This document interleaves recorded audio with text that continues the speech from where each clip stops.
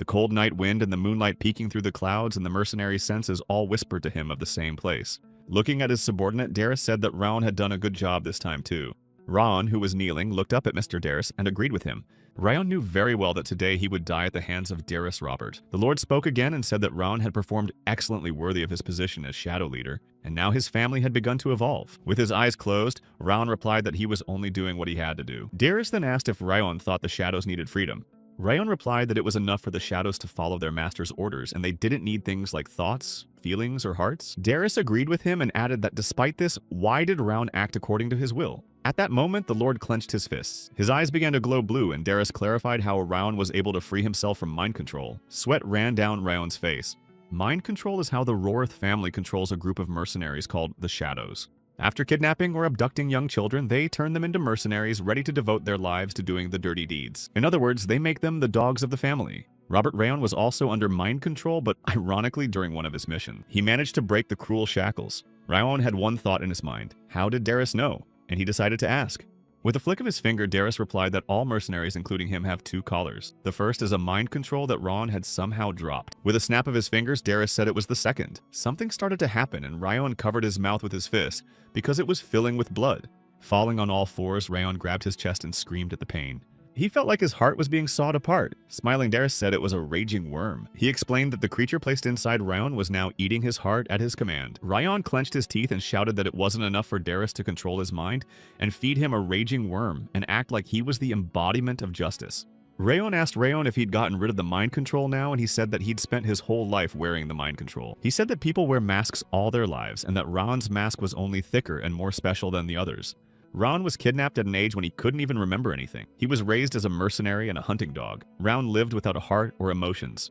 Then by chance he had the chance to master the Ring of Fire technique, and as if to prove its power, he was able to break free of mind control. It seemed that he would finally be able to step out of the shadows and be free. Raon believed it and hoped so, but what he got was not freedom. What a sin Raon had committed that he should die in vain. His mouth was drooling as he continued to lean on his elbows to keep from falling down. Raon thought that he could not end up like this. Raon was still holding onto his heart, but he thought that if he was going to die here anyway, Darius asked him how he could get up. Standing up, Raon decided that he would at least give him a hand or a wound before he died. Attacking Darius, Raon shouted that he was not going to meet his end in shame. However, Darius drew his weapon and swung one hand and blew Raon's head off before he could reach him. Standing in front of the decapitated body, Darius thought that he had abandoned Raon. He was outraged that this trash had not only broken free of mind control, but had managed to attack him in pain. Raising his wounded arm, Darius said aloud how many years it had been since he had last been wounded.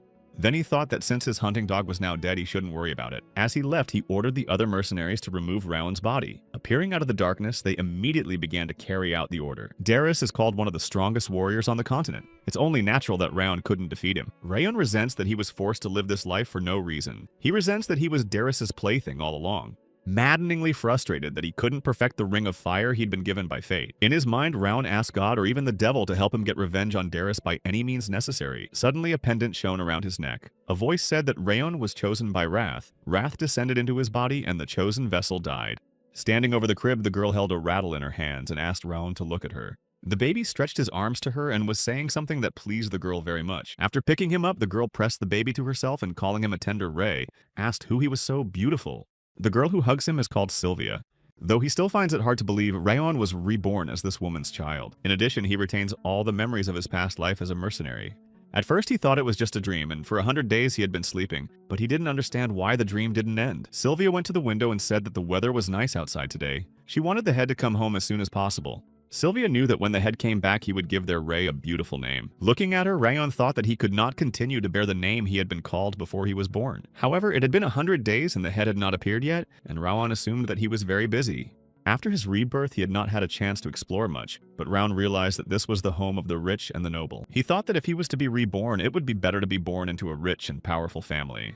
Because the vengeance and rage that had enveloped his heart before his death was still with him, but there was no hurry. Since Raon has only lived in this room so far, he doesn't know where he is or where he belongs. He knows nothing at all. As for the Ring of Fire technique he learned in his previous life, Raon has not yet mastered it properly, so he must wait and wait. He's a mercenary who's been called the best in the history of the Robert family, and for the day he finally gets his revenge on Darius, Raon is willing to hold back as long as he can. The house is so big and luxurious, and it seems to be even higher than the famous one. Suddenly, a maid burst into the room and called out Mistress Sylvia's name. She said that the head of the house was coming to see them. Sylvia hurriedly interrogated her father. From this, it was clear that the head was Rauna's grandfather. Stammering, Sylvia said she had to prepare something for the head of house, but the maid said it was too late because he had arrived. The doors of the corridor opened, and the servants loudly announced that the head of the house had arrived. Raon was familiar with this power.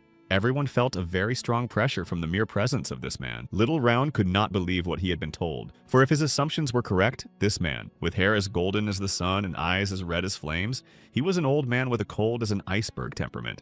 The master of the House of Sieghart, one of the leading houses on the continent, the doom-bearing king of the north, Glenn Sieghart.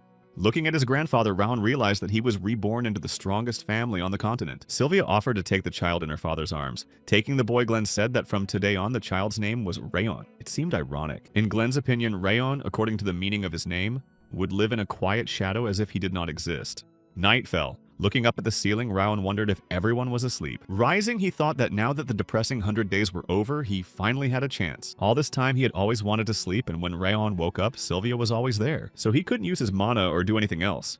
He was glad that at least he was sleeping in his own bed. So he tried to start. With his hands folded and concentrated, Raon activated the Ring of Fire. The usual cultivation techniques on the continent involved drawing mana from nature through breathing, and then coordinating the aura in Dantian. But with the Ring of Fire that Raon was fortunate enough to receive, things were completely different. Like a magician creating a circle of mana, it formed a ring on the heart.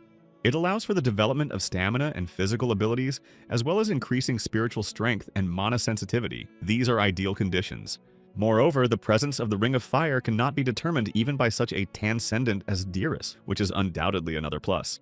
If you use the Ring of Fire to develop your body and spirit and at the same time master the techniques of the Sword of Sieghart, revenge on this Dearest Robert would no longer be just a dream for Raon. Looking at his hands, Raon thought that the mana circuit in his body must be filled with a terrible coldness.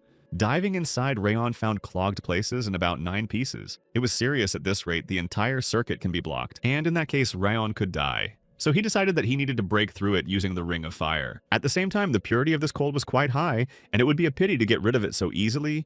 Raon thought of connecting it to the fire current. Falling back on his pillow, Raon realized that he had done a little bit of cultivation and was already tired. He cursed and thought that he shouldn't fall asleep, but his eyes closed at the same second. It was a new day, and Raon was crawling around humming to himself, and Sylvia was standing next to him with a rattle and cheering him up. It seemed to him that it was too hard to play. He was a grown man inside, and it seemed that he would die while he pretended to be a baby. Sylvia smiled as she lifted him into her arms and said that Raon was really good and could do anything. Raon thought it was easier to tolerate the cold energy. Sylvia continued to chatter under her breath as suddenly someone called out to her. When she looked around, she first shouted uncle and then corrected herself to saint. The old man smiled and asked what kind of saint he was and asked her to call him uncle. Looking at him, Raon thought he might be the saint in rags. The divine power of the healing arts in them, his abilities reached the very heavens. Approaching Sylvia, the old man said he heard she had a baby, and so he stopped by on his way. Lifting Raon up, the old man said that the baby has golden hair and red eyes for the first time since Sylvia was born. The uncle said the boy was so cute and the complete opposite of Glenn, and clarified what the baby's name was. At first, Sylvia hesitated and then answered that his name was Raon. Then uncle asked if the name was given to him with the meaning of shadow. Sylvia looked down and said that it was. The uncle frowned and said he didn't know what Glenn was thinking when he called him a shadow. Looking at the old man, Raon thought that now he was not using formal address Raon had heard before, that the king and the ragged saint were close. Pulling him close, his uncle cheerfully told him to go to his grandfather's house for a while. Placing his palm on the baby's chest, the saint suddenly said that Raon's condition was not good. Concerned, Sylvia asked if there were any problems. The saint replied that the child was carrying the curse of the bitter cold. He said that the baby's mana circuit was now blocked with cold energy, and that it would be difficult for him to become a swordsman. However, what was more important in the saint's opinion was that the boy would not die if he was treated, but if left as it was, he would die. When Sylvia heard this, she was shocked and replied that it wasn't true. But the saint began to say that he would first prescribe medicine for the boy, but he was interrupted. A maid came into the room and told the saint that the head of the house was calling him. The saint replied that he would go as soon as he had finished talking. The maid mumbled that the head of the house wanted to meet with him right now. Closing his eyes, saint replied that he was as always at a bad time. Walking up to the maid, the saint said he was ready to go. Walking him away, Raon thought about his curse and decided that nothing changes for him. He thought that since he was using the Ring of Fire now, it wouldn't be a problem. Suddenly, a few drops of water fell on his cheek. Looking at Sylvia, Raon saw that she was crying and her body was trembling. Wiping her tears, Sylvia repeated that it wasn't true and she couldn't lose him like that. Clutching the boy to her, Sylvia shouted that she would cure him by any means. Falling on her knees, she said that she would find a way, and Ryan could not leave. At that moment, Round felt a strange feeling. He felt a whimpering pain in his chest, so excruciating and throbbing. He didn't want to see something like this mentally. He asked Sylvia not to cry. Reaching out his small hand, Ryan touched Sylvia's tears and wiped them away. Sylvia calmed down and watched the baby Ryan mumbled something and reached out both his hands to her, and then said something like, "Mommy." There was a noise in the hallway and the guards asked Miss Sylvia to stop. Glenn looked at the door and asked why it was so noisy. The doors rattled open and Sylvia burst into the room, followed by a maid running after her, yelling that she couldn't go in there because the head of the house was in there. Glenn looked at him and asked what the hell kind of rude behavior and inappropriate haste was this. Kneeling before him, a crying Sylvia begged him to save Round. Kneeling down, Sylvia looked down and cried out that he knew of his condition and that the child was everything to her, so she asked him to save him. Closing his eyes and raising his cup, the head replied that there was no doubt that Rayon would have a hard time living as a warrior, and why would he help something that would not contribute? In response, Sylvia shouted that Rayon was his grandson. The head reminded her that this was the grandson she had brought after leaving the family. He said that all he would give the boy was the name Sieghard, and Sylvia should be grateful for that and not hope for more. Then he added that he had nothing more to say and ordered to take her away. The guards came to the girl and took her to the exit. Sylvia screamed.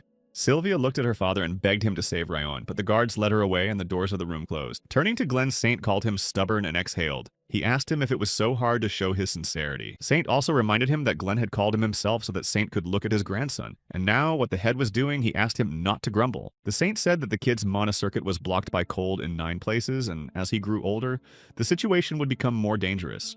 The Saint also said that Glenn had repelled the cold with his aura, and that there would be no problem for a while, but that it would be almost impossible for his grandson to become a warrior. In response, Glenn said that it doesn't matter, and it will be enough for him to just live. Saint asked Glenn if he thinks his grandson is cute, too. Without getting an answer, the Saint asked why he named the boy Rayon. He said that there are so many good names, and suddenly there is a shadow. After a little silence, Glenn replied that Rayon meant more than just shadow. He said that 1,000 years ago, the name had a completely different meaning. A new day came. Sylvia came up to the baby and held out a spoon and explained that it was the medicine the Saint had given him, and that it must be bitter. While Rayon drank the medicine, Sylvia and the maid closed their eyes in fear. When she opened one eye, she saw Rayon muttering and reaching for her. Calling Helen over to her, Sylvia exclaimed that Rayon was tolerating and drinking the medicine. Helen added that Rayon definitely understood Mrs. intentions. As Sylvia cradled him in her arms, Rayon thought that although the medicine was bitter, it was very necessary for him now with the properties of fire. Crying again, Sylvia asked Rayon if he understood his mom's feelings. Rayon clenched his fists. It had been 2 years since Rayon had started practicing taking this medicine, and the Ring of Fire was activating faster. Rayon had reached the first level of the Ring of Fire after spending these 2 years in constant training. In the morning, Rayon played with Sylvia and Helen, and during his afternoon nap and around midnight, he practiced. That was how his daily life went on. More time passed and now Rayon was 5. The Ring of Fire had already reached level 2, which increased his mana sensitivity and soul class. Looking at his progress, Rayon smiled and said that he had finally done it. The second Ring of Fire was now rotating around Rayon's heart and crossing over with the first one, yes, and Rayon's mana sense had improved. Helen came into the room and told the young master that he was awake so early and then asked if he could take the clothes to the wash. Rayon replied, "Of course." As he watched Helen pack, Rayon realized that she didn't see the notification window for his skills. Such system message windows had been appearing ever since Rayon had reached the first level of the Ring of Fire. When this message first appeared, Rayon had no idea what was in front of him. Later, it turned out to be a system where he could check his current state at once. Besides, judging by Helen's reaction, only Rayon could see this window. After thinking about it, Rayon realized that he had a second level, but the curse and low stamina did not go away. If it were not for the cure, it would not have happened. But during those 5 years, Sylvia, Helen, and the others, everyone in the building worried about Rayon's discomfort. They treated Rayon as a great jewel. This probably had an effect on him too. Resting his head on his knee, Rayon thought that he was only 5 and there was still plenty of time to take his time. The curse was a problem, but his low stamina was no good either. It was the reason he was always so tired of moving even a little. However, in his past life, Rayon was called the best mercenary and had mastered the Ring of Fire cultivation technique, and if he perfects it, it can be said that he won't have any disadvantage. And if he can master Sieghart's sword technique, he will definitely be able to take Darius's head off without any problem. But he can't rush Darius as one of the strongest trance centers on the continent. And if Rayon starts plotting revenge right now, his mind won't be able to handle it. In any case, those who can destroy Darius. It may be slow, but he needs to build up enough strength so that when he gets the chance, he can finish him off one by one. Rayon thought he'd just keep them for a little while longer as Sylvia came into the room and said he was awake. Rayon turned to look at her. Sylvia was holding his things in her hands and reminded him that she had already told him that Rayon would have to go somewhere with his mom, so he should get dressed. Looking out the window, Rayon thought that today was the day. On the continent, there is a force that maintains the overall balance of 6 kings and 5 demons. The family Round was reborn into is one of the 6 kings. The 6 kings have a good influence on everyone, while the 5 demons threaten the peace and tranquility of the continent. And each of these powers is holding a ceremony to recognize their abilities. Today is the day of the Ziggy family's recognition ceremony. In the ballroom, people gathered to discuss that they hadn't seen each other for a long time, and this was the first time they had seen each other since last year's ceremony. People were wondering if this year any of the heirs of the direct line would participate. Someone said that Karun's 4th son would participate. Some said that Sylvia would also participate, and some thought Sylvia was a loser. When Sylvia and Rayon entered the hall, people looked at her with contempt. There were whispers about his illness, and some said it was because he had gotten blood from a loser. As they walked to their seat, they heard people saying that they were only lowering the level of the family. As they listened to this, Rayon thought that if these kinsmen were so cruel to them, there was a reason for it. Suddenly, someone said that this Sylvia was so shameless. Round froze. Round froze. Sylvia told him it was okay.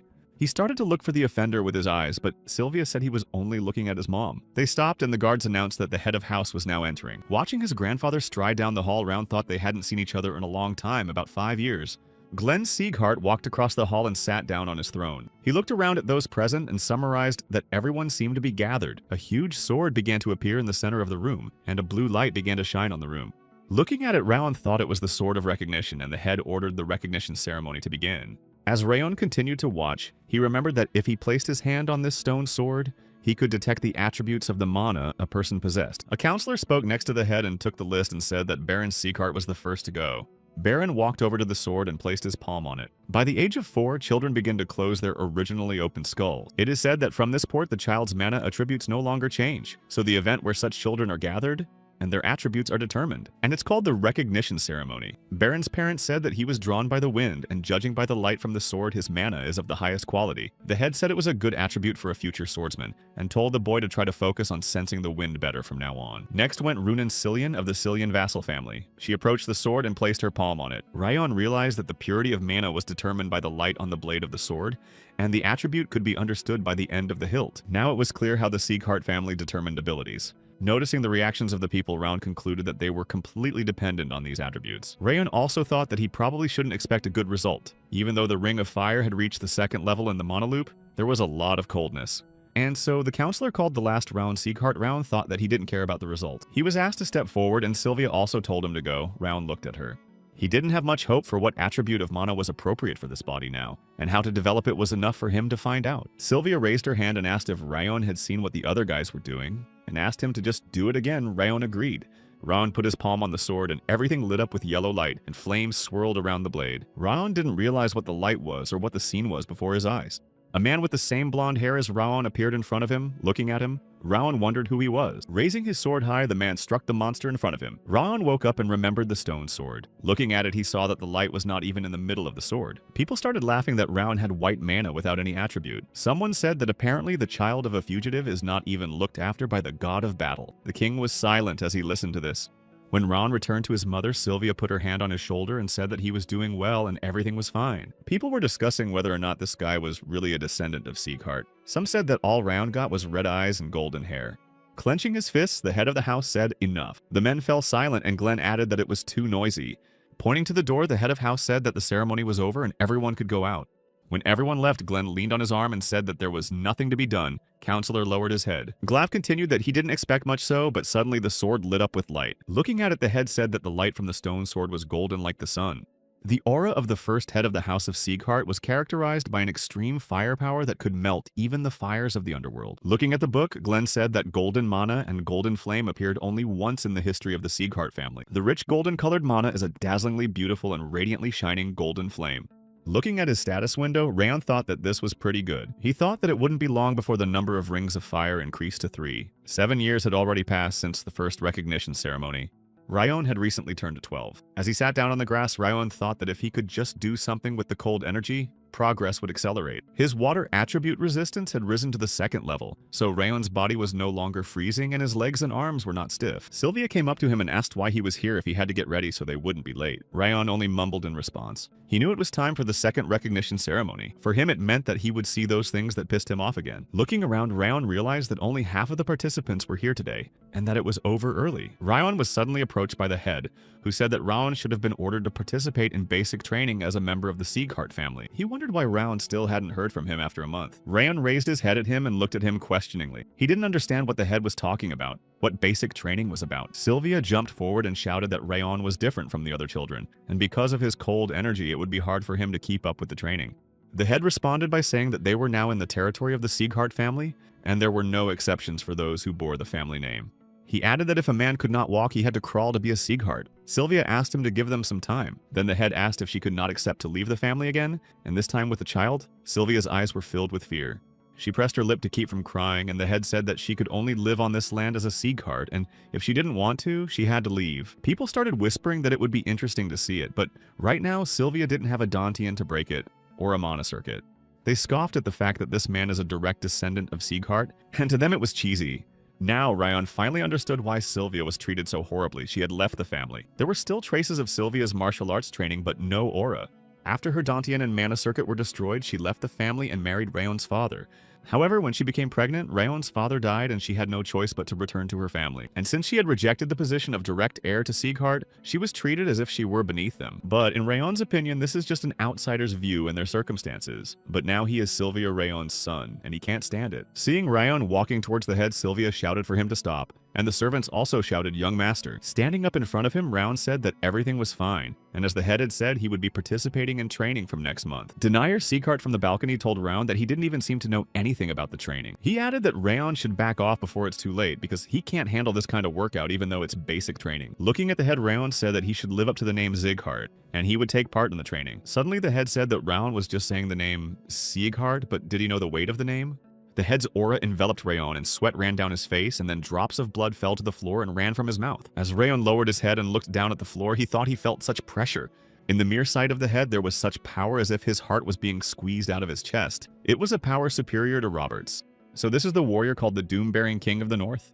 Ron fell to his knees and Sylvia ran to him saying that Ron was still a child and didn't know what he was saying. Helen also ran to them. Turning to the head, Denier said that this child doesn't know anything yet and asked him to release the pressure. In response, the head said that he was now speaking. Denier immediately apologized. Hugging Rayon, Sylvia said that he is not yet able to go through this training and asked him to stop. In the past, Rayon, being a mercenary forever living in darkness, was more close to death than life and never came out into the light. But now Rayon has decided that things will be different and he will not hide in the darkness. He has decided that he will no longer live as a criminal. He is Rayon Sieghart. He would put Sylvia back where she belonged in the first place. Clenching his fists, Rayon said that he couldn't possibly know that because he didn't grow up in the main palace but in a remote outbuilding. So he didn't know how high up the Sieghart family was or how successful they were. Rayon added that he wanted to take part in the training. As a Rayon, he decided that he would protect Sylvia and also the happiness and smiles of the people he cares about. Rayon will definitely return with his own hands. The head frowned and asked if Rayon had decided to understand the level of the Sieghart family through basic training. Rayon replied that it was the only way he could.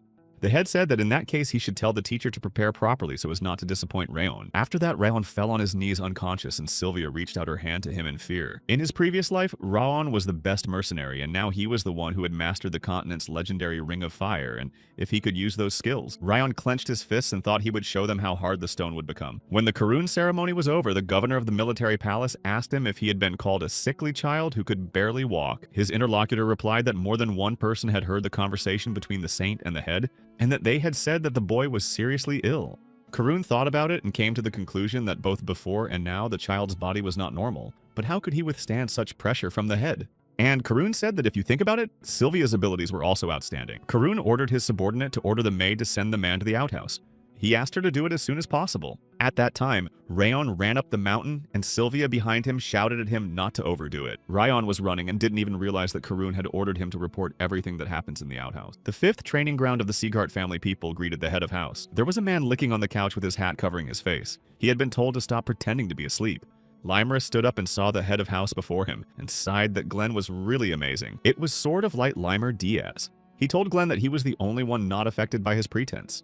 The head told Glenn that the teachers were working hard at their jobs, and their head Lemaris said that it couldn't be helped because they were doing his bidding. The head said that even after 5.5 years, Limer had not gained his mind. Limer waved his hand and said that people change in the end. Limer looked at the head and said that he was here for his grandson. He said that before the head he had already had Sylvia and asked for help, so he didn't think Glenn would come now. Limer also said that Sylvia had asked him to look after Rayon. And if the head had come for the same reason, it was for nothing, because he wouldn't let him meddle in their affairs. Clenching his fist, Limer seriously added that even if it was the youngest grandson of the head of house, He would make no exceptions. However, Glenn replied that that's what he needed, this surprised lemur, and he asked again.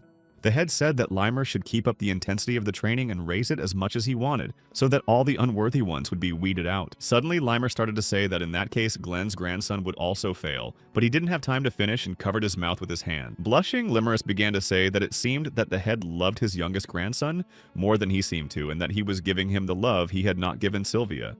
In response, the head said that Limerus should not give any favors to anyone, and that he should separate the strong and the weak, so that only the worthy could learn from him. And Limer said that he would do what he wanted with peace of mind. The head turned away and said that Limer could do as he wished and he would go. Looking up at the ceiling, Lemur thought about Rayon. He wondered what kind of guy he was. When Rayon opened the system window, he saw that the third level of the Ring of Fire was very different. His body sensitivity had increased, and his mind was clearer. Thanks to Sylvia stopping Rayon all the time, he didn't overload his body too much, but the muscles in his legs and arms were still appearing. In addition, this window of condition was speeding up his development. Rayon squeezed his arm at the biceps. From this point on, things would truly begin. After all, the Sieghart family's training has a notorious reputation. The third level is only the initial stage, like laying the foundation for a house, and it is the only way to stay alive. By showing achievements higher than anyone else, Rayon will shut up those who mocked him. And then it would be the turn of the holy heavenly sword of Darius Robert. Rayon decided that he would never stop until he personally took Darius's head off. Sylvia came into his room and asked if he was still awake. Rayon whispered back, "Mommy." She came and sat down on the bed, and Rayon asked what was wrong since she came at this hour. Sylvia replied that he was going to the training ground tomorrow and she wanted to tell him something. She asked if he had to go there. She confessed that she wanted to stop him because he had always been patient even when he was sick. So what would happen if he got hurt in training? Putting her hand on Rayon's shoulder, Sylvia added that she didn't say not to go there at all, but maybe he could postpone it for another year. However, Rayon said he can't stand the way the family representatives make an expression as if they've seen a devil every time they meet his mother, or the way they ignore his mother and all the people in the outhouse. Rayon put his hand on his chest and said that it makes his heart heavy. He added that if he goes through this training with dignity, then people won't ignore Sylvia anymore. That's what he thinks. Rubbing her hands together, Sylvia said that Rayon is very smart, so he must have thought it strange why they are living in a remote area and why they are being scolded by everyone.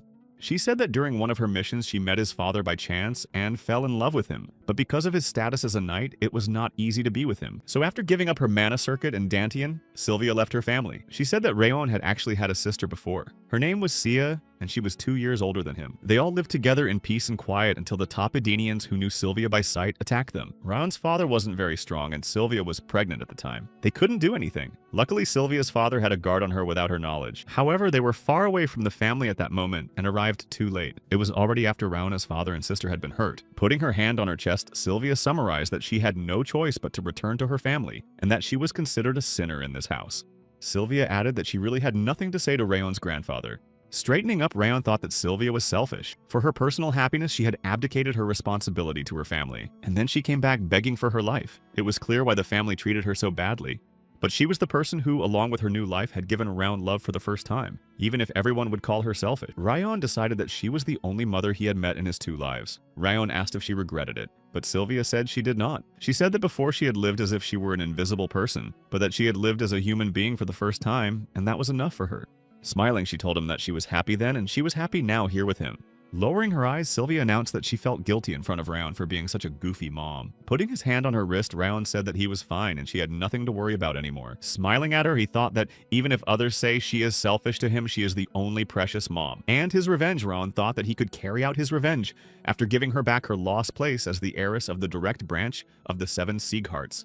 Her son's reaction made Sylvia cry, and Rayon had to comfort her, which made him exhausted. Sitting down on the bed, Rayon thought he should check the activation of the Ring of Fire and go to sleep. It would not be too long before the training. As Rayon folded his arms, he noticed that at level 3, the ring's rotation speed had certainly increased. Suddenly, Rayon noticed that something strange was happening. Snowflakes began to fly around him, and everything was illuminated with light. A face appeared in front of him, and a voice said that the anger that had risen in Rayon had reached his king, and in the name of the anger of the second king of the underworld, he would retaliate. Looking at this with round eyes, Rayon didn't understand anything. The system window said that the feature of Wrath was created and Wrath has awakened. Looking at Rayon, Wrath asked him to give him his body and soul in return. Confused, Wrath asked aloud why there was a child in front of him. Rayon cautiously asked who he was, but Wrath asked who actually Rayon was. He said that the anger that reached him, king, could hardly belong to such a boy. After analyzing, the king realized that it was indeed Rayon deep inside his heart, and indomitable anger was indeed hidden. Behind Rayon's back, the king told him to give him his body and soul anyway, and then he would fulfill Rayon's revenge. Looking at the king, Rayon wondered if it was because of the anger he felt for Darius before his death. But then the king was too late. Rayon replied that he did not need the king's help because he would take his own revenge. He decided that he had worked hard to get that chance and could not give it to someone else. But the king told Rayon that he was mistaken. Smiling, the ghost said that he was the king and he was not going to negotiate with Rayon. He said he had already made his choice. Rayon stood up and clenched his fist. Clutching his body, Rayon realized he was being enveloped by icy flames. Like a madman flying around the room, the king shouted that Rayon just had to give up his body. He flew straight at Rayon, and as he watched the ghost approach, his mouth dropped open. Grabbing his shirt, Rayon kneeled on his knees. He felt that his mind and that paled. He realized that the attribute was not really fire but cold. The king meanwhile told Rayon to arouse his anger by thinking of the bastard, and even if he was a god, the king would deal with him. Shivering from the cold, Rayon still held on thanks to his resistance to the water attribute, but it is not only the cold that is frightening in this attack. The king whispered that he would crush Darius's head and then chew and swallow his flesh. Rayon thought that if he gave him his body, there was no telling what he would do to Sylvia and the servants in the outhouse. And the king kept saying that Rayon should awaken his anger and accept it. Then he would be comfortable, but Rayon kept resisting.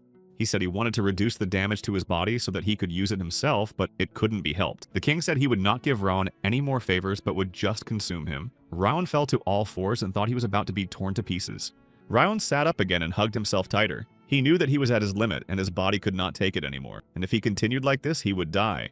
Folding his arms, Rayon thought that since he could handle the cold energy thanks to his resistance to the water attribute, perhaps by using the Ring of Fire, Rayon could get rid of the pain in his mind and body. It was the only way to survive. Watching what Rayon was doing, the king was surprised to see a rotating Ring of Fire. Clenching his teeth, the king said that even though it had not been long since he had awakened, how could it be possible that a human boy could do such a thing? Rayon opened his eyes and said again that he would fulfill his vengeance and not give his body to some evil spirit. The king shouted that Rayon had called the king of the underworld an evil spirit. Rayon asked the spirit what kind of king he was. Looking at the spirit, Rayon asked if all kings are dead and asked the spirit to disappear silently. Rayon thought about the spirit's words that he had just awakened, and maybe that's why the spirit can't use all its power. A system window appeared nearby, and Rayon wondered why it had suddenly opened an additional ability. Seeing the window, the spirit shouted that it was the status window of the Demon King's ability. Not listening to him, Rayon saw that the abilities were now visible in numbers. Then Rayon asked what this message was and what it had to do with the spirit. The spirit replied that he had created this system personally, but that's where Rayon got it from. And Rayon asked what the system was for. The spirit said he had no reason to tell him. Rayon assumed it was to accelerate growth. The spirit turned to Rayon and asked how he knew this, and Rayon thought that the spirit was not at all good at hiding emotions. Rayon had thought it strange that the Ring of Fire was more powerful than it had been in his previous life, but it was the system. The spirit shouted for Rayon to give him either the case or his ability. The spirit asked what Rayon was doing, and he said it might have worked if he had even put mana into the punch. Rayon looked at the spirit and assumed that he, as a soul, had no material component. With his arms folded across his chest, Rayon realized that no one had come here even after the spirit's aura had been pressed. It seems that this spirit can only see and feel Rayon. He swatted the spirit away like a fly. A bracelet appeared on Rayon's arm. Rayon wondered what it was. The bracelet told the spirit that even though it had only just been released, its power would return and it would be unstoppable. When the spirit said that it would stay with him as long as Rayon was breathing, Rayon thought that the spirit was like a leech, and if he had his will, he would rip it off at once. He realized that if he took it off by force, the system might disappear, or the spirit might try to harm Sylvia and Helen. Rayon decided that it would be better to keep the spirit to himself and watch it. All he could do was trust that Rayon would be able to evolve quickly and control it. Then Rayon suddenly asked if it was necessary to turn into the bracelet because it didn't fit him at all. The spirit replied that it was a matter of taste and that Rayon should respect it. Rayon answered as he wished. It was morning. Standing in the hallway, Helen reassured Sylvia that the young master could handle everything. Sylvia replied that she knew that. Descending the stairs, Rayon replied that he was ready and it was time to go to the training ground. Standing at the gate, Helen asked the Lord to be careful not to overdo it. Rayon replied that he would be careful, and now it was time for him to go.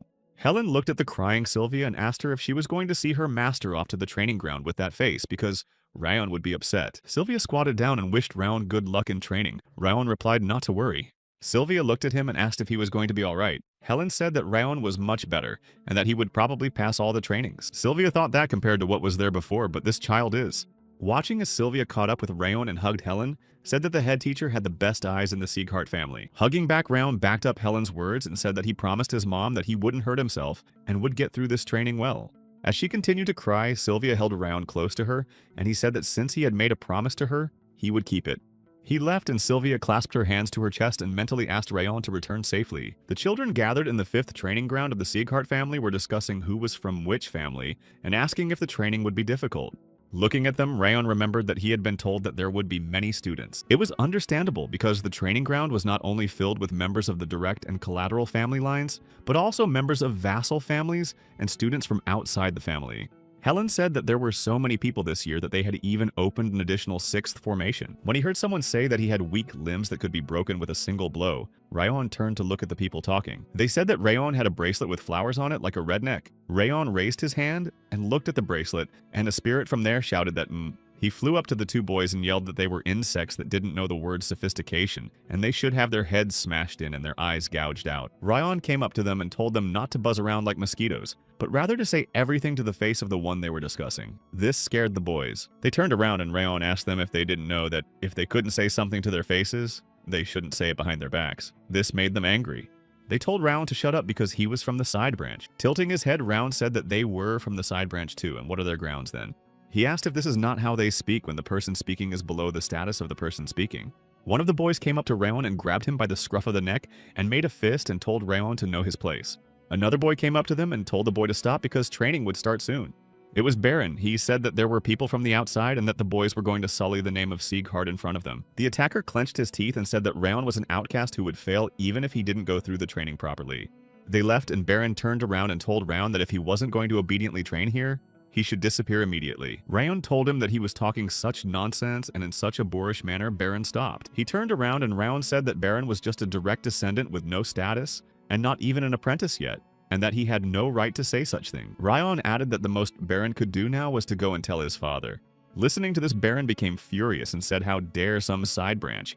At that very moment, the doors of the house opened and Limerus appeared in them. When he saw Rayon and Baron, Limer raised his hand and asked if they were already fighting and shouted that they were not just young, but young, and that they were daring. Seeing it, Rayon assumed it was the Sword of Light of the Sieghart-Limer family, and it was said that he had damaged the Dantian and retired.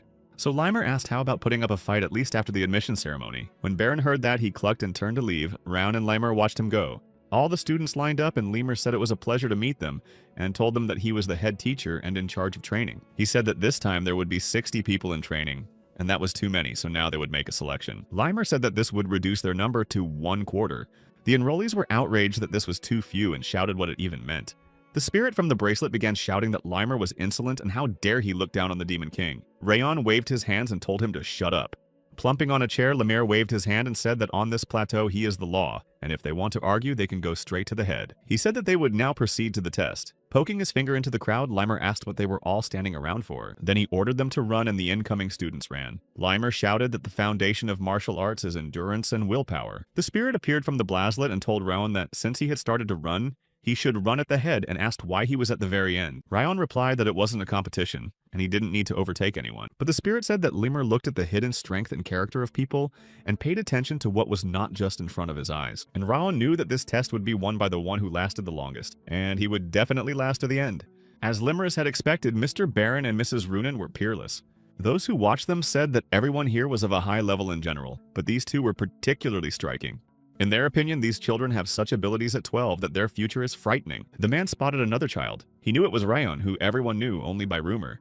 They thought that Round could not catch up with the two because he was always at the back. Since Rayon was sick, it seemed surprising to them that he was already running, even though he looked tired. Limerus, standing behind them, listened to this but remained silent. Putting his finger to his lips, Limer thought it was amazing because it was the first time he had seen such a boy. He thought that he couldn't determine the abilities of only the strongest people on the continent, because he couldn't assess the depth of their strength. Most children, however, could see the mana threads in their colors, which gave him an idea of what they would become in the future. But in Rayon, Limer did not see any color and did not understand why. Limerus assumed it meant that Rayon had already become stronger than him and had gone beyond his perception. The two men Rayon had fought with earlier looked at him and said that Rayon had been so cocky in the beginning, but now he was the last man standing. They said they could see from Rayon's face that he wouldn't last 10 minutes. Meanwhile, Rayon thought it couldn't be because it was training and they were just running. In his past life, hungry beasts had followed him, and to survive he had to run until he lost his pulse and run no matter what. He wondered if it wasn't too easy now. Watching Rayon run past again, Limer opened his mouth. He didn't understand how Rayon could run because his stamina had long since come to an end, and he had too much stubbornness or anger. In Limer's opinion, Rayon should have had no more strength left to squeeze out of him. Now Rayon was demonstrating the spirit that only people who had practiced in sweat could have. But where did this boy get it from? Baron looked back and clenched his teeth. He didn't understand how Rayon was still running. Clenching his teeth, Baron remembered being told that Rayon's body was in no condition to train. A man had come to Karun and reported that the Ragged Saint had said that because of the curse of the bitter cold, Sylvia's son would not become a warrior and might die. And when they met in person, Rayon seemed miserable to Baron. Clenching his teeth, Baron thought that everyone was pissing him off and he would show them. Stomping his foot, Baron thought that there was such a gap between their abilities that they had no choice but to give up. He activated his mana. Seeing this, Raon only thought that Baron had a good tongue, but otherwise he was still a child. In Raon's opinion, Runant was mentally more mature. As he continued to run, Raon thought that in any case this exam was not a competition, but a struggle with himself so that such antics could easily derail him. Many of them had already given up. The students sitting on the ground didn't understand what was going on, and why this little guy was still running because they said he was weak due to his illness. They thought that Rayon was not even tired, but he was drenched in sweat and thought he was about to die because of the cold in his body. He felt as if his heart and lungs were going to be crushed. Only by activating the Ring of Fire could Rayon still squeeze out his strength. Fortunately, the Ring of Fire was progressing rapidly and seemed to be at its fullest when Rayon was at his best. The spirit yawned and called Rayon cheesy. He said that not only was he lagging behind, but he looked lousy too. Once again, the spirit hovered over Rayon and kept telling him to give him his body so he could beat the blue-haired man. Looking at it, Rayon swore he didn't understand why the spirit had appeared at such a time. The spirit shouted that it would freeze Baron if Rayon gave it his body. The coldness gripped Rayon again, but he clenched his teeth and decided to bear it. As he continued to run, Rayon thought it was best to keep it looking as if nothing was happening. When the spirit was near him, Rayon told it not to do anything stupid and to sit still because it wouldn't work on him anyway. However, the spirit said that there was no one in the world who could withstand the Demon King's anger. Rayon grabbed his shirt in the area of his heart. He thought he had to fight back because if he showed any weakness now, the spirit would devour him. The spirit tried to attack Rayon again, but it failed, and started screaming why Rayon was not affected by the Demon King's wrath. Rayon continued to run, but it was hard. He felt like he was going to fall because his body was not obeying him. His eyes were blurring. Runan looked back. Rayon couldn't even breathe properly. Limerus came out to the students and said that was enough. All the boys sat on the ground and breathed heavily. Turning to Rayon, who had just stopped, Baron called him stubborn. Trying to sell himself, Rayon thought he'd almost died. This life wasn't easy for him either. Hovering over him, the spirit said that Rayon was a monster and asked how that was possible. Rayon replied that the spirit's powers had no effect on him. Still, it definitely helped the ring to grow, and the body's development was successful thanks to the status window. Suddenly, a system window appeared in front of Rayon to notify him that the condition had been met. Seeing this, the spirit shouted that Rayon was being upgraded for his restraint. He was very unhappy about it. Limerus came up to the stage and announced that everyone had had a hard time today and the test was over for the day. Many of the students looked down sadly, Limer said that regarding the words he said before he started. That only 1/4 would be left in the end? Limer waved his hand and said that it was a complete lie. Because of this, the students began to shout that they had driven themselves so close to death. However, Limer said that he couldn't weed out that many people on the first day, but if they practiced like today, most would fail. Then Limer announced that from now on they would become temporary students, and if they passed the exam in half a year, Limer would remove the word temporary. He smiled and raised his finger and said that he planned to choose the best student among all of them, though he would not rank them separately. That was the end of it. And Limer told the boys that they could go to the highest level dormitory provided by the Zighart house. Following the path behind the head, Limer told them that he had a guest on his rock for a day's sleep. When the head stopped, he turned around and asked glumly how it went. Smiling, Limer asked why he was asking him, because if he had come here himself, he had seen everything. Then Limer asked if his ability to see talents wasn't amazing. He added that Baron and Runan had talents as expected. Limerus also said that the rest of the children would also be a strong support for the family in the future. Folding his hands, Limer added that he wanted to say that he saw nothing in Rayon. He said that Rayon's strength was clearly at its limit, and once he got to the end at all, Limer added that this was the first time since the chapter that he hadn't seen anything. Ever since Dantian had been turned into a ragtag, all of Limer's life had been painfully boring. And now, for the first time in a long time, he smelled something interesting. Jumping down to him, the head reminded him that Limer wanted to become a teacher himself. He left and added that Limer didn't want to waste his time on weird things, but rather focus on his duties. Limer agreed with him. He said aloud that he also felt that this course would bring someone he could trust with his future. However, the outgoing head replied that it was a coincidence because it would be hard for that child to become a warrior. Limerus smiled without answering. He knew that the head also knew that this was not the case. Leaving the training ground, Raun said that since they were out of basic training, he could go to the training ground. The spirit said that Raun was ruthless. When they got to the dormitory, the students began to speculate that Rayon had held out with some sort of ruse. Crane turned to them and said it was definitely because of the medicine. She said she'd heard rumors that Raun had gotten the cure from a saint in rags. Waving their fists, the boys began to say that he had only run because of the cure and was showing off that he had made it to the end. Smiling, Crane said that was why they needed to teach the know-it-all a lesson. When they got to Rayon, Crane pushed him into a tree with all her might. He fell to the ground and asked why he thought he was doing this. Pointing a finger at him, her ally shouted that he, who had lost his direct kinship, dared to behave arrogantly only because of the medicine he had successfully drunk. The young man shouted that Rayon was a sideline scion who had no powers and dared to use such cowardly tricks. Swinging his fist, the boy said that Rayon should not be too frightened because they had brought him here to talk quietly so that no trace would be left. Kryn kneaded his hands and told Rayon to be calm because this kind of thing happens quite often. Making a fist, Crane asked if Rayon had heard what the teacher had said. Now they could talk since they were all students. Watching Rayon's spirit rise, he asked if he tolerated being treated like that and added that it was not something to be regretted.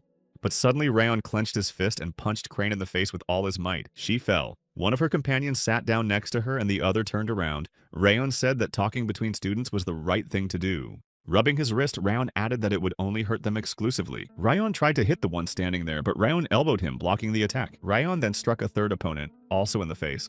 The spirit watched with admiration, saying that Rayon's punching was so hard it was amazing. When all the offenders were on the ground, they asked Rayon to stop Crane kneeling on her knees, rubbed her throat, and said they were wrong. Stepping on her hand, Rayon squatted down and said he would ask her something before he finished. Crane clenched her teeth in pain, and Rayon asked who had pushed them to deal with him. He assumed it was Baron. Hearing that, Crane was even more frightened. She lowered her head and began to say that Mr. Baron didn't know anything about it, and that they had decided it themselves, and that Baron had nothing to do with it. For Rayon, it was a surprise because it looked like Rayon disliked Baron, but maybe he wasn't completely spoiled. Rayon then asked if they would tell anyone about this conversation between the students. Shivering, Crane replied that of course not. Grabbing her by the hair, Rayon said that in that case, if they didn't want to talk to him tomorrow, they should avoid him. In response, a frightened Crane said that they would not even step on Rayon's shadow because they had done wrong, and Rayon stood up and said that if they understood, they could disappear. He didn't notice that Lemaris was standing behind him. Standing behind the tree, Limer thought it was a pleasure to watch because it was like seeing the head in his youth. Smiling, Limer thought that Rayon clearly had a talent for martial arts, albeit unrecognized and hidden among the other top talents. Limer's expectations for Rayon Seacart continued to grow.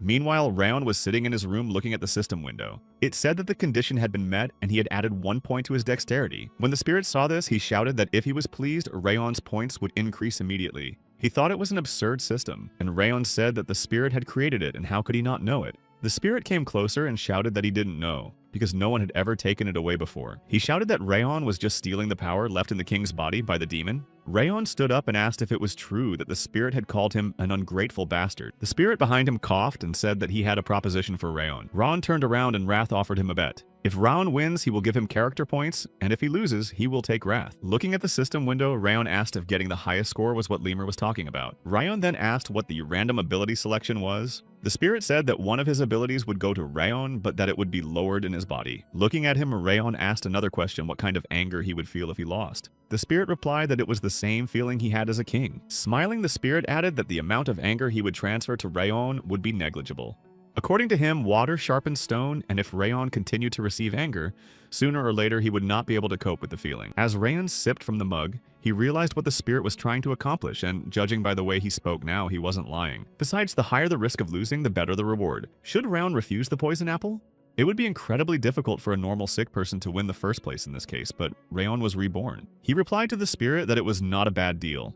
Ron held out his hand and said he accepted them, and the spirit smiled and said it was a good choice. A notification came that Rayon had accepted the bet with the spirit. He thought that if he used the experience of his past life, he would never lose. In the evening, the boys were on the ground again. They said that their legs felt like they were going to explode, and they had no strength to stand up. Limerus explained that what they were doing was called the rider's pose. It literally means sitting on a horse, but don't underestimate it. This pose is the basis of all martial arts, and therefore it is an exercise that everyone should do without exception. Limer also added that he doesn't force them to do it because the exam is theirs, not his. One of the students shouted that he couldn't take it anymore and asked when they would be taught swordsmanship. The girl next to him answered that they had been doing nothing but circling and sitting in a horseman's pose for the last couple of days, so there was no fencing. As they passed by, Baron told them to stop resenting him because the training was over, so they could practice fencing fencing themselves. He said that if they only practiced basic swordsmanship, Rayon and Spirit would dull their swordsmanship skills. When Rayon turned away, Spirit said that those guys said they were going to practice fencing, so why wasn't Rayon with them? And Rayon replied that he didn't need it now because with such low skills, it was a waste of time to practice fencing. Rayon knew he didn't need a sword right now. What he really needed was basic stamina and physical strength. Right now, his body had far less stamina than anyone else due to the cold. And for growth and further training, the base is the most necessary component. So Rayon shouldn't be in a hurry to look up to others. Right now, he should only focus on hardening his body. Rune and Cillian watched him from the corner. She could see that Rayon was making rapid progress and was already lifting more weight than yesterday. Though she had heard that he was quite weak, the weight he was lifting was increasing every day. Even though it was natural to exercise, Runan knew it couldn't be that the weight was increasing every day. In the past week alone, Rayon had added 10 kilograms to the barbell. Runan assumed it was because his posture was slightly different. When Rayon put the barbell down, Runan walked up to him. Re-bandaging his hands, he looked at her. She was silent and Rayon asked why she was here. Runan stood there clenching her fists. At that moment, Runan wondered what was making Rayon grow so fast. Runan sat down next to her and put her palms between her knees. Rayon continued to watch her. She lay down under the barbell and began to lift it. Not realizing what was happening, Rayon stood up. He took one dumbbell and Runan the other. She knew she was not imagining it. It was after she smelled the aroma. That nice fresh scent coming from Rayon. As soon as Runan felt it, her body felt lighter. Looking at her arm, Runan realized that she was even able to lift more weight than usual. Rayon came up to her and asked if she had anything to say to him. Runan said no. Scratching the back of his head, Rayon turned and walked away. But Runan thought she should follow him some more. Suddenly, Baron and his allies entered the hall. Everyone was very surprised. One of his minions asked why Mrs. Runan was with such a guy. Taking up the dumbbell, Baron said that it was all useless. He thought that repeating body-hardening training was pointless. He thought that a weakling like Rayon might need basic training, but no matter how much he trained, this sick guy was no match for them from the start. Baron said he didn't know what the exam would be like, but for the sake of this day and to increase his own strength, it was better to keep working on his swordsmanship. Heading for the exit, he told them to ignore some guy on the sideline. He introduced himself as Dorian and asked if he could train with them. He was an invited candidate, but said he wanted to learn Rayon's technique. Rayon looked at him and said he didn't really care. Taking something out of his pocket, Dorian said that even if it wasn't anything special, he asked Rayon to accept it. He gave Rayon a chocolate chip cookie saying it was delicious. Only Rayon said he didn't need it, and Dorian could take it as he noticed the frozen look in Runan's eyes. She looked at the cookie with such delight that Rayon decided to give it to her. Now there was another strange guy joining him. As time went by, Rayon, Runan, and Dorian continued their endurance training together. 6 months had passed since the training had begun, the time when every day Rayon ran ready to die behind him, and the backs of those who had blocked his path on the first day of training were no longer visible to him. Now looking forward and breathing his last breath, Rayon sees only 2 people in front of him. The morning of the exams had finally arrived. The palace was filled with dressed-up ladies and gentlemen. They all gathered in the arena. The host shouted that they had all come a long way to get here. Since the Guardians were also present, they were asked to move as instructed. Flying up to Rayon, Spirit asked if he remembered their bet. Spirit reminded him that he had never been able to beat those 2. Smiling, Spirit asked Rayon to prepare to humbly accept the wrath of the Demon King. Rayon replied that an exam was a different matter and there was no telling what might happen, and waved the spirit away. Rayon looked down at Dorian and asked why he was sitting there. Clenching his fists, Dorian replied that as soon as he thought that today was an exam, he would get nervous. Rayon was approached by Runan. She said that she had brought cookies and told him to eat. Rayon raised his palm and replied that he didn't need to because he was fine. While Runan was eating the cookies, Rayon thought about why everyone around him was like that. Sylvia, sitting in the bleachers, shouted to Helen to watch their Rayon stand confidently. Helen, on the other hand, remarked that Rayon had been able to stand for 6 whole months and had also made friends. Sylvia replied that with his temperament, it was natural because Rayon was so understanding and sensible and had never been capricious since he was a child. A loud announcement was made that the head of the house had arrived. Sylvia and the others sitting on the bleachers turned around in fright. What surprised everyone was that the head of house had arrived in person and would be watching everything. When the head sat down on the throne, there was a whisper among the people. Looking at him, Limer asked cheerfully why the head was here. In response, the head said that it was an event to choose the future of the family, and Limer said as if he had come to the wrong place. Rubbing his neck, Limer smiled and said he was glad the head was here. Raising his hand, Limer announced to everyone that since the head of house was here, there was no point in stalling, and they were starting the apprentice selection exam. Limer also said that he would finally reveal the contents of the exam, which was of interest to everyone in the Sieghart family regardless of gender and age. The disciples were enveloped by the wind, and everything lit up with green light. Limer said that they needed to overcome his aura pressure. Opening his arms, Limer said that pressure is an essential element in every warrior's life. He summarized that in this exam, he wanted to assess his students' ability to deal with it. With his hands by his side, one of the teachers said that he objected because the children had only recently mastered the aura, and now they were under pressure. He said that there were some of them who hadn't mastered it yet, and so the aura pressure exam was unfair. People from the stands shouted that the children said that Lemur had been sleeping in class all the time, and they didn't understand how the pressure could be evaluated. Exhaling Lemaire explained that pressure is not just a manifestation of aura. Real pressure from his words is determined by the quality of a warrior's spirit. In other words, it was proof that a true warrior could manifest without an aura. From the podium, the head said that even without the aura, each of them has his own pressure formed on the basis of life experience. He said that depending on the intensity of the training, even a person without aura could acquire a strong pressure. Lemurus opened his arms again and asked that no one had any dissatisfaction left and that they would begin the exam. Lemur told Runan to approach first and ordered the others to stay behind. She approached and Lemur told her that she would release the pressure she could overcome if she practiced hard enough, and then she would be accepted. Smiling, Lemur said they would begin immediately. Runan was enveloped by a strong flow of energy. Hugging herself, Runan closed her eyes and clenched her teeth. Lemur said that if she used her aura, she would be disqualified. He had told her to awaken the willpower she had been holding onto during training. With her palm outstretched, Runan took slow steps toward Lemur and then grabbed his hand. Supporting her, Lemur said that she had come through easily enough. He said that he could see the result of Runan's hard work all this time. Next, Lemur called Dorian. The student trembled and asked what the order was, but Lemur said that he wanted to do it that way. When Dorian came up to him, Lemur told him to just break through the wall of his pressure with the willpower that Rayon had accumulated by stabbing. Dorian asked if that was possible. Lemur spread his hands and said that if Dorian failed, he would fail. When the aura reached Dorian, he fell to one knee. Rayon stood behind him. He felt the pressure force was now different. Rayon realized that Lemur was adjusting it according to the child's ability and progress. So among these many children, Lemur watches each one. Suddenly, Lemur shouted to Dorian that he had succeeded and was accepted. As Dorian sat down and hugged the teacher's leg shaking, Dorian said that he lacked confidence and needed to believe in his own strength. Dorian then leaned to the side and threw up. Lemur said that Dorian must have understood him. The line slowly moved and it was Baron Sieghart's turn. As soon as he approached, Lemur offered to start right away. When Lemur applied pressure, Baron even covered his face with his hands. Clenching his teeth, Baran understood how to resist it. From the outside, it looked different to him and he didn't understand how Runan was able to do it. As he fell to one knee, Baran trembled. He thought he couldn't even move his leg. When the apprentice fell to all fours, Lemur said that Baron's talent was more special than others. Lemur told him that among the 160 gifted children present, those who could compare to Baron could be counted on their fingers. But Lemur added that Baron and the boys who followed him had wasted their time. For what was the point of fetishizing when you didn't know the true meaning? Lemur went on to say that whenever Baron had a hard time, he used his aura, but if he used it now, he would be disqualified. At that moment, Baron thought that he couldn't fail here. He was flooded with memories of how coldly his father had received his brother. He couldn't forget his father's icy and stern gaze at that moment. Rising up, Baron stretched out his arm and shouted that if he couldn't overcome this now, he would be thrown down too. He ran the distance that was between them and, falling at Lemur's feet, grabbed his shin. The teacher replied that he was accepted. Lemur reminded him that Baron was only 12 and he didn't need to act like an adult, but to do age-appropriate training. In Lemur's opinion, if you walk with your eyes on the ground, you might fall off a branch. Lemurus looked at the students and said that Raun Sieghart was the last one to go. When Raun approached him, Lemur asked if he was ready, and Raun said of course. Then they started. The energy was so powerful that everyone noticed it, and Sylvia from the stands even screamed. Even the head moved forward a bit, not realizing what the pressure was. Looking at Lemur, Raun asked if it was true of his exam. Lemur said that from what he had seen, Raun's talent exceeded that of others. Smiling, Lemur told Raun to try to stand. In fact, the spirit of a warrior is not contained in the body, but in the vessel of the soul. And now Raun has the spirit not only of Raun Sieghart, but also of the mercenary Rayon. And now Rayon took his foot off the ground and took a step. Lemur opened his mouth because he was surprised that Rayon could cope with such pressure.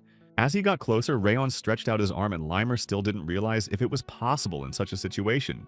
In Lemur's opinion, Rayon shouldn't have even stood up. However, after a while, Rayon touched Lemur. Everyone in the stands were shocked and sat with their mouths open.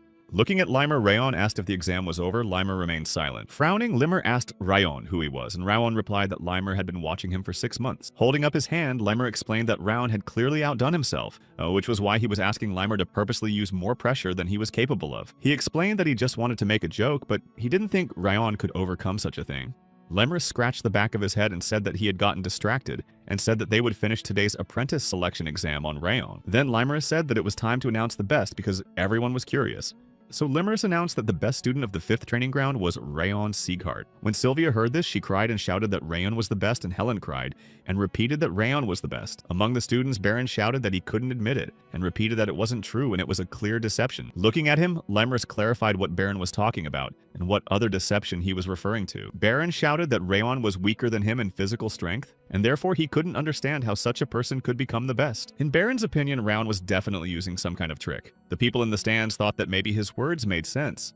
There were whispers that it wasn't possible with the curse of livid cold, and moreover, Rayon didn't even have an aura. Someone suggested that Rayon was in cahoots with Limerick. Pointing his finger at Rayon, Baron said that since they are warriors of House Sieghart, they should choose the best warrior through battles, and not some kind of exam. Smiling, Limer asked Baron that he would like to be the best. Baron was afraid and hesitated. Looking at the balcony, Limer said that the exam was over and asked the head what he thought should be done in such a situation. Turning to Rayon, the head said that the people around him couldn't seem to accept this result, and whether Rayon intended to fight Baron. Hearing this, Baron smiled and looked at Raon, waiting to see what Raon would say. However, Rayon said no because the exam was over and the result was announced. The students opened their mouths in surprise. Raon also said that he had no reason to fight for no reason. Turning to Baron, Raon said that he had lived his life always talking about the straight branch and honor, and Raon didn't think that he wouldn't even be able to accept the result. The head intervened and said they would do this. They would fight for the top spot, and if Raon won, he would give him a brass token. Members of the Sieghart family can be awarded gold, silver, or copper tokens for their accomplishments, and the rewards they can receive vary. Right now, it was only a copper token, but the head would give it out personally, so it would be a good reward. Rayon assumed that the head was not very happy that he was the best, and Rayon agreed that the head said that they could start, and this time they would be sure to get the top spot. They have 1 round. Use of aura or weapons is disqualified. You must use only your body. They started and Baron attacked Rayon lightning fast, aiming for his face. Then he kicked, but Rayon blocked and deflected the attack. Baron swung his fist and shouted that it was the Void Tiger's fist that his father had taught him. He shouted that no one ever said you couldn't use fist fighting techniques, so it wasn't a violation. He punched Rayon in the chest. The people in the stands cheered. They shouted that, as expected from Baron, Rayon can't even do anything. As Baron continued to strike, Baron thought that Rayon was some weakling from the sideline. Clenching his teeth, Baron knew that he would not give way to the best to someone like Rayon. He remembered how he and his father had left his brother's room, and how his father had told Baron that there was no place in their house for such a weakling. Putting his hand on his son's shoulder, his father had told Baron not to dare disappoint him in the same way. As Baron threw his punches, Baron thought about the fact that his father was now looking at him, and he had to prove his strength. Rayon fought back skillfully, but Baron decided there was no way he was going to let him get in the way in a place like this. As Baron threw his punches, Rayon could see his fist and his movements. All his technique was clearly visible. Swinging his fist again, Baron asked Rayon if he had already given up. However, Rayon, also preparing to strike, asked if that was possible. With all his might, Rayon hit Baron in the chest and he flew backwards. The head realized that it was the Void Tiger's fist, but how Rayon had managed to use it. Getting up from the ground, Baron asked where Rayon got the technique from. Looking at him, Rayon replied that Baron had shown him the technique himself. As Rayon said, he had only repeated it. Those watching did not understand how Rayon could use the technique. Someone so discouraged suggested that Rayon had been given the technique in secret. Covering his hand with a writ, Limer thought that just now this guy had neutralized the blow aimed at him by countering it with the same Void Tiger fist. Usually geniuses are called geniuses who can recognize the flow of an opponent's technique, but Rayon was able to make that flow his own and use it. Limer knew that this was what Head Talon wanted, a Talon who could take the lead on the continent, and so Limer summarized that the winner had been decided and everyone could see it. Limerus came up to Rayon and put his arm around him and raised his other hand to say that the exam was over. Sylvia rushed from the stands and hugged Rayon tightly. Runan's parents were also happy with their daughter's success and came up to her, but it was not his father who came to Baron, but his butler. He helped the boy up. When Baron saw his father in the crowd, he looked at him sternly and turned away. At night, Baron came to his father's estate and stood in front of him with his head down. Without turning to his son, his father addressed him by name and asked if Baron remembered what he had told him. Baron replied that he was supposed to be the first. Turning around, Karun replied that he didn't want much from his son. He said that Baron was to break the wench and crush Rayon. He shouted that Baron had lost not even to that wench, but to some insect kicked out of a direct branch. He asked Baron if he wanted to embarrass him. He asked if Baron might aspire to be like his third and fourth brothers. Frightened, Baron said no. Karun informed him that Baron had already missed his first chance, and that the next best choice would take place by the end of his apprenticeship. Ordering his son to take the seat, Karun turned his back and told him to leave. On the way to the dormitory, Baron thought that he should not miss the chance he was given if he wanted to live like a member of the straight branch. He shook and thought that it was all that damn bastard Raon's fault, and that he was the reason for all this. As he continued walking, Baron thought about how it had happened. He thought about how he had worked hard not to lose to anyone. Looking up, Baron saw a building in front of him and thought about how he got here. It was a gymnasium. When he entered it, Baron looked around and noticed that it was empty. He thought it must be because he had just passed his exam. Taking a dumbbell, Baron looked at the drawers where the students' personal belongings were kept. Opening Rawan's drawer, Baron thought it would be okay if he just took a look since he wasn't going to steal anything. In the drawer, Baron saw a huge amount of shoes, which surprised him. Taking one of the shoes, Baron thought that at first glance there were more than 10 pairs in the drawer. He couldn't believe that Rayon had used them all in 6 months. Baron remembered that he had only changed his boots twice. But come to think of it, Baron knew that Rayon was always practicing. And while Baron had forgotten the basics of swinging a sword, and while he was resting in the dormitory, Raon was displaying an image befitting the Sieghart family. Thinking of all this, Baron put Raon's shoes back on and left the hall. As Raon sat in the room looking out the window of the system, the spirit next to him resented that he had nothing to say, because he had never seen anyone like Raon. Looking at him, the spirit asked who Raon was, and Raon said who knows, because fantasy is not forbidden and the spirit can think for himself. When Raon noticed the new ability, he asked what it was, and the spirit said that it was the perception of the snowflower, and then said that Raon was not worthy of it. He said that this ability allowed him to increase the area of perception, but now it was at the first level, so the increase would be small. Smiling, the spirit added that he, the king, could sense 10 times what he was originally capable of. Raon asked what the name of this ability was and why it was called Snowflower Perception. The spirit replied that it was just the way he liked it and asked if it wasn't beautifully crafted, but Raon said that the spirit had terrible taste. When Raon saw Sylvia off the next day, he was told that he had been summoned by the head of Sylvia's office. She asked the butler if Raon was in trouble for being summoned, but the butler laughed and told her not to worry. He said that the head would just personally hand a brass token to Raon. Coming to Glent Sieghart, Raon got down on one knee and said he welcomed him. The head looked at Raon sternly and said that even though he didn't like it, promises must be kept. The butler came to Raon with a tray with a copper token on it, and the head said that he was giving him the copper token as promised. When Raon took the token, the head said that in the future he could return the token by asking for a suitable item or favor in return. Raon raised his head and asked what he needed to do to return it to his mother. The head clarified that by former position, Raon meant being a member of the direct branch. At that moment, Raon felt the pressure of his aura soften, and the head replied that if Raon accumulated achievements that would be recognized by the whole family, it was possible. However, it was not as simple as words. He added that being recognized by others in this place was like getting a star from the sky, especially for a boy like Raon. Raon smiled and replied that it was a small opportunity. Putting the token back in its place, Raon said that it was enough for him and thanked the head for the answer. As Raon was leaving, the head stopped him and reminded him that Raon had not asked for a reward yet, and that he could answer the question without the token. Raon thought he couldn't assume that the doom-bearing king of the north would say such a thing. Harshly, the head told Raon to tell him his wish. Clenching his fist, Raon remembered that he had thought of something beforehand, what he needed most at the moment, and Raon told the head that he needed a cultivation technique. The head replied that his teachers would teach it to him, but Raon replied that he needed cultivation techniques beyond what the teachers would teach him. He wanted a level that matched the token. The shadow cultivation technique he used in his previous life wasn't enough for Raon. After all, in order to restore Sylvia's position and take Darius's head off, Raon must have a stronger and more outstanding aura. Hearing Raon's wish, the head snapped his fingers and Raon was in the library in an instant. Standing outside the door, the head said that this was one of the bookcases of their family, and if Raon raised his hand in the center, the book he needed would appear.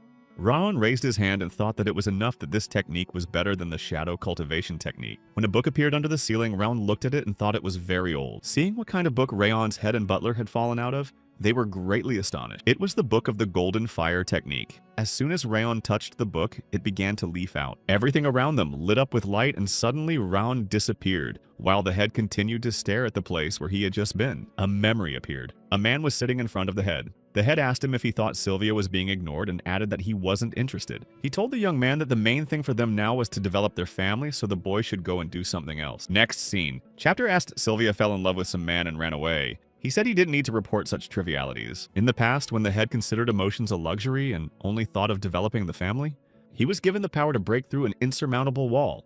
The family's growth was staggering, but then what did Glenn Sieghart lose? Then he received news that his son-in-law and granddaughter had been attacked. The head was holding a letter. A servant reported that it was the two-headed ghost of Eden who recognized Sylvia. He reported that she was fine, but as for the others, they died on the spot. The head returned to his emotions, albeit late, but the past could not be undone.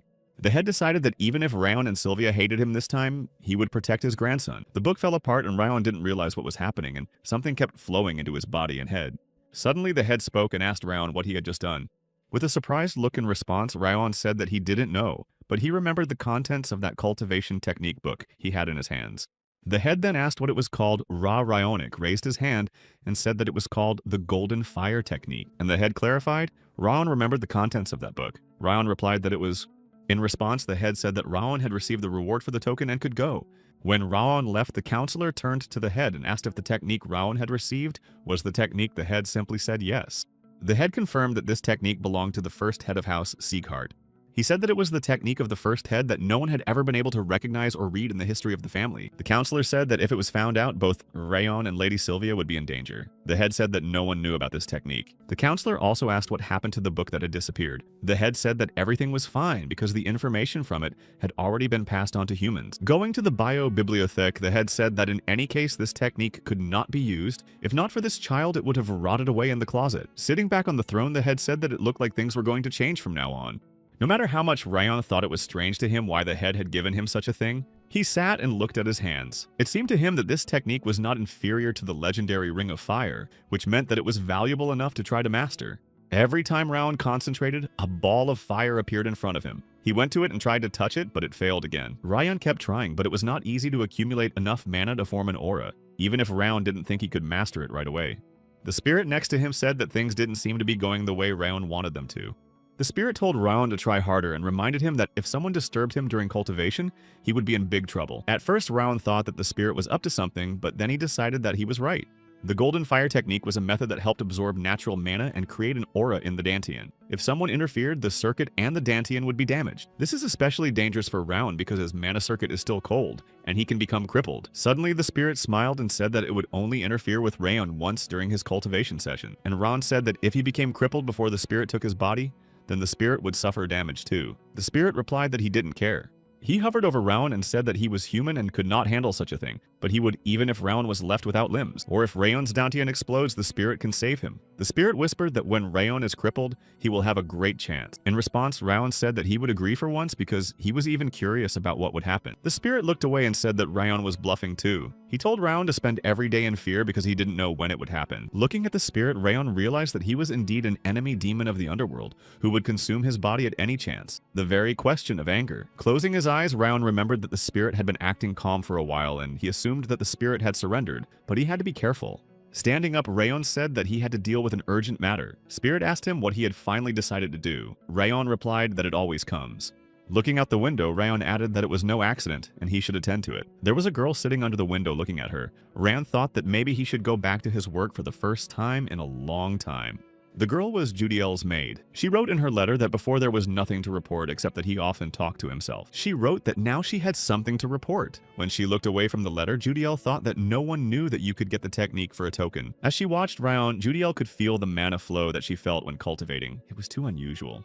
As she continued writing, Judiel decided that such information was worthy of the attention of the central military palace. After folding the letter, Judiel looked at it and thought that even though it was an order, that boy was still a child and how much she should keep an eye on him. She put the letter on the lake and the sheet floated forward. She decided it was time to go back. But at that moment, a knife was held to her throat. Rayon stood behind her and said that if she opened her mouth, she would die. And sitting next to her, Rayon added that if she moved, she'd die too. Sweat was rolling down Judiel's face. Rayon ordered her to lower her eyes and look into the lake. Before she lowered her head, Judiel thought about who might have such bloodlust, and when she did, she saw Rayon. When she saw him, Judiel wondered how that little boy could be behind her back. And then Rayon said he'd been watching her since the first day he'd been back at the outhouse, and asked if she'd dug up any information of her own. Judiel thought it couldn't be that Rayon had realized it from the first day. She had thought she was leaving no trace, but it seemed that Rayon had been pretending not to know all along. She remained silent, and Rayon pressed down on the knife and ordered her to open her mouth. She shuddered, but Judiel opened her mouth and Rayon put a balloon in her mouth. When she swallowed it, she vomited and Rayon stood up. He took her letter from the lake. When he opened it, Rayon said that the contents were not visible and asked if it was security paper or text that could only be read with a certain reaction. Without getting an answer, Rayon started to say, water, earth, fire, sunlight. Judiel sat up and held her stomach. When Rayon called Moonlight, Judiel cried out and Rayon started listing the names of Aris, Karun, Denier.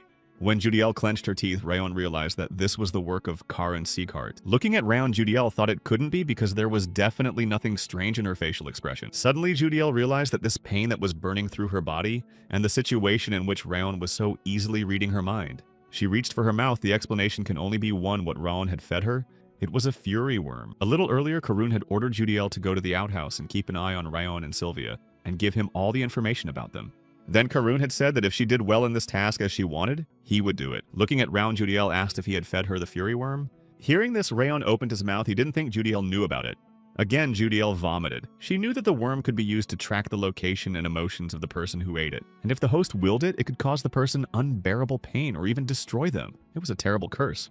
And Round said that since she's sending letters to Karun, she's a spy, and it started 7 months ago. He said it started right after the recognition ceremony, and added that Judiel had done a detailed investigation. Looking at him, Judiel remembered that she had thought it would be an easy mission before. Just gathering information about a small crippled child, and Sylvia Judiel thought she could easily handle it. But she couldn't imagine such a monster living in the outhouse. Judiel shouted that she would immediately correct the contents of the letter and write untruths in it. But Round replied that there was no need for that because even if she corrected it, the information about him would still reach Karun. Approaching the trembling Judiel, Raon said that it would only show Karun her incompetence. Leaning over to her face, Raon smiled and said that from now on she would be a double agent. Information that will become public knowledge she can send without hesitation, but what will not be known she has to hide and she has to supply Raon. When Raon left, he said he would expect useful information from her the next time he returned. On the way home, the spirit asked when Raon had time to summon the worm. Raon said he had just fed it poison that temporarily causes terrible pain. The spirit asked Raon if he could read her mind even without using the worm. Raon replied that information can be obtained in many ways, and he could.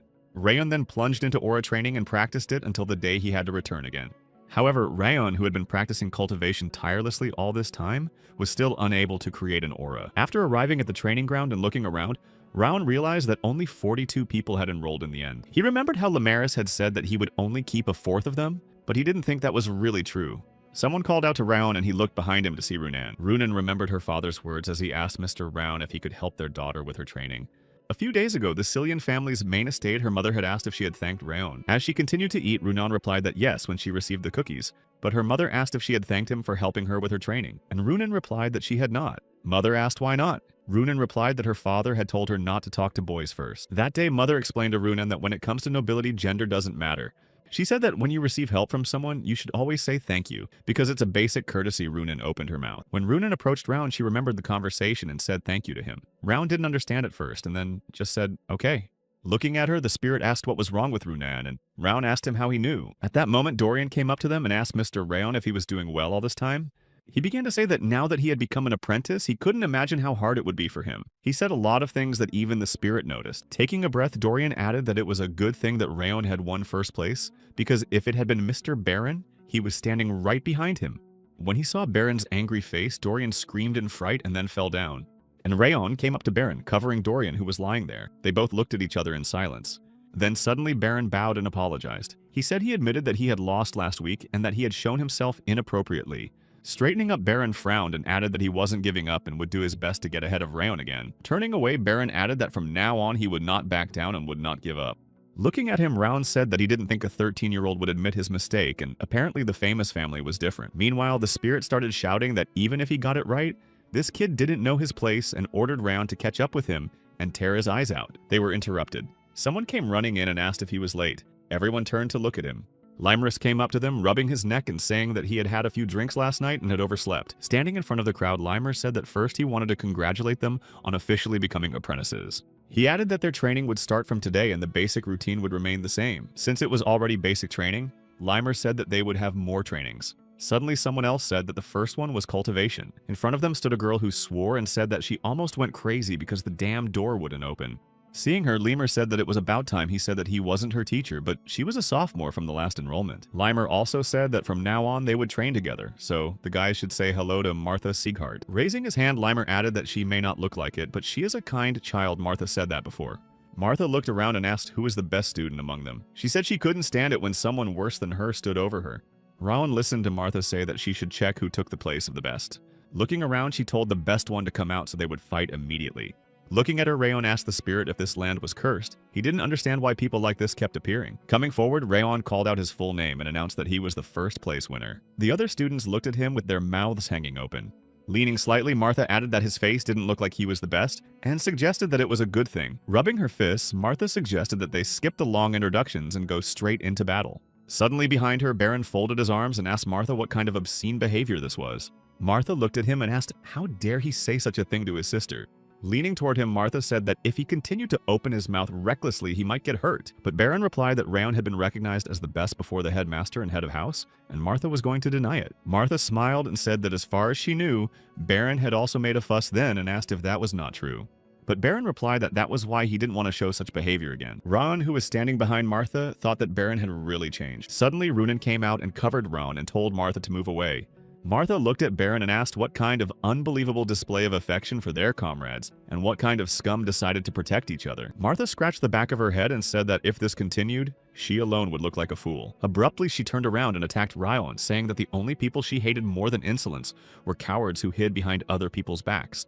But when her fist came close to Rayon's face, he stepped aside and Martha went flying down, and then Ryon brought his fist to her face. He hit her with such force that they both flew apart. When Martha slowed down, she noticed that the ground beneath her feet was cracked. She said she was speechless. Swinging again, Martha said that Rayon should know that he would not leave on his own today.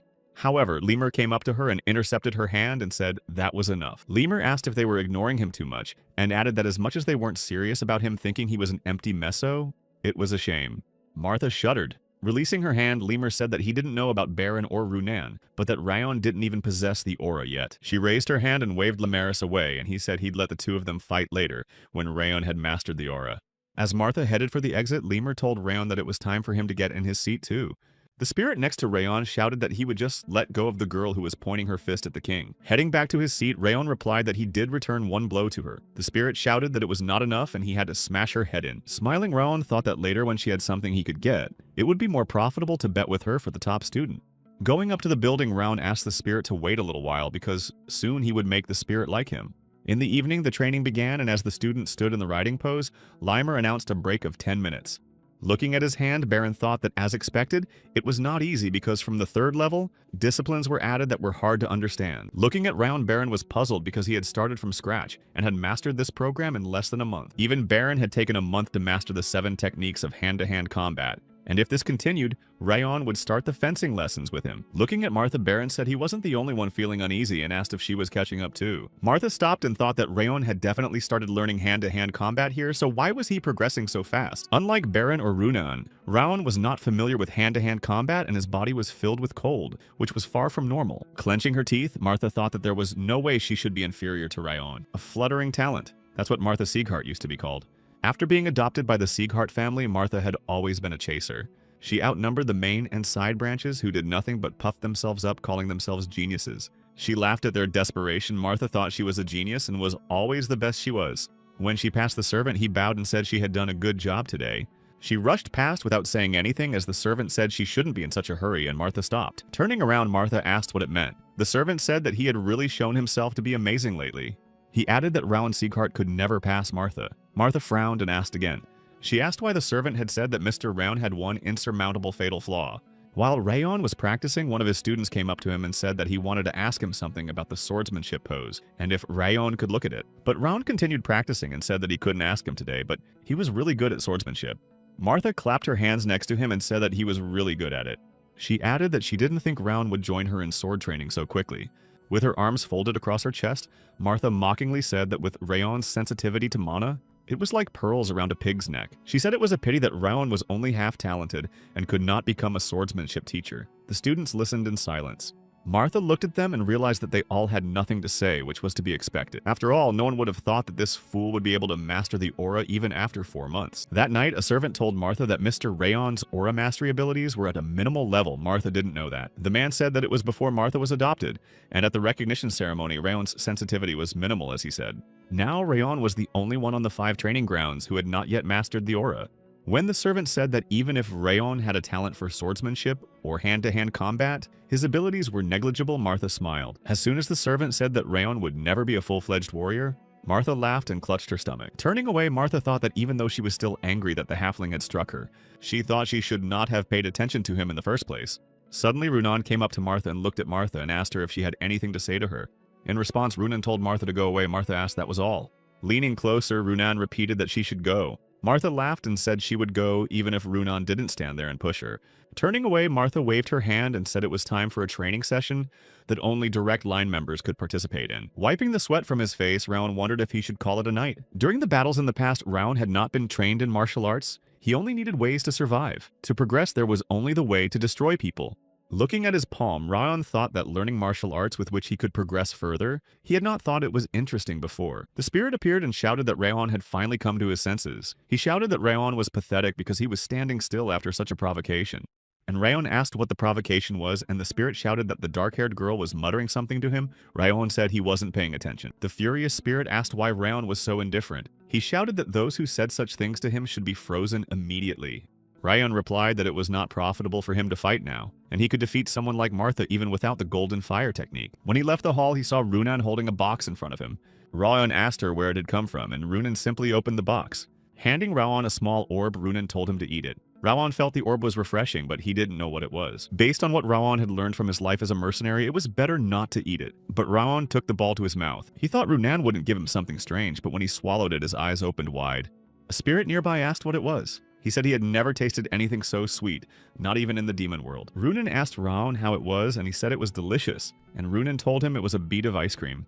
Runan turned around and headed for the exit. Rayon raised his hand and shouted for her to stop. The spirit shouted at her to give her another one and then leave, but Runan walked away silently, and the spirit said she was a strange girl indeed.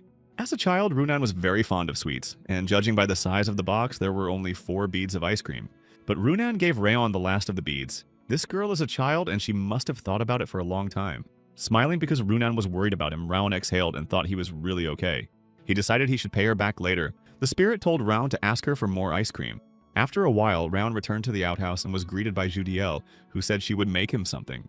She handed him a letter and told him that it was a report sent to the Central Military Palace. Looking at Judiel, Rayon asked her if the palace had sent something back. Judiel replied that earlier, when his learning speed was unimaginable, there was an order to investigate it more thoroughly. She added that because Rayon can't master mana, interest has waned. Rayon asked what about his mother. Judiel said that everything was quiet as well. Judiel also said that if this continued, she might be recalled. He thought that was bad because she could still be used. Judiel stammered and asked her to listen. She asked if it was possible that Rayon had not mastered the aura on purpose. Smiling at her, Rayon made a mad face and answered how to tell. He asked Judiel if she thought so. Judiel immediately apologized for the inappropriate question. Rayon then said she did a good job and could go. Judiel agreed. Watching her walk away, the spirit said that if anyone heard, they would think Rayon was hiding his abilities on purpose. Leaning back, Rayon said that being able to use the situation and atmosphere is also an ability. Spirit commented saying, "Pathetic guy." Standing up, Rayon said that he was indeed pathetic, so they should go to morning training. The spirit shouted that this was cruel and suggested that they get some sleep. However, Rayon replied that with training it would be easier for him to create an aura. When he opened the door of the house, he saw Lemaris sitting on a bench with sparrows sitting around him. When Rayon came closer, he called his name and Lemaire asked him if he was awake. And Rayon asked why Limer was in the backyard of their house. Limer said he came to give a lesson, especially for Rayon. Putting his hand on Rayon's shoulder, Limer informed him that he would tell him what his attribute was. It was dawning and Rayon and Limer were walking up the mountain. Rayon asked why they were doing this if Limer said he would tell him what his attribute was. Limer replied that he didn't need to be pushed and Rayon should just wait. He said he might be a little lazy, but he was an elf and a good teacher. Rayon turned around and asked what kind of attribute training he could talk about in a place like this. And Limer told him that he couldn't forget the day he expanded his perception zone and tested his cultivation technique. Compared to ordinary techniques, it was on a completely different level. Rayon's aura at that moment resembled a strong flame or even burning magma. Even more surprisingly, Rayon didn't use it to remove the cold from the mana circuit, but rather tried to take it in along with the fire. If Rayon could fully master this cultivation technique, stopping among the trees, Limer said that it was enough. Rayon looked around and asked why they were in the center of the forest, but Limer didn't let him speak and raised his hand to apply aura pressure. He said that he wanted to use the wind to create a sword that would protect his master. Limer said that what Rayon was feeling now was the wind he had chosen. Limer said that even though he had shown it to Rayon to familiarize him with it, as a 30-year-old, he might not be the least bit afraid of it. Limer turned around and added that as an elf he had felt the wind since birth, but Rayon was human and it was different, and the situation was more complicated. Limerus also said that the wind has several varieties, warm, cold, or even piercing. Lifting his palm and looking up at the sky, Limer told him that he wanted a wind sword that could cut through anything, and he had achieved it. While Rayon was looking at his hands, Limer said that he too needed to find something like that, and suggested that he think about the image of fire he wanted to possess. Looking at his teacher, Rayon reminded him that they were in the north, and it was hard to see a normal flame unless you set the whole mountain on fire. Limerus smiled and said that in that case they would both be in trouble. He said that there was a place nearby that would be perfect for Rayon. Limerus waved and shouted to the man that he had come. The blacksmith replied that the fire had become strange. He asked if it was because of Limer's reduced heat, but Limer replied that it was clear that this was his next failure. Rayon asked what kind of place it was. And Limer replied that this was the place where you could feel the hottest and most violent fire in the whole north. In front of Rayon was the master's charcoal kiln. The master turned around and asked who Limer had brought this time. And Lemur folded his arms and asked if he could be so rude to the grandson of the head of the house. But the master asked him that he was an old man on a pencil, and unless the head of the house came to him himself. Looking at the fire in front of him, Rauan wondered if it was the flame he knew. A fire built by his own hand, fire magic of the highest level used by mages. In his past life, Rauan had seen a lot of fire. But the flames in this furnace are the heat of the flames, the image of the flames Rauan wants to master. Suddenly, Rauan looked around and saw the shovel behind him, and realized that the fire had been turned down. The master spoke and said that his name was Balkan, and if Rauan wanted to be treated with courtesy, he would have to go elsewhere. When Rauan heard his name, he realized that this was the man who held the title of world-renowned Master of the Continent. The master who was rumored to have created Glenn Sieghart's Thunder Sword. There had been no news of this master for 30 years, and Rauan would never have thought such a man would be here. Bowing, Rauan asked permission to introduce himself and gave his full name. Turning to Lemur, Balkan asked if he had told Rauan about him. Shaking his head, the Lemur said no. Turning to Rauan, Lemur smiled and told him that the old man was Master Sieghart Balkan, added that he was retired. Lemur corrected himself and agreed that he was a retired master, but added that Balkan had been building fires here for over a decade. Turning to Balkan, Lemur asked if he did this all year round. He added that this was the best place for Rauan to feel the fire. He asked Balkan if it would be possible. The master reminded him that there was also a blacksmith shop, but Lemur said that place was too conspicuous and that Rauan should not be seen in public until he had learned his cultivation technique. Balkan didn't understand what not showing his face meant, and Lemur replied that Rauan was Sylvia's son. Hearing this, Balkan turned to Rauan and he put his hand on his chest and said that he would not interfere with him, and asked only to be able to feel the fire. Then Balkan said that he was making charcoal, which, unlike white or black charcoal, could produce a much higher heat. Turning away again, Balkan added that if Rauan didn't interfere with the process, he could do anything. When they were done, Lemur told Balkan that he was still being kind, though he had no idea Balkan would agree so quickly. Putting a hand on his shoulder, Lemur smiled and said that if Balkan took good care of Rauan later, he would bring him a good drink. But Balkan replied that he had not agreed because of Lemur. He said that the fire in the furnace had gotten much stronger when Rauan had come. According to Balkan, the boy's breath showed incredible power to move the flames, and Balkan said that perhaps this child was his greatest wish. It's been 7 months since Rauan began walking to Balkan's charcoal furnace. It also awakens the energy of the golden fire, which Rauan has not yet mastered. Even though people fear fire as their most powerful attribute, learning to handle it properly changes everything. The masterful energy of fire makes it much more stable than other attributes, and it also awakens the energy of the golden fire. Standing at the stove, Rauan kept thinking of Lemura's words when he said to think about the image of fire that Rauan wanted to master. And so Rauan kept thinking about the image of fire he needed to master, about blowing Darius's head off, about bringing Sylvia's back in a straight line. Rauan's goals are no different than walking in total darkness with nothing to see. Rauan needs a torch to light the way or a flame to become a sword to slash a threatening predator. Whether it snows or rains, it must not be extinguished. This is the flame Rauan has chosen. A much stronger energy than usual is now flowing into Rauan's body. The heat of the furnace and all the space around Rauan is entering his body. Rauan must concentrate and catch this fire and feel it. Was it a trance state? The mental image from Rauan's head was in front of his eyes right now. He thought if he concentrated a little more, suddenly a blue light appeared. It was the spirit. He appeared and said it was his turn. He reminded him that he said he would take advantage of the moment when Rauan was weakest. He ordered Rauan to freeze right now, watching his hand freeze. Rauan clenched his teeth because he was too relaxed. The spirit had been quiet for some time now, so Rauan had forgotten that the spirit was not on his side. A demon just waiting for the right moment to take his life. And not just anyone, but the king of the demon world. Rauan's body felt like it was being torn into small pieces, and it was getting harder and harder for him to breathe. He knew that if he moved even a little, he would surely die, and if he stopped the golden fire technique, he would also die. Clenching his teeth, Rauan decided that he needed to focus and concentrate his aura. In order to survive, Rauan had to think of all the possible options, but his mind was slowly becoming clouded. The spirit said that the way Rauan was trying to survive was moving him to tears. He asked Rauan if he thought he could make it in front of his power as he had done before. He kept saying that all Rauan's efforts were in vain, and that he was no different from the old man who did nothing but fire up his stove day after day. Already half of Rauan's body was covered with ice, and the spirit told him not to worry because he would realize his places. When he heard the word furnace, Rauan mentally thanked the spirit for giving him a clue at the end of the day. Clenching his teeth, Rauan realized that he had no other choice.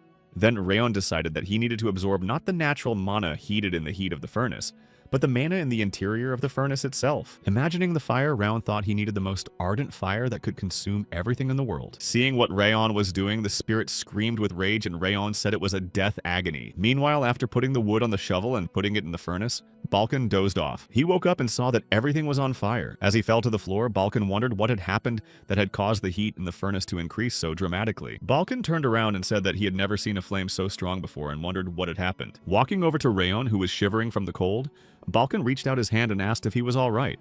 Balkan asked why Round was shivering so suddenly and asked him to answer him. He opened his arms and told Balkan not to touch Round. He said he should be left alone. Balkan clenched his fists and shouted what Lemaris was talking about. He shouted that Rayon was about to die. And Limer replied that Rayon was in a trance and there was nothing they could do. Then Balkan asked if the boy's body was filled with the cold he was talking about, and they really couldn't help him. Limer answered that it was dangerous. In his head, Rayon fell on all fours. There were flames all around and the spirit shouted for him to stop immediately. And Rayon asked him not to make him laugh. He asked the spirit to suggest that he should die without doing anything, and added that it was enough in his past life. And Rayon thought that his past life was nothing. He couldn't even close his eyes till the last minute of his life. He decided that it won't happen again. Looking at the gauge, Balkan exclaimed that the heat was too high, and if it continued, he added that the furnace could not cope with the sudden increase in firepower. Looking at Rao and Limer realized that the mana of the furnace was collecting in one place. Limer realized that Rayon was absorbing the mana. Suddenly, there was a huge explosion in the hut. Closing in on the fire, Limer shouted to Rayon if he was alright. Standing behind him, Balkan also shouted Rayon's name. Then they saw Rayon getting up. Rayon stood up and saw a golden-colored flame in front of him. Raising his hands, Rayon looked at them and the system notified him that he had mastered the cultivation technique. A blue-colored flame appeared in front of Rayon, and the system informed him that the 2 bundles of the Curse of Lucid Cold were disappearing along with his low stamina. As a result of receiving the powerful cold from the spirit penetrating cold spirit, he had reached the 2nd level. With a hand on his chest, Round thought that no one knew that failure would turn out to be such a blessing. Now, Round could blossom in no time. He didn't even realize it would be like this when he was going through all this trouble. Then Round turned his attention to the system. Looking at it, Round even thought it was a dream because it couldn't be such a high reward. It seemed that thanks to the spirit's interference, Rayon had reached a level that would take years of training. Meanwhile, the spirit did not disappear. Behind Rayon's back, he shouted who Rayon was, and that he was sure Rayon's willpower was at its limit. He asked how Round was able to win in such a situation. Round turned to him, and he replied that he had already said that such tricks would not work on him. No matter what the spirit did, it was useless. Even though Round had said so, he had almost died this time. Today, Round was convinced that he had to be careful with the spirit. Even if they had become friends for a while, the spirit was definitely still his enemy. He could never be allowed to know his secrets and weaknesses. Balkan came up to Rayon and asked if he was alright. Rayon said yes. Balkan asked if Rayon had finally formed an aura. Rayon said yes, and it was all thanks to Balkan. Looking at the broken stove, Rayon apologized for it. Shaking his head, Balkan said that it was nothing, and that the main thing was that there were no problems, and that was enough. Looking at the furnace, Balkan said that a new one could be made. Suddenly, he noticed something. Watching Balkan walking towards the furnace, Rayon asked what was wrong, and Balkan said it was nothing and took a shovel. After digging into something, Balkan pulled out a shovel with golden charcoal on it. When Balkan retired, people said that he wanted to make his own golden charcoal again. People said that such things only happen in legends. Some even said that Balkan's heart must be empty if he believed in something like that. Remembering all these conversations, Balkan looked at the golden coal and said it was ironic. Laying the coal on the floor, Balkan said that this coal gives more heat than white coal and burns longer than black coal. The golden coal he had been trying to create for decades he had found thanks to Rayon. Rayon raised his hands. Rayon said he had done nothing. And Balkan said that every time Rayon cultivated mana, the flame in the furnace wavered, and Rayon's breath gave the fire life. Balkan also said that even though he was an ignoramus who had only held a hammer his whole life, he still knew what Rayon had done. And so Balkan wanted to ask Rayon something else. What was his purpose? At first, Rayon didn't understand the question and asked what kind of swordsman Rayon wanted to be. Rayon replied that he wanted to be someone who would not bend to anyone under any circumstances. Balkan looked at him and said that those were clearly not the words a boy could say. He added that in the next 5 years, Rayon would be able to get his own personal sword, and then, if his heart was unbending, he could come to it. Pointing to the golden coal, Balkan said he would keep it until then. Just in case, Rayon clarified Balkan meant what the sword would do for him, and reminded him that he had sort of retired.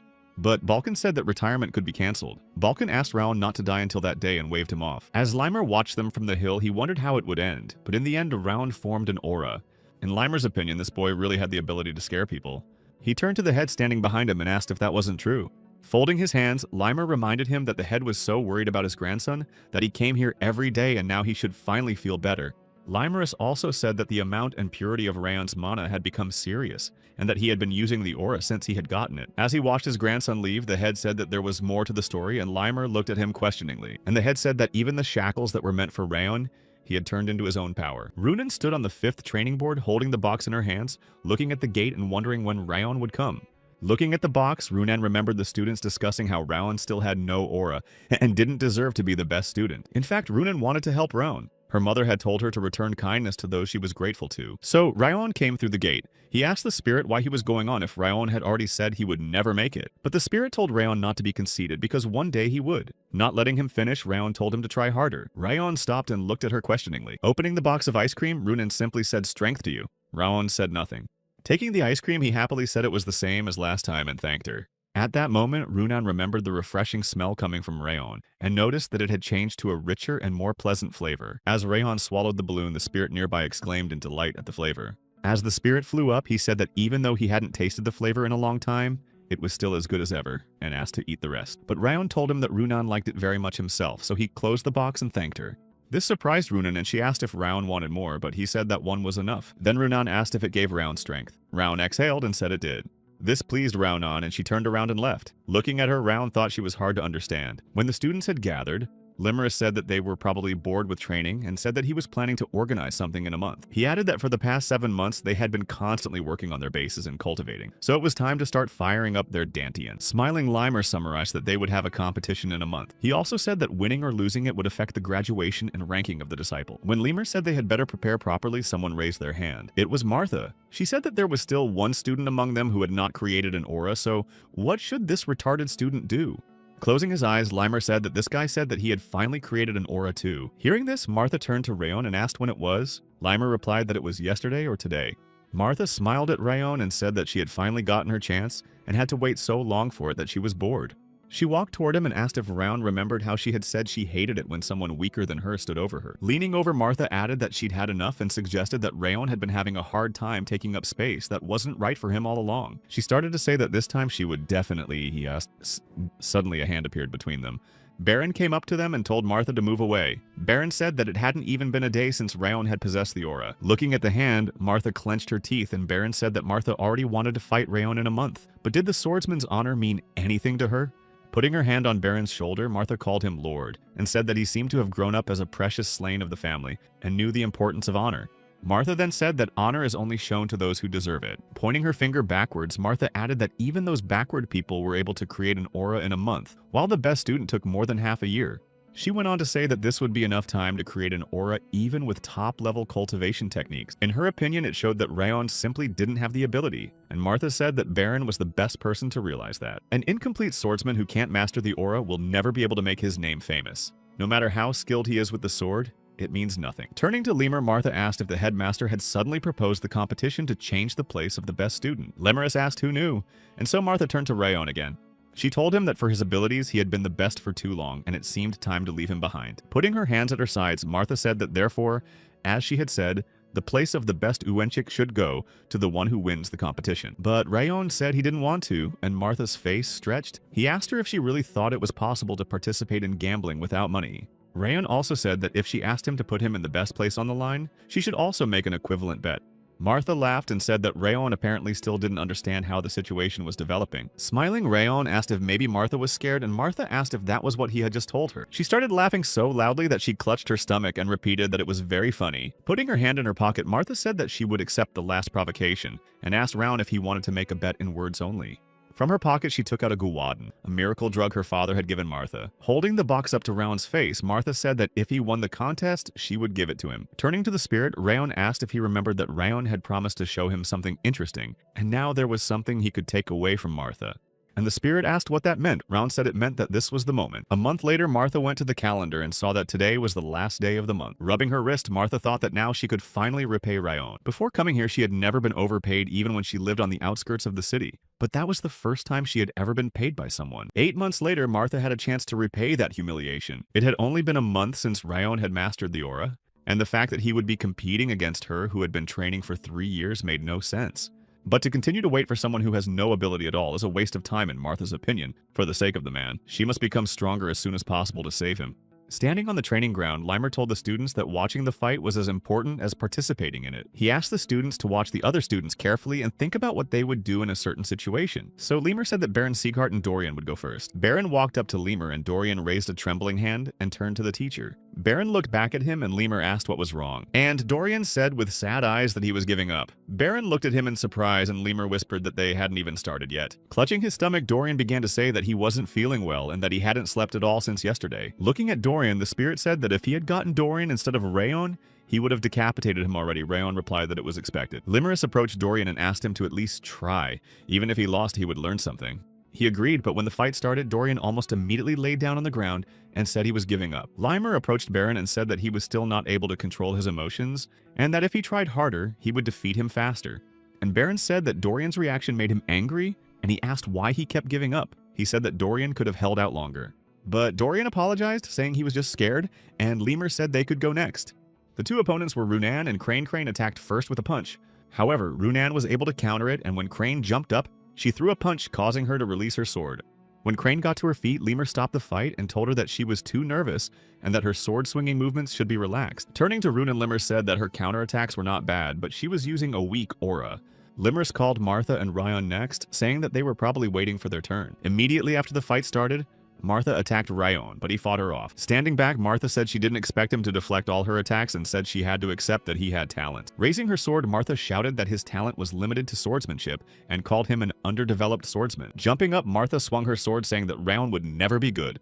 But when she lowered her sword, Ryan drew his weapon and fought off that attack as well. Continuing to hold the sword, Martha sarcastically said that he was able to block her, but how long would he last? She kept shouting that talent was essential in both aura and swordsmanship, and Rayon's talent allowed him to create an aura the size of a pea after half a year.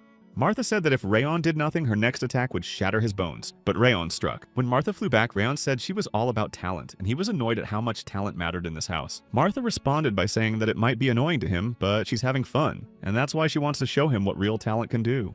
Ron replied that in that case, he would show her the opposite. Using his aura, Rayon said that he would show her that talent is not the most important thing. Standing in a stance, Rayon used the first flame of the 10,000 flames cultivation technique. Lowering her sword, Martha was surprised and asked what kind of fire it was. At that moment, she realized that it was not an ordinary flame and it was dangerous. Looking at the fire, Martha thought that the flame was so beautiful that it gave her goosebumps, but what was its specialty? She said she should stop playing with Rayon and got into the solid stone stance. It's a technique that gathers all the aura in one place. Rayon realized that Martha must be talented to be able to do it at her age. Martha said that she accepted that Rayon was strong, but even with his aura, she thought he couldn't take such a blow. She jumped up and attacked him from above, but Rayon ducked and deflected the blow. The students who were watching the fight shouted as the ground cracked, and they wondered who would win. Dust rose around the fighters from the heavy attack, and only silhouettes could be seen through it. Martha was lying on the ground with her sword broken, and Ran was standing over her. As they watched Rayon rubbing his wrist, the students shouted that it could not be that even Lady Martha had lost to him. At night, Limerus came to the palace to see the head of the palace. The head summarized that Rayon had defeated Martha. Limerus said that Rayon had completely suppressed her aura. And the head said that Rayon's strength was not developmentally appropriate, and he must have gotten their ancestors' strength. He asked Limer to guide Rayon. Smiling, Limer replied that it would be done. Then the head asked how Martha was feeling. Limer replied that it was a shock for her, but the wounds would heal quickly. The only problem was her mental state. While Rayon was planting the flowers, the spirit was yelling that he was doing it wrong and the flowers would get hurt. He yelled for Rayon to do as he said, or the spirit would freeze him. Turning on him, Rayon asked him to stop being so strong. Spirit yelled that Rayon was so brave because of the damn water resistance. The day Rayon defeated Martha, the disaster orb he received as a reward greatly improved his abilities. A fourth ring of fire had been created and many negative effects had disappeared. Rayon's efforts had paid off handsomely. Of course, there were a lot of upgrades, but special attention should be paid to the water resistance of the stars, which helped him keep his anger in check. Anyway, since it was his last day of rest, Rayon decided to rest a bit and take care of the flowers. But the spirit shouted that Rayon was an idiot because he had to dig deeper and a little farther when transplanting, and Rayon didn't understand why he had to listen to his nagging. Then the spirit told Rayon to mix the nutrients with his hands instead of a spatula. It was unclear why the spirit was so good at it. And the spirit told him that when he was in the demon world, he filled the flower beds with ice flowers and then the demons began to worship them. Rayon turned around and saw Martha standing in the gate. She looked at him silently, and Rayon said that he hoped she had not come to fight him. Martha remained silent. Watching him, Martha thought it was his hobby. She thought he wasn't that kind of kid and decided she was wrong. And then Martha said she wanted to fight him again. Turning away, Rayon said he understood, but he was so stubborn not to admit defeat. He added that it was out of the norm. Martha shouted that she didn't say she wouldn't accept defeat, and Martha said that she didn't understand how it happened, and she came to him to find out. Rayon asked what she was betting. Martha looked at him questioningly, but Rayon said that if she wanted to challenge him, she had to bring something with her. Martha spread her hands and said that he must be laughing because there didn't have to be anything at stake. Then Rayon replied that he didn't need it. Martha thought that he had no desire to fight and what to do. So Martha decided to try and make Rayon angry. She lifted his leg and said he seemed to like flowers, and said they weren't too good for him, but Rayon replied that wasn't quite true, and Martha interjected. As they continued to plant the flower, Rayon told her that he didn't like flowers very much, and didn't even know why he should like them. He said that looking after them was just helping his mother, and Martha clucked when she heard that. Turning away, she said, let it be as he wants it to be. At that moment, Sylvia came out. When she saw Marta, she asked if she was a friend of Rauna's and assumed she was a friend from training. Looking at her, Martha realized that it was Sylvia Sieghart who had left her family for a man and returned in desperation to save the child. Sylvia said that if she had black hair and eyes, she was Martha. Raun, who was standing next to her, began to whisper that she was not his friend. But Sylvia didn't listen to him and went over to Marta and told her what she had heard about their sparring and asked if Marta was hurt. She said she was fine. Stroking Marta's cheek, Sylvia said that rumor had it that Brother Denier had raised a talented child, but that Marta was also very beautiful. Clapping her hands, Sylvia asked what Martha was doing here. Martha said that she had come to say something and that she was done with it. Sylvia took her hand and suggested that they go for a snack while Marta was still here. Marta was confused and Sylvia said that she could not just let her go. So Martha and Rayon sat across from each other in the dining area and Sylvia served them food. Sylvia asked Marta's age and if she was having a hard time with her training. She answered meekly. While Marta ate, Sylvia told them that they didn't cook very well compared to the main house and the quality of the meat was a bit lower. Putting her hand on Marta's shoulder, Sylvia told her to chew every bite or her stomach would hurt.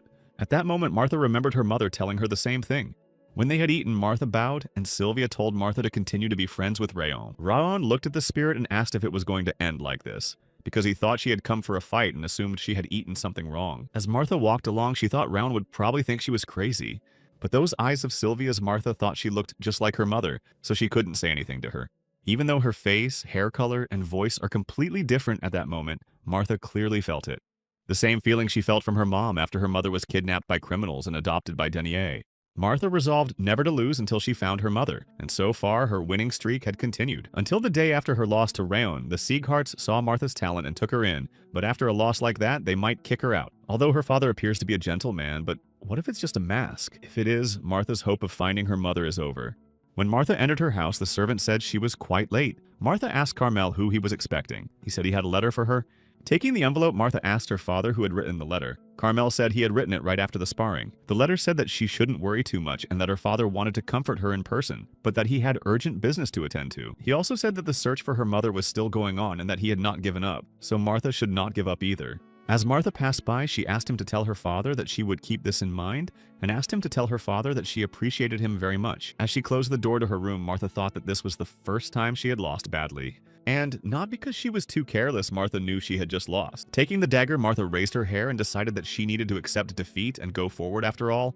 As his daughter, she couldn't disgrace herself forever. She thought that if she let everything flow in the same direction, she would stop, and then she would no longer have the right to look at her father's face.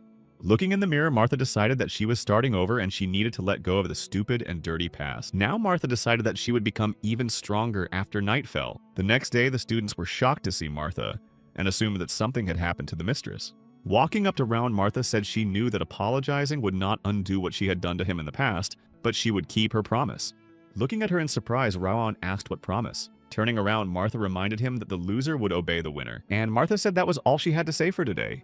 Rayon was surprised. He didn't think Martha would act so humble over a simple promise.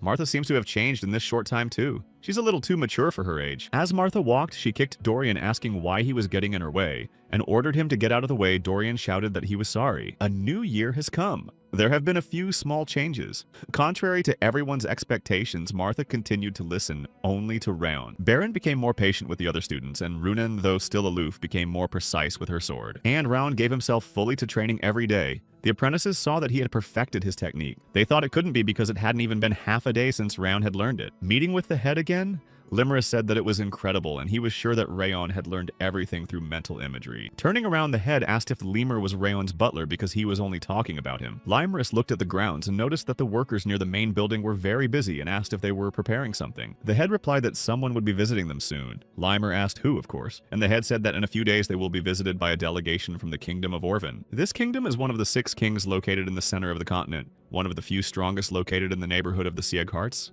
Hearing this, Limer asked who would be the representative of the delegation. The head replied that it was rumored to be the 3rd prince, but he thought it would be Duke Tartan. Limerus remembered that the 3rd prince was too young and should be the same age as Rayon. The head replied that he did not know that. He asked Lemur to make sure that all the students behaved properly. Lemur specified their training area as well.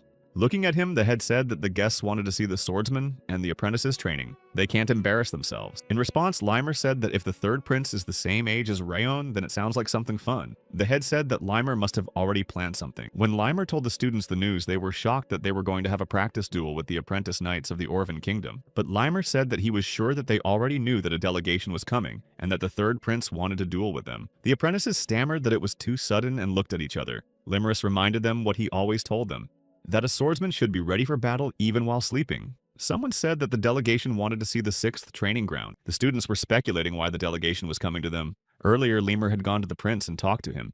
He said that if the prince had time tomorrow, he could go to the 5th training ground. Turning away, Limer said that this was indeed unexpected news. Telling the guests that they could enter, Limer told the students that they could just get acquainted first. The knights entered, and Limer said that the apprentices could meet the apprentice knights of the Orvan Kingdom. Even at first glance, the third prince has the strongest presence out of all of them. Turning to Raon, Limer asked if he too was hesitant to duel with the knights, and Raon looked at the prince.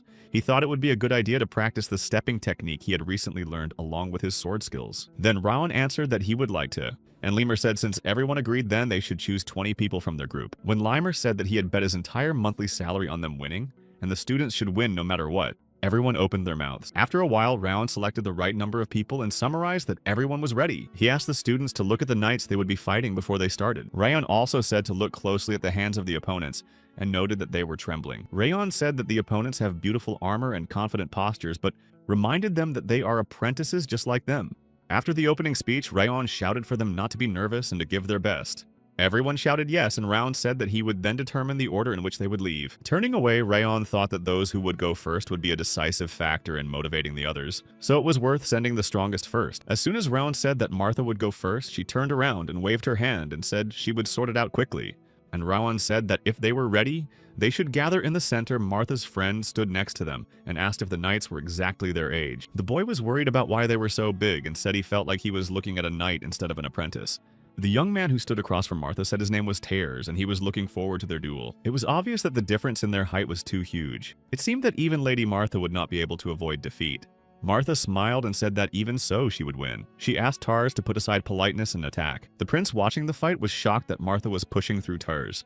It was obvious that the swordsmen of the 2nd training squad were clearly strong. In the prince's opinion, they lived up to the name of Siegharts, and their skills could be compared to the knights of the kingdom. But the 6th training squad disappointed the prince. The disciples there were well trained, but they were behind the Robert family disciple. To the prince's surprise, there were some really talented cadets. The prince's mentor told Limer that he had come to them so suddenly and offered to visit the 5th training hall and asked if that was why he had come. In response, Limer said that it was rare to be given the opportunity to fight against one of the Emperor's 6 knights as training, and it was a good lesson. The mentor said that he found it hard to believe that these were the words of someone who used to be called an outstanding swordsman, and Limer asked how he should behave then. He suggested to the mentor that we make a wager, and the mentor asked what the terms would be. Limer said they would have 20 duels and reward the winner. Then the mentor asked Limerus if he thought his students would defeat the knights. Limerus laughed and said that he had great faith in his cadets. Turning to him, Limer added that he believed in his own too. Once again, when Martha attacked Tars, his sword split and Tars thought, why is Martha so strong? Then Martha took the hilt of her sword and stabbed her opponent in the stomach. Then Martha was declared the winner. Seeing this, Raon thought he was surprised. He thought Martha would be softer after fighting him, but instead she had increased her speed and power. Looking at Martha, Raon whispered that she was funny. Spirit asked him if he liked watching the ants fight and said that it was boring for him. Looking at the spirit, Raon replied that not all ants are young, the spirit only snorted. He started to say that the demon duels were more interesting to watch. Putting it in his bracelet, Raon asked the spirit to shut up. Time was running out and the 18th duel would involve Runan and Adelia. Adelia stood in front of her opponent and said she didn't like the aloof look in Runan's eyes. When Adelia drew her sword, she immediately applied her fire aura and Runan said she didn't like fire. When she drew her sword, she applied her aura and everyone felt cold. Then the fire and ice came together in a fierce fight and dust rose around them, and Adelia lost sight of her rival. At that moment, Runan was behind her back and she turned around and waved her sword and shouted. But there was no one there. Adelia assumed it was an illusion. While Adelia was looking at her opponent on one knee, Runan approached her from behind and put her sword to her throat. Runan left immediately afterward and Adelia said that she had lost, but it had been a good fight. Runan asked Raon if he had been watching. Raon complimented her on her good footwork. Sitting down next to her, Runan tucked her legs in and hugged them, and then thanked Raon. Spreading his arms, Limer shouted that they had 9 wins and 9 losses, and it got pretty hot. He moved on to the 19th round where Baron and Saren spoke. The young man in front of Baron announced that he was Saren Cassel, a knight in training. Watching them, Raon remarked that Saren was quite strong, and he was the strongest of all except for the 3rd prince. As soon as the start of the fight was announced, Baron raised his sword. Seren jumped up and attacked him. Barun noticed that Cernois' sword skills were almost as good as his, and if he let his guard down for even a second, it would be over. They both fought hard, and both Baron and Sarun broke their swords during the fight. As Limerus approached them, he called a draw and the two men went their separate ways. As Baron passed by, Rayon told him that it was a good job because it was the strongest opponent. Gritting his teeth, Baron asked what difference it made. He was fighting to put the name of the Siegharts on the line, and therefore he had to win at all costs. Putting his hand on his shoulder, Rayon told him not to worry, saying that he would win the last fight and bring glory to the Sieghart family name.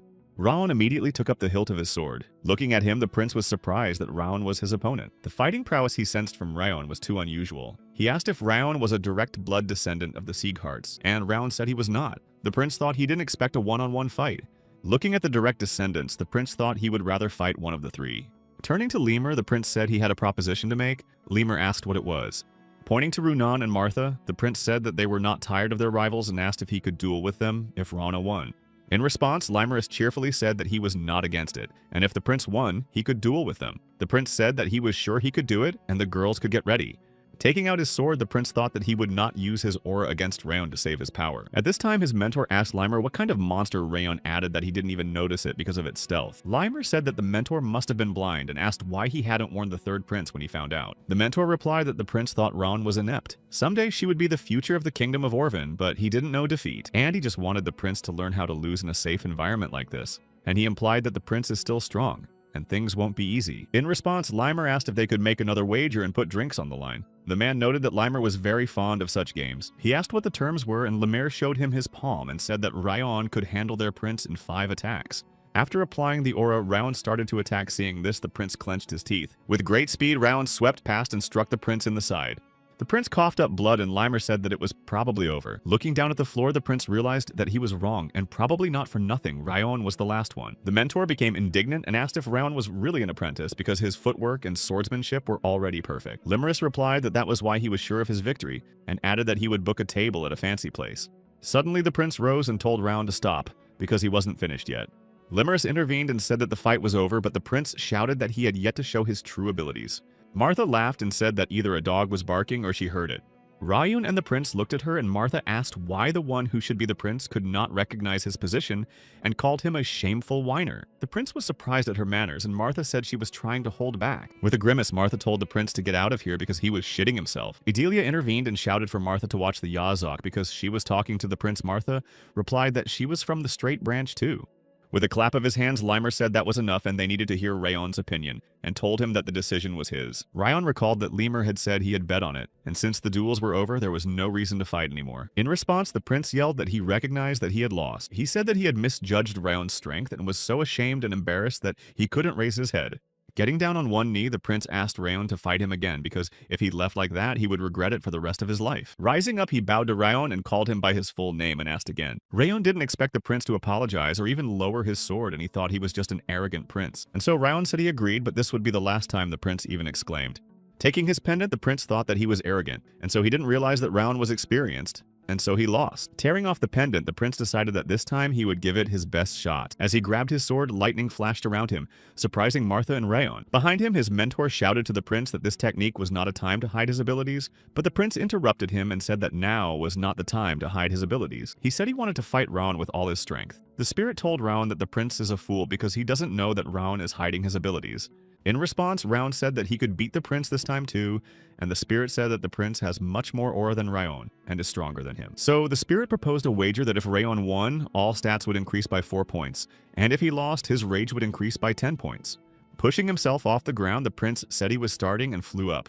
He threw a punch, but Rayon deflected it. Everything was happening so fast that the students couldn't see anything. Striking again, the prince thought he was going all out, but Rayon didn't back down. Looking at his opponent, the prince wondered if he could be called a genius. In the prince's opinion, he looked more like a monster. Clutching his sword tighter, the prince decided he would use everything he had. Seeing this, Rayon thought it must be a technique of the sword of Persia that is only passed down to the heirs of the kingdom of Orvan. Considering the energy the prince was emitting, he must be going all out in his next attack. Rayon raised his sword and called the prince to him. Fire blazed around him, and the prince replied that it was all he had and now he was coming. Clutching his sword, Rayon thought that all the techniques of the third prince were clearly in his memory. Drawing his sword, Rayon decided to use the first movement of 10,000 Fires Return. Pulling his sword aside, Rayon used the golden flame aura and his sword burst into flames. Screaming, the prince decided he had only one option left. The two blades came together in a powerful attack, and a bright flash was heard. As Rayon attacked, the prince deflected the attack and thought he had the advantage. Rayon flew up and struck again, but the prince's blade could not withstand the blow. With his mouth open, the prince looked at his broken sword. Clenching his teeth, the prince was angry because Rayon had just cut his aura. Looking sadly at his blade, the prince fell to one knee and Limmer announced that Rayon was the winner. The prince knew he was faster and stronger, but Rayon used defense to repel his aura. Walking up to Rayon, the prince held out his hand and thanked him, saying that he had learned a lot from this sparring, and acknowledged his defeat. Holding out his hand in return, Rayon smiled and said that he too had learned a lot.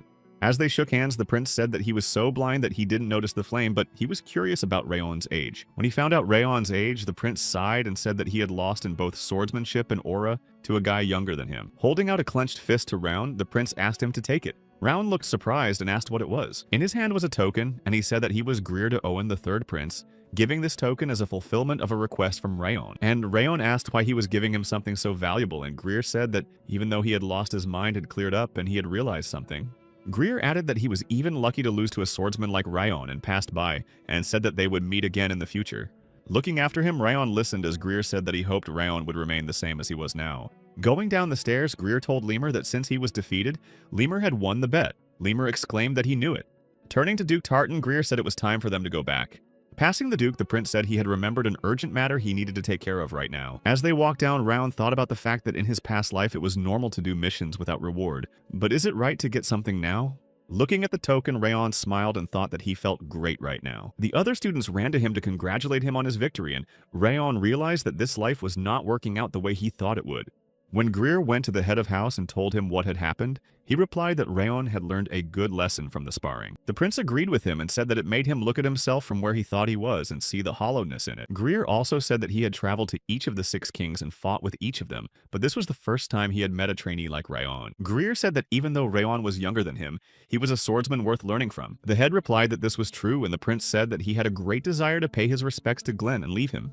As for what Greer had seen, he said that he wanted to analyze everything at once and learn. The head replied that he understood and asked the prince to give his letter to their king. Already sitting in the harness, Tartan turned to the prince, and the prince looked at him and asked what the Duke wanted to say.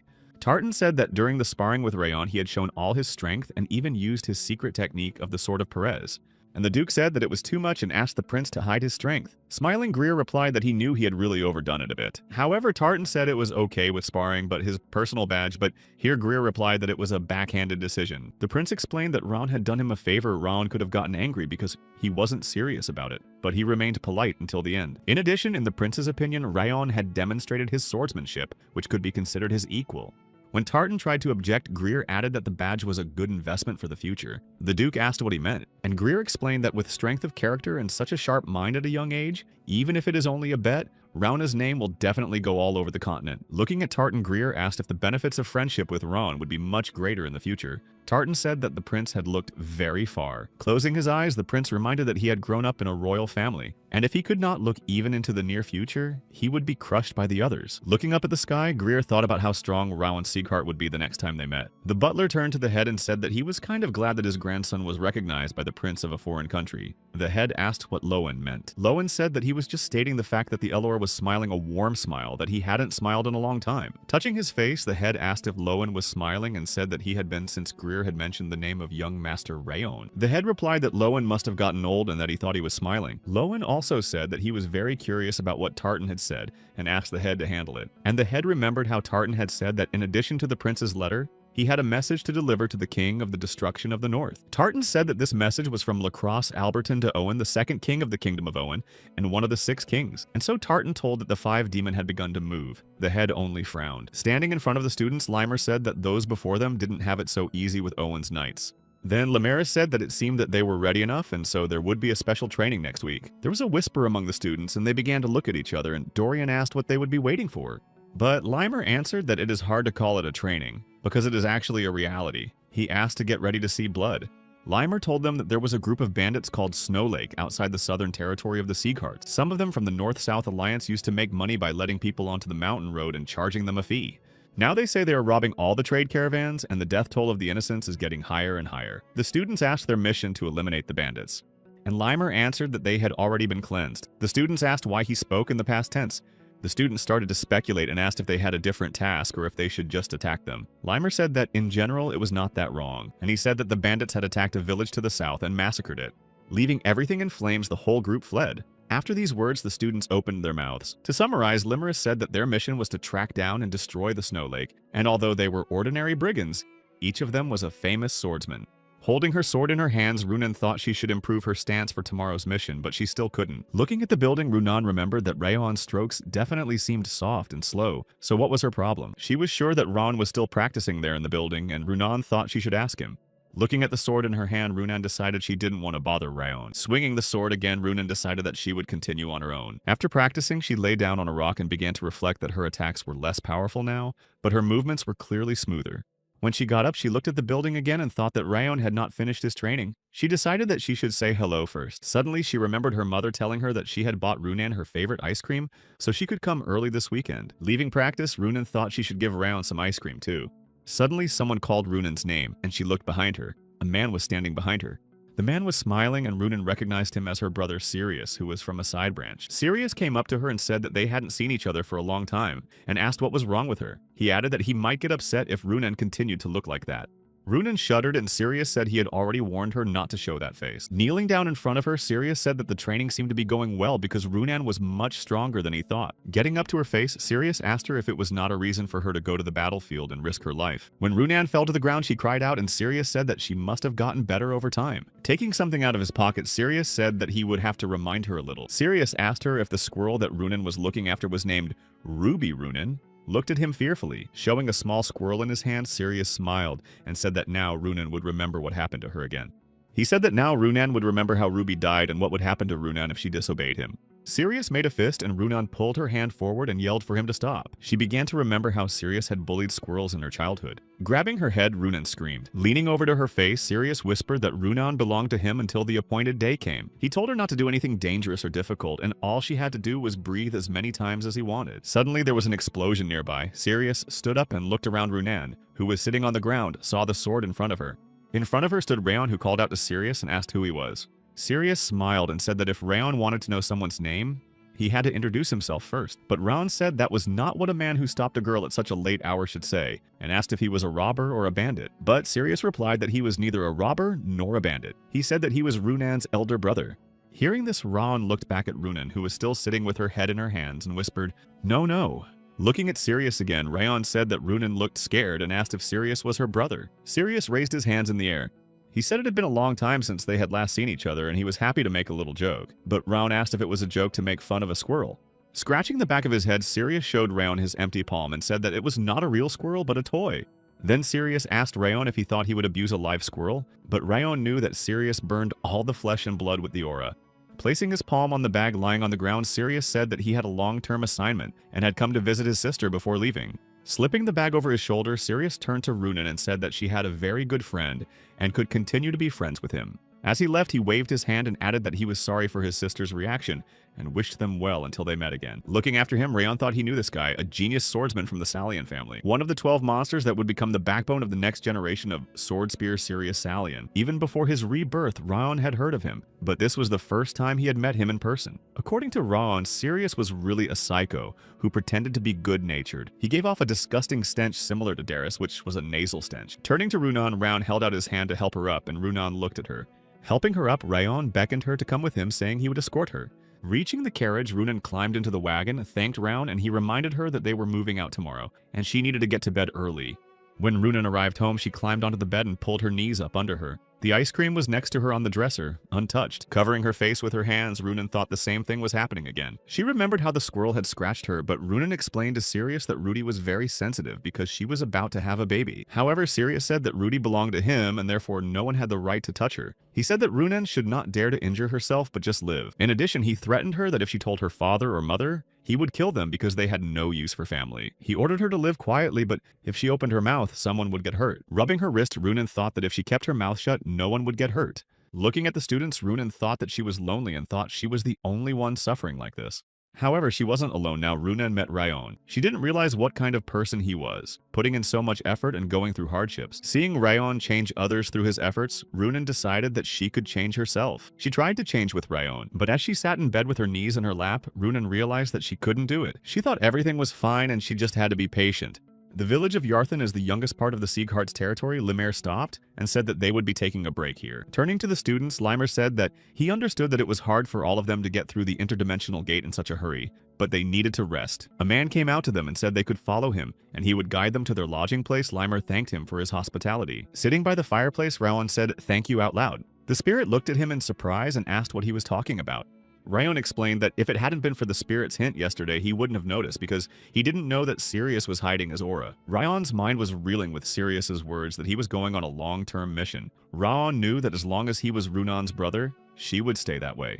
So the spirit again told Ryon to give him his body so he could destroy that guy and give it back to him. In response, Ryon said that Spirit was laughing at him, but Spirit said that he was sincere. But Ryon replied that he would not fall for his sincerity. Looking down at the floor, Ryon said that Sirius had hurt Runan, so he wouldn't just kill him. Runan is the first stranger who has taken care of Ryon with sincerity in his past life and this life. As Ryon stared into the fire, he decided that he would personally deal with Sirius if necessary. It was the second day since leaving the territory of the Siegharts. The disciples had already arrived at the place where the snow lake had awakened. In front of them lay a pile of burnt bodies and a nauseating odor. Passing by a body, Baron said that it was too much. Ryon also thought it was horrible. Looking at Martha, Ryon saw that she wasn't particularly frightened. He assumed that she had seen this kind of chaos before or had even killed people herself. Ryon looked around and wondered where Runan was. She was standing near one of the houses looking at the body. She clutched her stomach and covered her mouth with her hand because she felt nauseous. Limer turned to the Wenchicks and said that they could see the full extent of the tragedy with their own eyes, and told them that Snow Lake had done it all. He asked them to remember everything with their own eyes and not to forget it. Whitelaw said not to let their guard down when they met them. Picking up a small object, Limer said that it was a silent whistle that could only be heard by specially trained people. He told the students to use it in case of danger and added that the instructors would keep an eye on them and come immediately. Limerus also said that although the criminals were ruthless, the students should try to do their best instead of blowing the whistle. Runan listened with fear as Limerus said that the outlaws should be destroyed without mercy. Then the teacher suggested forming groups under the leaders. Martha went to Group A and Baron to Group B. Looking at her weapon, Runan remembered Saya's words that it belonged to him. Sirius had told Runan not to do anything dangerous or hurt herself, but to live and breathe or he would destroy anyone who hurt her. Ryon came up to Runan and asked if she would join him. Runan looked down at the floor sadly. She whispered yes, and Ryon went with her to the mountains. They stopped and looked at the top of Mount Luton. Ryon thought that being on high ground would make it easier for them to look around, and in an emergency they could easily hide from an attack. Then Ryon thought that although it was a standard strategy, it was not this time. Those who know that they are being chased would not hide here. According to Ryon, the criminals already know their routes. In that case, the only place left is that hill. It looks too obvious, but Ryon doesn't know the landscape beyond it. Turning to Runan, Ryon called out to her and suggested that they leave the forest to the other groups and head for the hills. A spirit appeared and told Ryon that he was too obviously worried and asked if Ryon wanted to talk to her. Ryon replied that it was a family matter. At that moment, Ryon thought that he didn't even know how he felt about Sylvia and whether he should give Runan advice. Clenching his fist, Ryon thought it was clear that Sirius had a hand in this, and if he had the chance, he was sure he would take care of the problem. In any case, so far everything was going according to plan. As they walked down the path, Ryon realized that the forest continued beyond the hill. It was clear that the bandits were good at hiding their tracks and it would not be easy to find them. Looking at the branches, Ryon thought that this only works on beginners and it was not a problem for him. He sat down on the snow and looked at the ground. Ryon knew that the best outlaws not only learn how to destroy their targets, gather information and track the base. Turning to Runan, Ryon said that from the looks of it, Snow Lake's hideout was somewhere around here. Ryon stood up and ordered Runan to follow him without making a sound. Runan followed him with the hilt of his sword. As they walked forward, Ryon looked around and noticed traps set up near them. Then they looked out from behind the bushes. Ryon thought it was as expected, except for the traps set at the beginning. Looking out from behind a tree, Ryon saw two men and a small boy near the cave. He realized that they were holding the child hostage and that the two men on guard were well trained. It was clear that since they didn't emit aura, they were low-level swordsmen, and there was a big guy sleeping next to the hostage. Ryon felt as if his only sword was bread. Looking deep into the cave, Ryon assumed that the others were probably in there and thought that they couldn't have left just one hostage. There could be at least a dozen brigands inside, whether they should use the whistle or not. Ryon thought it would be worth it to retreat and regroup. However, Ryon saw that the condition of the hostage was bad, and if they left him like that, he might freeze, but they wouldn't last if they attacked together. Reaching for his sword, Ryon thought that they had not noticed their presence so far and decided that it would be better to rescue the hostage and deal with them quietly. Turning to Runan, Ryon ordered her to look at him. When she turned, Ryon ordered her not to worry because they could still save him. He said that when he signaled Runan to block the sounds with mana, and he would take care of the rest, and Round asked if she could do it. Turning away, Runan said she could. The brigand yawned and said he was sleepy and asked how long they would have to stand. But he didn't get an answer because Runan came straight out to them and spread her arms in different directions. The bandit shouted who she was. With her arms outstretched toward them, Runan used aura deployment and sound blocking. The bandit realized that their voices had been silenced and that Runan had done it with mana. The other asked what the aura user was doing here. Ryan thought he should deal with these two before he went after the big guy. With one blow, Round took off the heads of the two bandits. Runan's eyes opened wide, and she remembered her squirrel, Rudy. Runan fell to her knees, clutching her head and screaming. The big man heard the scream and jumped up. Ryan clenched his teeth as he realized that the mana barrier was broken. Putting his hands over his mouth, Runan screamed at him to stop. Round realized it was that trauma from the past again. Running out of the cave, the big man swung his sword and jumped straight at Runan. At the last moment, Ryan was able to counter him and put his sword to his throat, knocking him to the ground. He told the man to be quiet or he would take his life. Round ordered him to answer all questions and to break his bones for every refusal. Looking at Runan's trembling, Ryan thought that even after that tantrum, she had deployed the barrier immediately. Only because of that he is fine. It was a bit of a struggle, but they made it through. When Runan had taken the prisoner, Raon asked the big man how many of them there were and where they were. The man replied that there were 39 men in all and the rest were inside. Raon asked how many hostages. As expected, the bandit replied that there was one more. A boy came into the conversation and told Raon that it was his little sister and asked him to rescue her. Leaning toward him, Runan said that they would save his sister so he didn't have to worry. Turning to her, Rayon said that he would not throw words around, and Runan asked if they would help. Rayon said he didn't mind fighting the bandits, but they should call for reinforcements to keep the hostages safe. Taking out a whistle, Runan said she would use it. Then Rayon agreed, saying it would be better. When she blew the whistle, Rayon thought he was nearby, but nothing was heard. Suddenly, there was a shout from the cave that a low sound had just been heard, and everyone should get up because there were stalkers nearby. Runan and Rayon looked around. It was clear that there was a professional among the bandits. Taking the boy, Runan stepped back and Rayon took the big boy, put his sword to his neck, and stood in front of the cave. A crowd of bandits came out, and the leader asked Rayon if he had the guts to come to them like that. The old man raised an eyebrow and asked who Rayon had just called to them. Continuing to hold the trembling man, Rayon replied that it was none of his business and said he wanted to exchange hostages. Behind the old man was a girl, and the old man asked the hostage Rayon said to give him the child, and he would let the boy go. The old man laughed and said he didn't care what happened to that bastard because he wasn't worth a hostage's fingernail. He asked if Rayon really wanted to see the little dog's head fall, and if not, he should lower his sword. Turning to Runan, Rayon told her not to turn around until he gave the signal, and after saying that, Rayon swung his sword across the big man's neck, and blood spurted. The bandits covered themselves with their hands from the splatter and started shouting that Rayon was a bastard. Then Rayon threw his daggers at them, and the bandit holding the prisoner flew back. Turning to Runan, Rayon asked her to create a frost mist with her aura. She immediately touched the ground with her palm. As the bandits looked around telling each other they couldn't see anything, Rayon was already at their backs.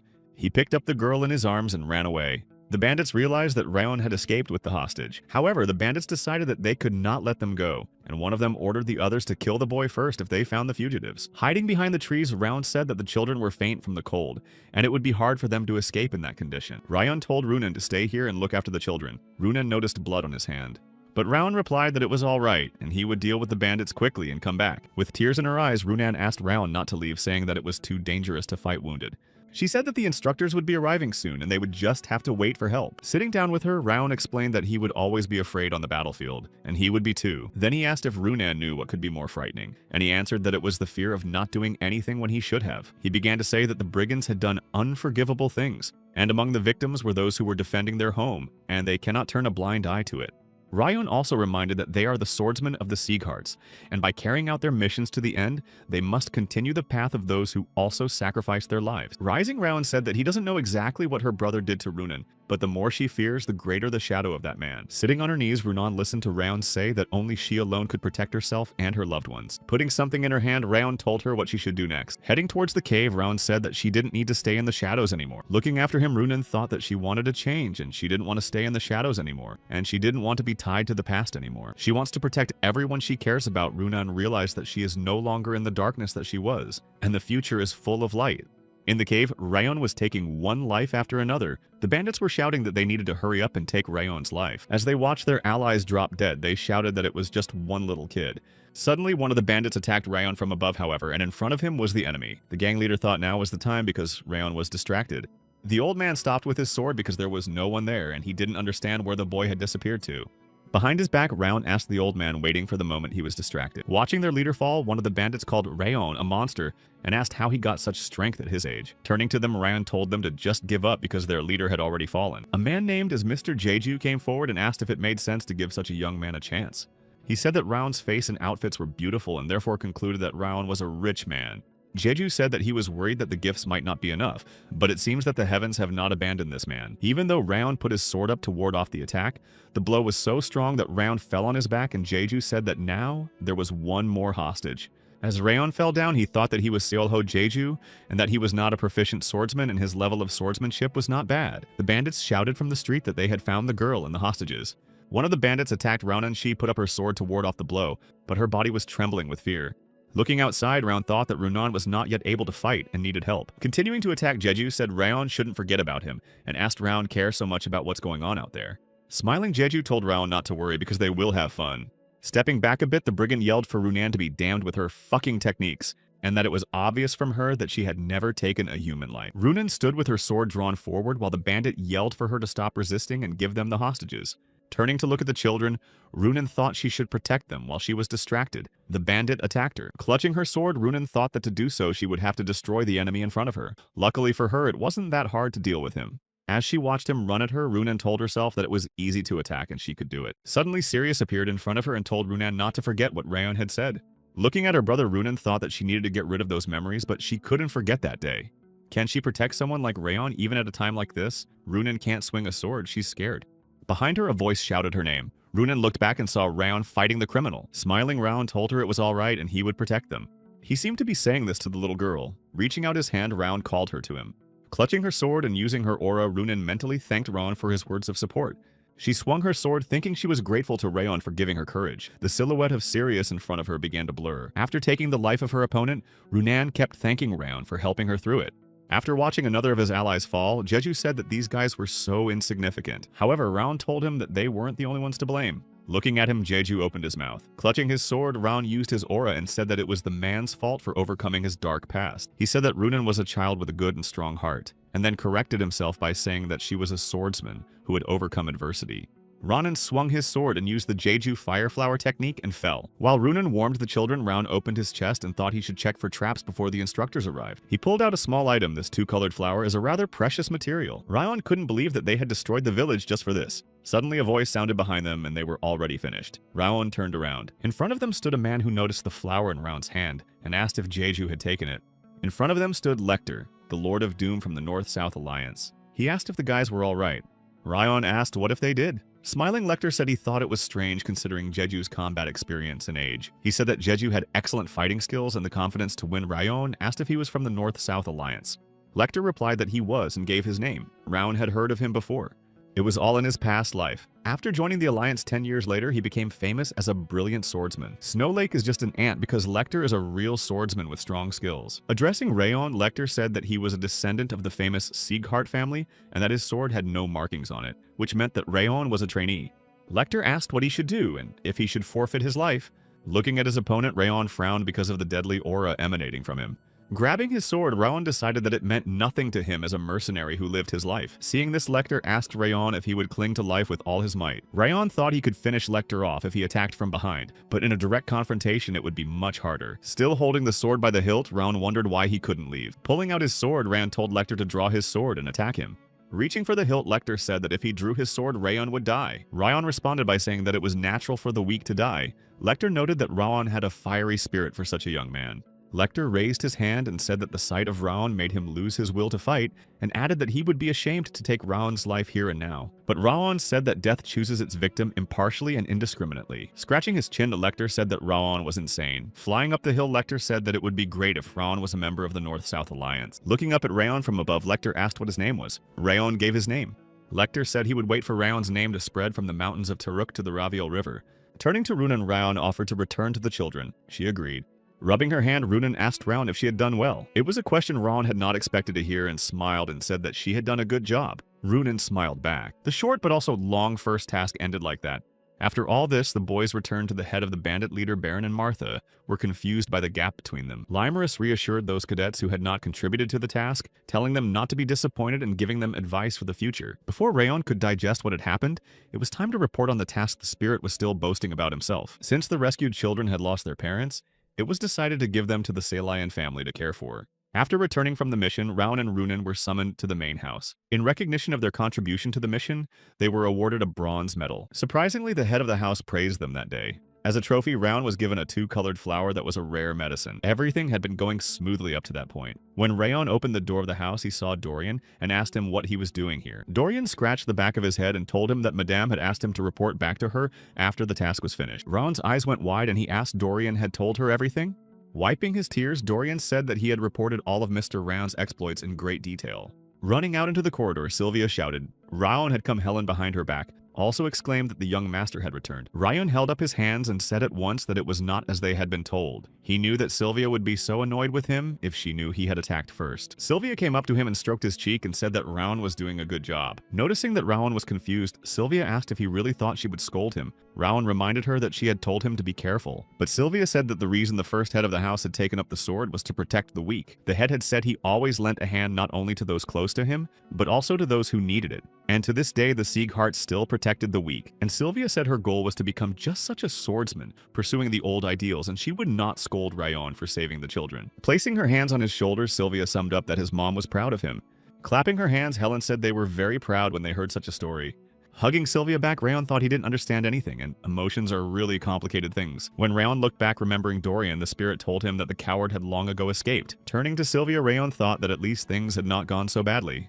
Lying in her bed, Runan placed the squirrel Rayon had given her on the dresser and smiled. She remembered Rayon saying that she didn't need to stay in the shadows anymore. Smiling, Runan thought she should tell him the next time they met, to say how grateful she was to Rayon. Lying on the hammock, Limerus remembered watching Rayon from his hiding place.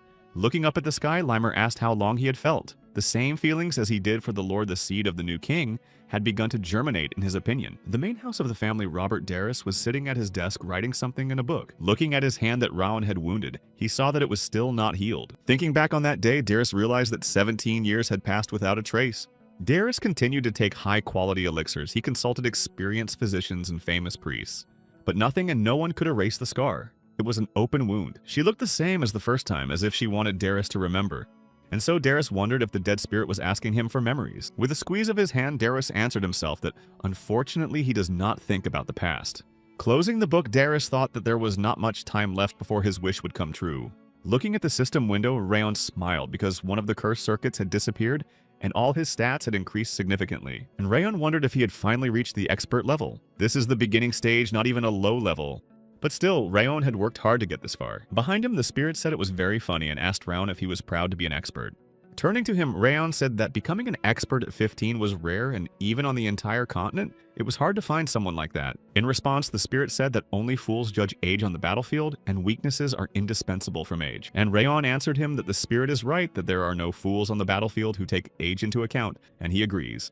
The spirit began to say that even now, Rayon is no match for the fingertips of this king, and Rayon replied that he was right. The spirit looked at him and asked why Rayon was laughing, and Rayon said that he could only do that in the past he was forbidden to speak even a few words. Rayon turned away and asked if this was not an admission that he had grown up. The spirit looked at him in surprise and said nothing. Then he shouted angrily if the king would ever recognize such a person. Rayon asked why he was so angry.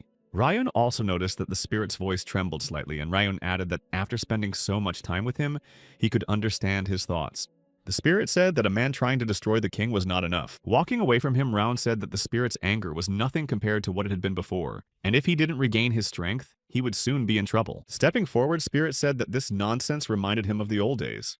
Again, the spirit began to talk about his past times, and Rayon interrupted him, saying that he needed a stretch. With a clap of his hands, Limerus told them to put all their business aside, and they were done for the day. The disciples answered him at last. Behind him, Baron reminded them that Limer was 20 minutes late and asked if they should extend the training. As Limerus ran away, he shouted that they would catch up tomorrow, but that was enough for today. Baron thought Limerus was an irresponsible elf. Standing in the center, Rayon told the students to wrap it up because they would start cleaning up the training grounds. Opening his locker, Dorian smiled and reached for something. When he closed the door, Martha stood behind it with her arms folded across her chest. Dorian ran and screamed, but Martha grabbed his shoulder and asked what all the screaming was about while he was cleaning. Turning to her, Dorian said something about honor, and Martha clenched her teeth and said she was busy practicing. Turning to the students, Martha shouted that they must be deaf because she was busy and they needed to get out of here. Seeing this, Rowan thought she was really only nice to him. Limer said he thought Rowan was the only one who hadn't changed. When Rayon heard that, he turned around and asked if Limer hadn't run away because of Baron's nagging. He turned away and asked if he had. And Limer said that he forgot something, so he came back. The students looked at him apprehensively. Standing in front of the students again, Limer said loudly that he had something important to tell them again that he had forgotten. Smiling, Limer said that the students had a second assignment. Scratching the back of his head, Limer laughed and asked how he could forget something so important. Baron and Dorian were shocked. Rayon thought that it had been half a year since the first mission, and it had taken longer than he had thought. Limer said that the orcs were attacking near a small village southeast of Sieghart's territory. The apprentices must go there to defeat the orcs threatening the villagers and protect the village and its inhabitants. Upon hearing this, the students were excited about defeating the orcs. They said they had been waiting for such an assignment for a long time. Some said they could finally put their sword to the test. Suddenly, Lemire said he was surprised that they liked this kind of mission, and the students fell silent. And Limer added that in this mission, the instructors would not be accompanying them, and they would be the only ones to go, and so they would have to work hard. Raising his hand, Baron asked, what if they had a problem they couldn't solve by themselves? Limer replied that understanding risks was their skill. With a shake of his head, Limer said that depending on the situation, they should either break through by force, use strategy, or run. Raising his hand, Dorian asked if it was not a problem if he ran away from the mission. Limer replied that it depended on the situation. Dorian turned away and clenched his fist, happy that he could run away without being punished. Suddenly, Limer said that they would be leaving at dawn after tomorrow. No one expected that. The disciples began to shout that it was too soon and asked why they were in such a hurry. However, Limer said that destroying monsters required more attention than exploring dungeons. Nearby, Baron shouted, asking why he didn't tell them sooner so they could prepare more thoroughly. Rayon interrupted the conversations, reminding them that Limer had said a long time ago that you never know how or when missions will go. He said that now was not the time to panic because they had to prepare, and the more questions they asked, the less time they had to prepare. After listening to him, the students agreed that Rayon was right, but someone said that missions are not always given only when they are ready. Rayon went on to say that orcs are much fiercer and stronger than they think, and if you judge them by their physique alone, they are no match for anyone else. Limer added that besides the fact that there are many of them, this could turn into a battle of overwhelming numbers. He said that fighting them head-on would not be easy, but that it would be better to focus on offense rather than defense. Limer then said that the students should go light and they would meet the day after tomorrow here at dawn. Leaving the room in the morning, Rayon noticed a light enchanted backpack that showed indifference. Putting it on his shoulder, Rayon thought that the gesture meant that he could do whatever he wanted and he didn't mind. As Rayon opened it, the spirit asked Rayon if he thought he could control everything. He said that anything could happen when Rayon least expected it. Looking at the spirit, Rayon said that he wondered what would happen when he got his powers. Hearing the sounds, Rayon turned around. Going to the door and opening the door, Rayon thought he wasn't expecting anyone and asked that who was there. Sylvia stood in front of him with a straight face and her arms folded across her chest. She told Rayon that at least when he gets an assignment, he should bother to tell her about it. A surprised Rayon asked how she knew, and Sylvia put her arms at her sides. Rayon assumed that Dorian had told her about it. However, Sylvia replied that Lemmer Rayon frowned and remembered that elf. Looking at his mother, Rayon apologized. After that, Sylvia's face softened. Taking his hands in hers, Sylvia said that being a leader is not easy and he must lead the newcomers on the best path. She said that Rayon can't solve everything alone and must assign them to related positions and work together to make everything a success. Looking at her in surprise, Rayon thought she would scold him, but she was giving him advice. Sylvia kept saying that defeating monsters was a difficult task that looked simple, and he needed to make sure he destroyed them without hurting them. Placing her palm on Rayon's heart, Sylvia said that on a mission he shouldn't think of himself as a rookie, and he should remember that he was a Sieghart swordsman. She said that his mother wanted him to be the kind of swordsman who would keep others safe. Rayon responded by saying that he thought she would be angry. Frowning, Sylvia informed him that she was and that she was worried and upset. Hugging Rayon, Sylvia said that this was not the time to scold Rayon. She told Rayon to be ready to be lectured when he returned, and added that she was glad that he was feeling better since he had started training. Resting his head on his mother's shoulder, Rayon listened to her say that she couldn't stop worrying. Standing in front of the students, Limer told them that anything could happen outside. Limerus also said that if the students realized it's too hard, they should leave and not look back. Taking a seat on the stage, Limerus said that the students could set out on their journey, since it usually took them a month, but now they would get there in 2 weeks. Turning to the students, Rayon told them to line up in 4 rows and told them that they would move in the formation they had set up this morning. Looking at Rayon, Lemaire thought that the students would do well, for Rayon was not only strong, he was gifted with intelligence and perception. Limerus was sure that Rayon would be able to accomplish this mission without difficulty, and he couldn't even believe that he was only 15 years old. A colleague approached Limer and asked if they would follow the students, adding that if they left now, no one would notice. But Lemur said not now because there was someone with ghostly feeling. As he left, Lemur stretched and said he was going to take a nap and rest. His co-workers remained silent and one asked the other if it was normal, and the other asked if it was time to leave. With a wink, Lemur said that the orcs were more to worry about than the students. The man under the cloak got down on one knee and told the leader that the information said they were in that village. The leader said that they could set off and could destroy anyone who got in their way. The forest near the village of Cebu Rahon and the other disciples had already arrived at the location. The chief instructor of the 6th Martial Arts Hall, Kane, looked on with his eyes wide open. Turning to him, Rayon asked what the 6th Martial Arts Hall was doing here. Kane also asked Rayon why the 5th Martial Arts Hall was here.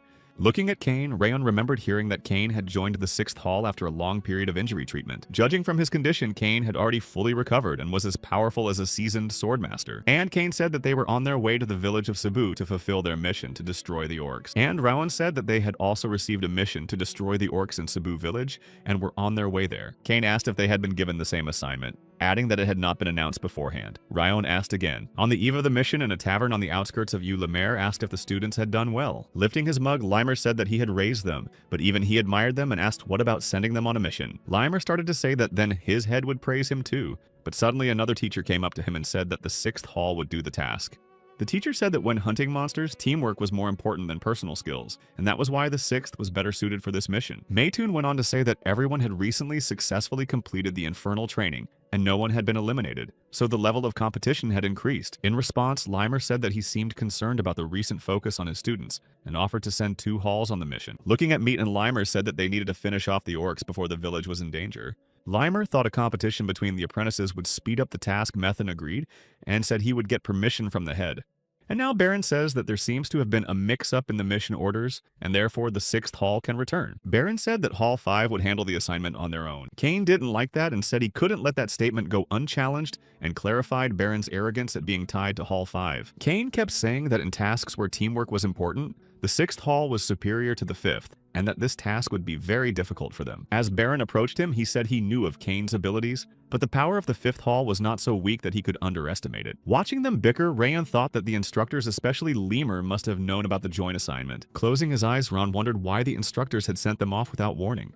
It was clear that Lemur valued experience, so combat practice in unconventional situations was important to him. From his point of view, a monster-slaying mission was as close to real combat experience as possible. However, in a mission like this, teamwork and tactics are important, and the 5th Hall lacks them. Covering his face with his hand, Rayon assumed that Lemaris wanted the students to compete against the recent rankings, and to realize what they were lacking. And Rayon realized that if that was the case, the others should also get a taste of teamwork, as well as the words his mother had said before the assignment. He remembered that Sylvia had wanted him to set an example and become a true protector. Putting his hand to his side, Rayon told them both to calm down and asked if they were going to waste time arguing. When Kane and Baron looked at him, Rayon said that it would be impossible to come to an agreement by such methods, and asked what about the battle between the halls. And Baron said it would be a battle between the halls before the mission. He started to say that they didn't know what they were going to face, so why waste energy? Rayon looked at him and said that judging by the faces of the 6th Hall, they do not intend to retreat, and asked Baron that they are not going to give up the mission either. Then Rayon went on to say that for this mission, considering the scale of the mission, the group of orcs must be quite large and there must be a leader among them. Rayon raised his finger and announced that the winners would lead the mission and the losers would be the ones to take over. Kane and Baron listened in silence as Rayon said that they would clarify the leader and the mission was done, which should be fine with everyone. Looking at Kane, Rayon asked if the 6th Hall agreed. Kane said it was a good idea. Pointing to the mountain, Rayon suggested a real fight there and they set off. After a while, Martha was rushing into battle. The rules of victory are simple. The winner is the one who disarms all the opponents or captures the banner. It's even easier than a practice fight. Taking a knee, Rayon said they'd start planning, and Martha asked why they needed a plan at all since their opponents were just low-level bastards. Then she said she would blow them all away solo and her fellow students would just have to wait. Rushing to attack her opponents, Martha shouted that there was no need for tactics for minnows. Thanks to the sense of legend, Rayon could see the battlefield as if it were a painting in front of his eyes, even without a direct view. Closing his eyes, Rayon watched and realized that the battle was finally heating up. Runan asked if it was possible to send the boys without any tactics, but Rayon said they would not obey.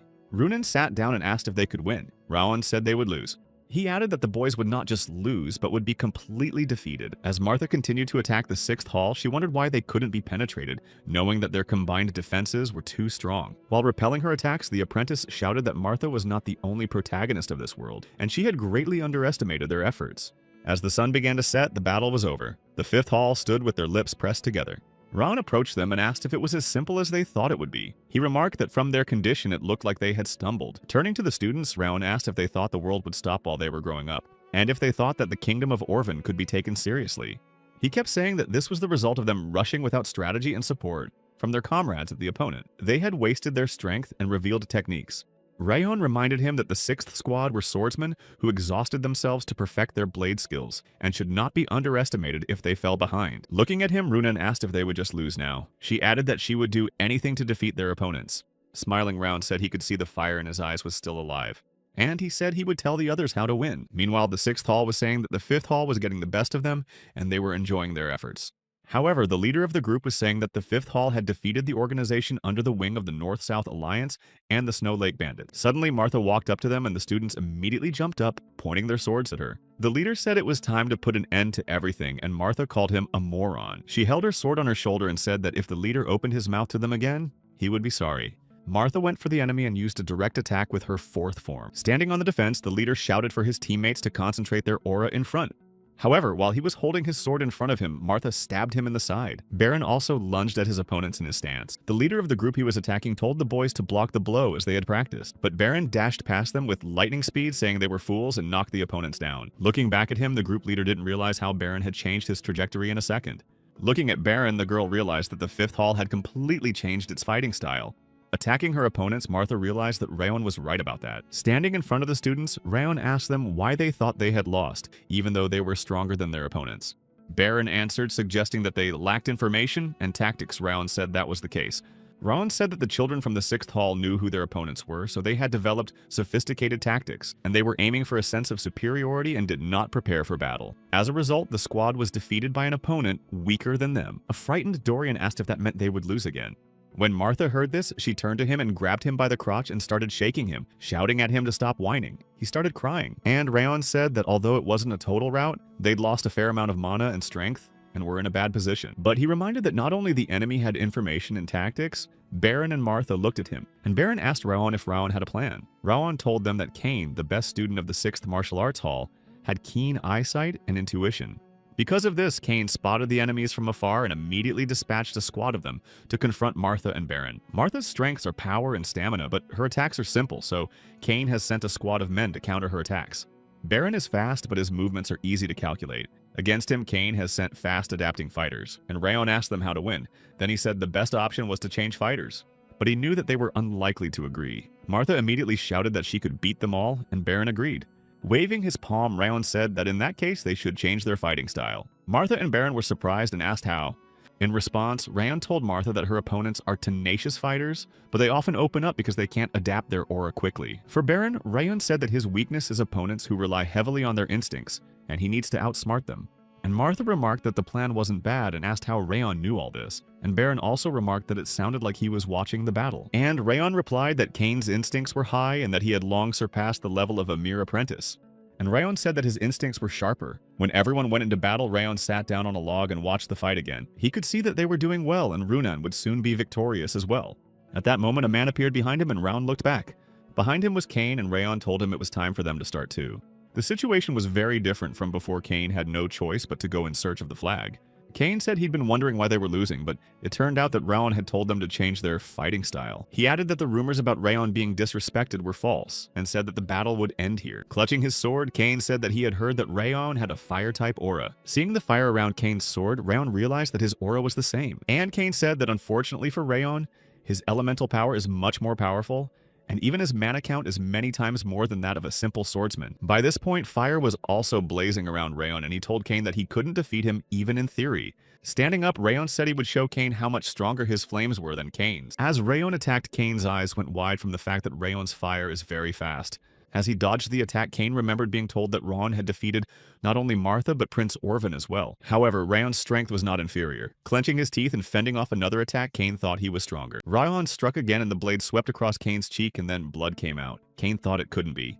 Before his eyes, Kane saw Rayon attacking him again and thought his fire was weaker. There was a massive explosion from the strength of the opponents, and the surrounding area was bathed in light. Standing in front of Kane lying on the ground, Rayon clarified he was telling him he couldn't win. When Rayon's fellow students returned, Kane was standing by a tree and Dorian asked why he was here.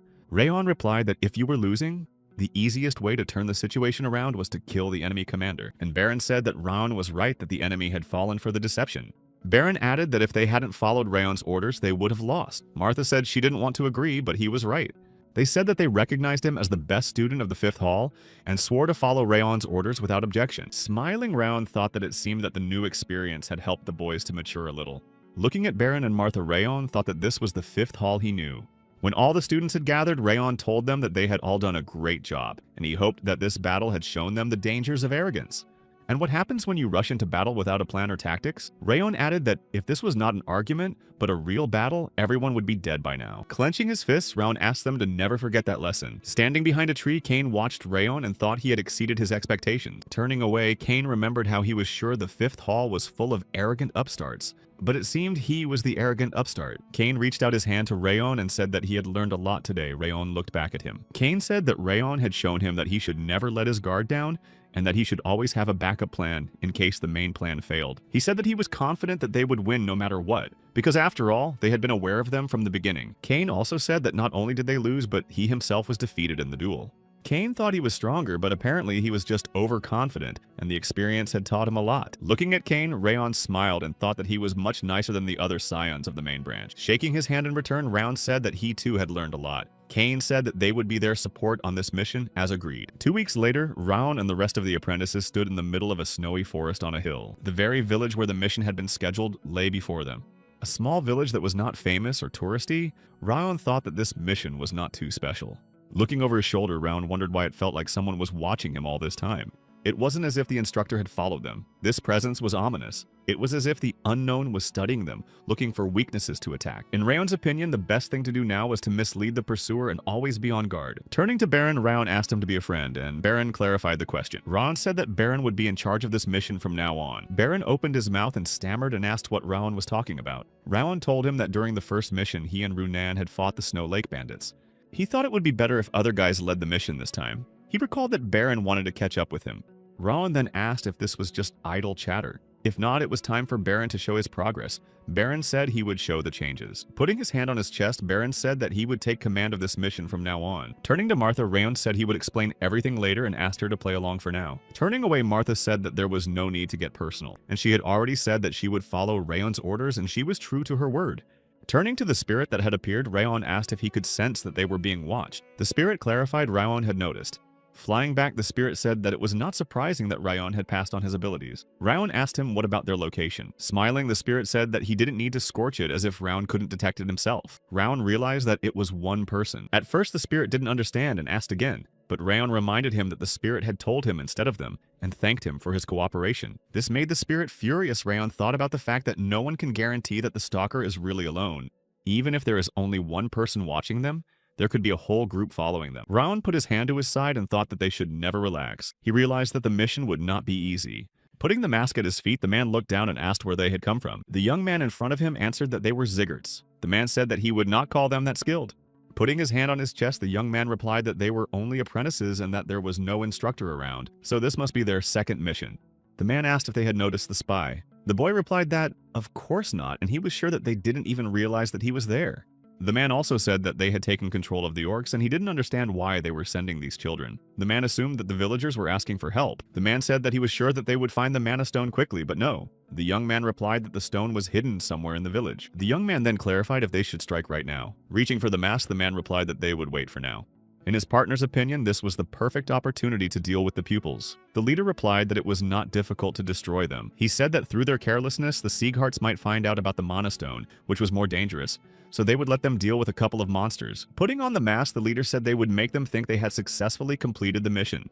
Turning into an orc, the leader said that they would trash the village as soon as the apprentices left.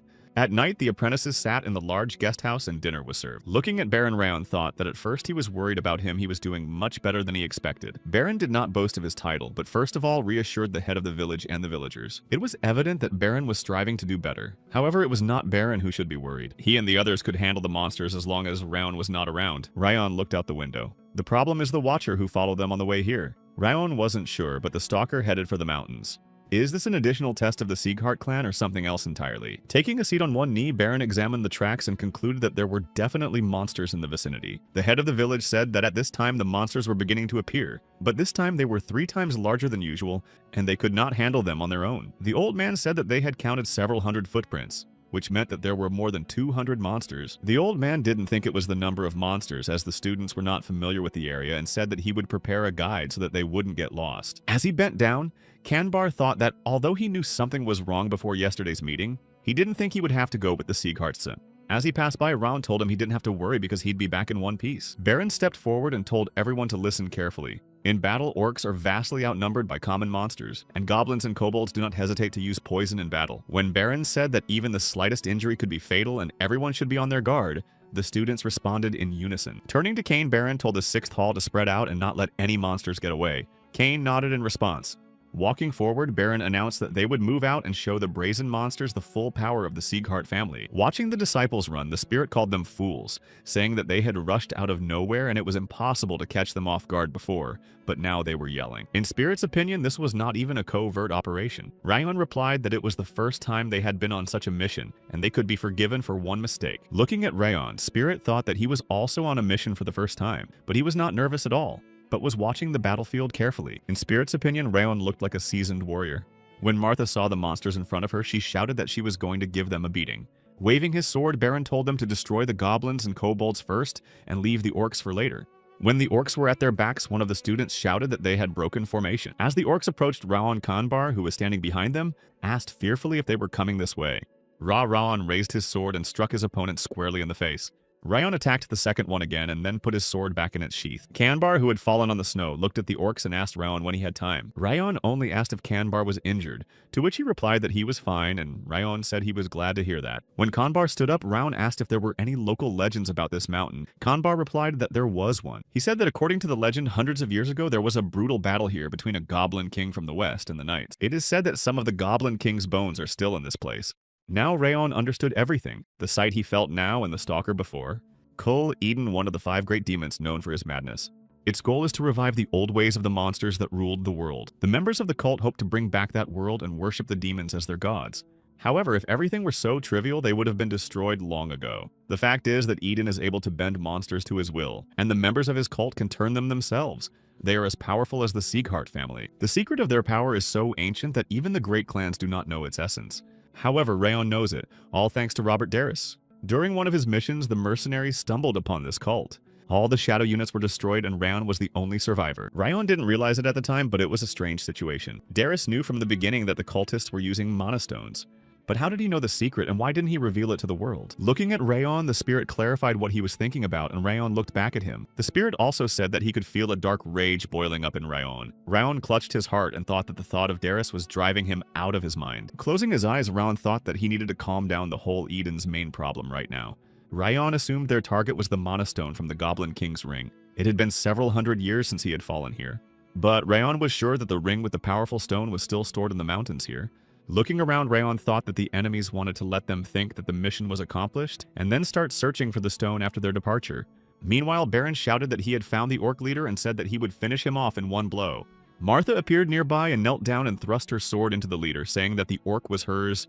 With a wave of his hand, Baron announced that the monster boss was dead, and ordered his comrades to deal with the remaining monsters. Turning to Kanbar, Rayon clarified that no one had found the lost ring since then.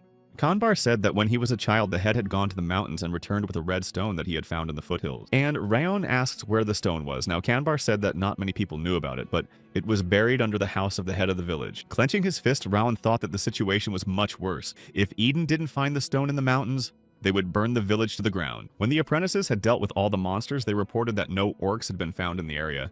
Red was finished. The head shook Baron's hand and thanked him for his help. He said that the Sieghart warriors were truly the strongest Baron had ever seen, and Baron replied that they were only too happy to help. As Rayon watched the farewell, someone nearby asked if everything was going as he wanted. Rayon looked up and saw Martha sitting in a tree eating an apple and said that she didn't really know what his plan was. Ron replied that he wasn't quite sure either, but that he would tell her when the time came, and she jumped down from the tree. Martha passed by and said that she would follow Rayon's orders until the mission was completed. Runan turned to Rayon and asked him what he was doing here. She asked if he was worried about something and emphasized that he was not in a good mood. But Rayon replied that he was fine and she needn't worry. He said that the head of the village had promised a festive dinner and they should go. He knew that the Cult of Eden would not interfere while they were here. It only mattered what happened tomorrow. The next day, the outskirts of Cebu village Smiling Baron thought everything was just perfect. Cain thought about the fact that they had defeated the monsters without even seriously injuring anyone, and that their first mission had been a great success. Looking at Raon, Baron thought that was the reason why he didn't ask him to take over. Putting his fist on his heart, Baron thought he was doing a good job as leader, and he didn't know why Raon had chosen him. But Baron hoped that Raon had already realized that he was as good a leader as he was. When they were on their way, Raon ordered everyone to stop. The cadets turned around and asked him what was wrong. And Raon announced that from now on they were on a real mission. Cain asked what Raon meant, and Raon said that the mission wasn't over yet. Baron didn't know what Raon was talking about either. He began to explain that they had destroyed all the orcs and even burned the bodies, and asked if there were other objectives. Raon reminded that the goal was to protect the village. But Baron asked what the problem was. Raon said that until recently they had been closely watched by someone. He said that they had been following them but had stopped about an hour ago and left. One could have taken them for instructors, but Raon felt threatened. The cadets had been followed before they arrived in the village, and when they moved away from the village, the pursuers disappeared. And Martha clarified Raon said that it was before they arrived at the village. Raon clarified that the surveillance started as soon as they passed the foothills. Martha realized that Raon had only handed over command to Baron because Raon said he had, and he had hidden his presence to learn more. During their fight, Cain realized it too. He saw that Raon's tactical skills were as good as his instinct. Standing with his mouth open, Baron asked Raon if that was the only reason Raon had entrusted him with leadership. Raon replied that it was. He figured that if Baron was the leader, everyone else would be safe under his command. Raon also pointed out that Baron had done well, and he was sure that because of that, the enemy had decided that Baron was the strongest, and had not noticed Raon. Putting his hand on Baron's shoulder, Raon said that he was the true Sieghart, and when they returned, he would recommend him for the role of second leader. Looking down, Baron thought he was on par with Raon, but he was just using him as bait while he scouted the situation. Then Raon said that monsters don't tend to group together, but this time the orcs and goblins were working together, so they were in control. And Raon reminded that their primary goal was to protect the village. It is not complete, for now the village is in far greater danger. He said they would return to Cebu, but they would do it stealthily, so they would not be spotted on the way back. Turning to Dorian, Raon said it would have been nice if they had equipment for such purposes, but they had not brought any. Dorian spread out a large cloth in front of Raon and asked if it would fit. Looking at it all, Raon asked where Dorian had gotten it. He replied that he had taken it with him just in case. Turning to him, Raon asked if he had taken 40 sets of gear. He gave a thumbs up and said it was better to be prepared. Raon said that in that case they could hide, just like in training, and turning to Crane said that she would go for help. Turning to his apprentice, Raon reminded them that from now on they all obeyed his orders and disobedience would not be tolerated. 5 hours later, in the shelter of Eden's cult, the subordinate informed the leader that the cadets had finally left the Derwenya and reported that the surrounding area was in order.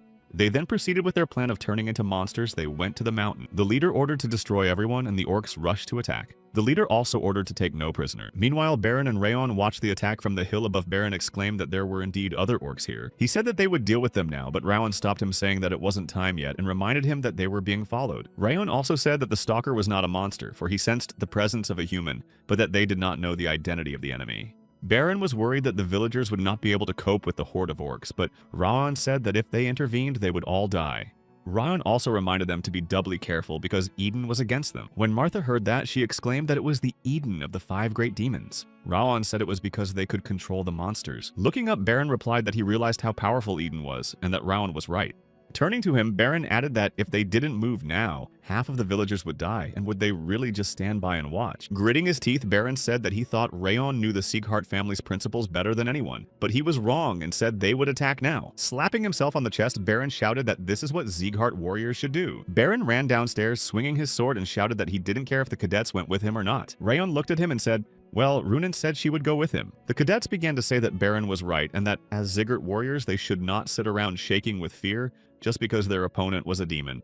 Then the cadets rushed forward, shouting that they would defend the village and all the locals. Cain then asked if the entire 6th Hall had arrived, and said that they would help the 5th and deal with Eden's cultists. Watching the cadets, Raon thought that everything was going as he had hoped. Even earlier, Raon realized that they were too honest to tolerate injustice, so they would rush to the rescue to stop Eden and the monsters. So Raon sent a message to Runan in advance with his aura, telling him to follow Baron. In a battle against Baron, Runan and Cain, even the fanatics, stood little chance. Raon looked back and asked Martha why she didn't go first, adding that he thought she would run first. And Martha reminded him again that she had already said she would obey Raon's orders. And Raon said that in that case they would follow them to the village, but that they would conceal their presence as much as possible. The intent of the annihilation is all too clear. However, it does not come from the direction of the village, but from the mountains. The 5th and 6th halls will deal with the remaining hordes, but if they face the main enemy head-on, they will be in danger. Baron shouted that the cadets should not attack the orcs directly, but move back a bit and only then strike. He also said that if the cadets could not take down a goblin alone,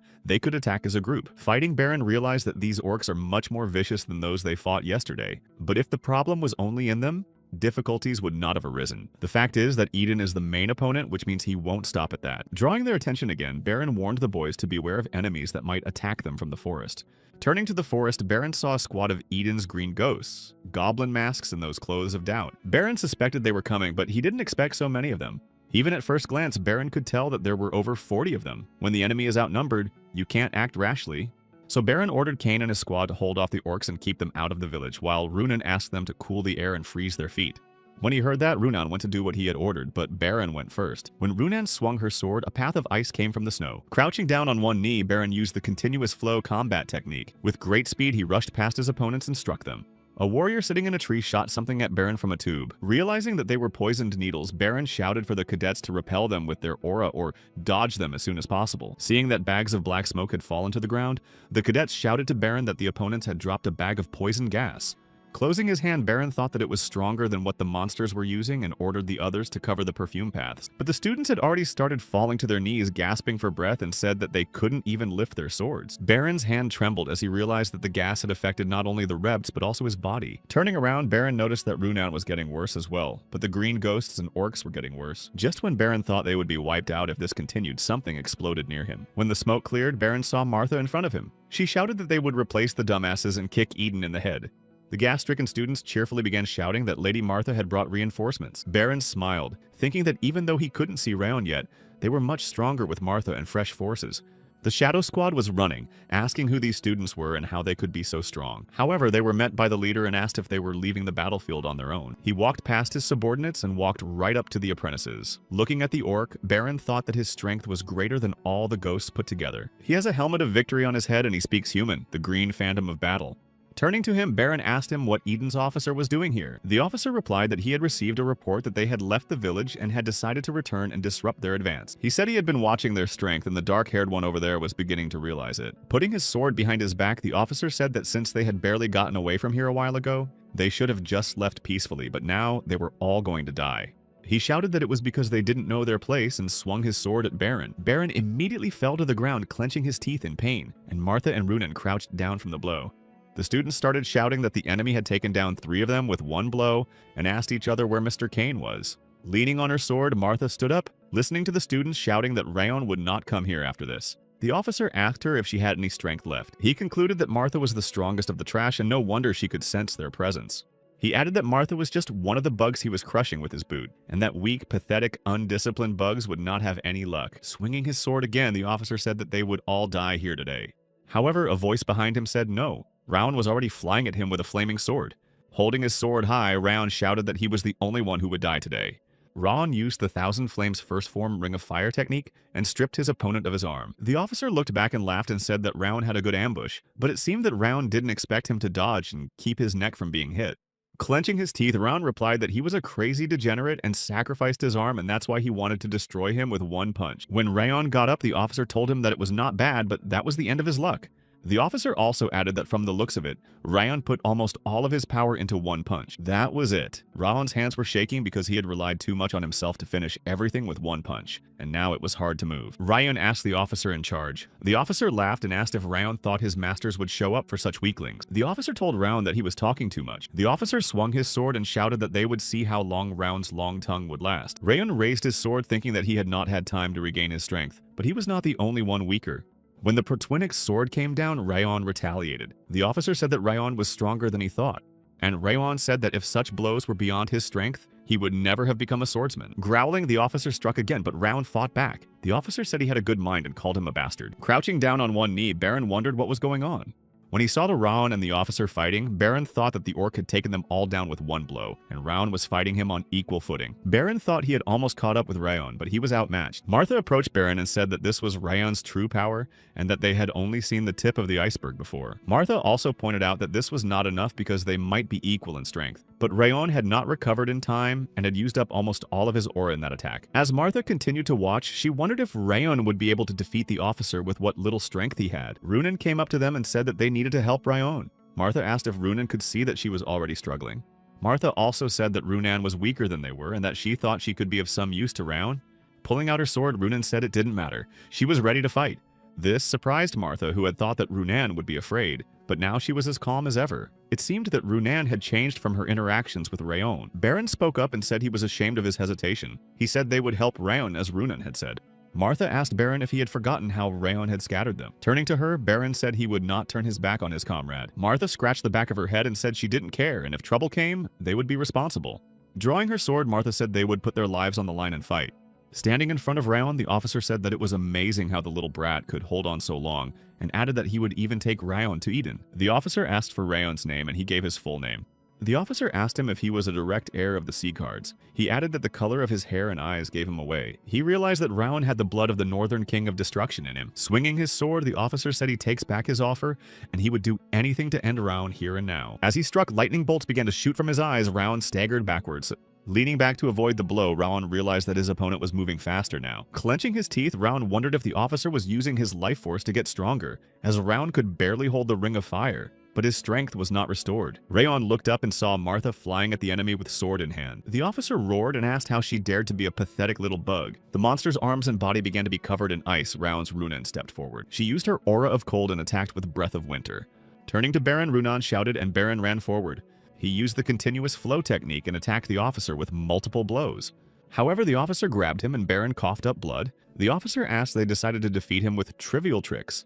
Clutching Baron, he said that they were underestimating the situation, and if they were not up to the level of the blonde boy. Baron replied that he was right, and their attacks would not defeat him, but they could buy some time. The ground beneath their feet began to crack as Martha thrust her sword into the ground and used her Titan aura. Raising her sword, Martha shouted that they would see how to deal with this Eden. The officer swung and hit Martha and Baron, causing them to fly backwards. As they fell to the ground, the officer said that such pathetic worms should know their place. Their conversation was interrupted by Raon telling the officer not to say that. The fire was burning around Raon, and he thanked the guys for restoring his strength thanks to them. He kept saying he would make sure their efforts and lives were not wasted. Turning to look at him, the officer asked how he had so much strength left in him, and asked who Raon was. Raising his sword, Raon told the officer to rejoice in witnessing Raon use the technique on an enemy for the first time. At first, Raon didn't think he would be able to use it at all, but after gaining some experience in this battle, Raon stopped doubting. Raon used the technique of 1,000 flames, scorching wings of power. Looking at him, the officer thought about what kind of flames it was. He realized that the flame was not what it was before, and his instincts were screaming of incredible danger. The officer decided that he had to destroy Raon right now. So the officer lunged at Raon, screaming at him to die. Raon raised his sword higher. When Raon lowered the sword, everything lit up around him with a bright white light. The smoke cleared and Raon saw the officer lying in front of him, his head split in two. Martha stood up and told Raon that he had done it. Baron also whispered that Raon had managed to destroy him. Raon raised his sword and shouted for everyone not to relax because Eden's Green Prazark squad was nearby. The cadets shouted as commanded and rushed into battle. Baron came up to Raon and said that Raon was right, and if he hadn't brought help, they would have been wiped out on the approach to the forest. He thanked Raon for disobeying his orders and added that even if time had been reversed, he would still have gone to their aid. Putting his hand on his chest, Baron said that he believed that a true swordsman of the Sieghart family would never back down in the face of injustice. Turning away, Raon said that they did well. Baron was even surprised. And Raon explained that because they fought at full strength, he was able to take out the officer, and each of them contributed greatly to the victory. Clutching his sword, Raon said that if any of them had decided not to help him, there was no telling how it would have ended. He added that that's why he was very grateful to everyone, and he meant it from the bottom of his heart. Turning away, Baron said that he had no idea what had gotten into Raon, and that he would be stronger to make sure that such an embarrassment never happened again. Turning to Martha, Raon said that she too had done well and had distracted the officer, allowing him to regain his strength. Raon approached her and thanked her for following his orders. Martha smiled as she passed by and said that if she couldn't even do that, it would be better to put her head in a noose. When Martha left to help in the village, Raon leaned on his knees and exhaled, wondering if their mission had finally come to an end. He started to fall, thinking that he was too relaxed and that his legs were no longer holding him up, but Runan picked him up. Runan held him by the shoulders and asked if Raon was all right. Looking at her, Raon asked if she had stayed here too and noticed him falling. Runan replied that it was just like when Raon was training, she thought his strength had left him. When Raon heard that, he thought that he was not the only one who had been watching over them all this time. The guys were also watching over him. A system window appeared in front of Raon and he stood up. He realized that this was the result of the victory and all his stats had increased. Raon stood up and told Runan that he was feeling better, and she could go to the village and he would check if there were any enemies around. Runan left and Raon sat down on a rock and opened the system window. He was given the new title of Unbreakable Spirit, and it was better than Raon had expected. Now, Raon would be facing such opponents quite often, so the new title would come in handy.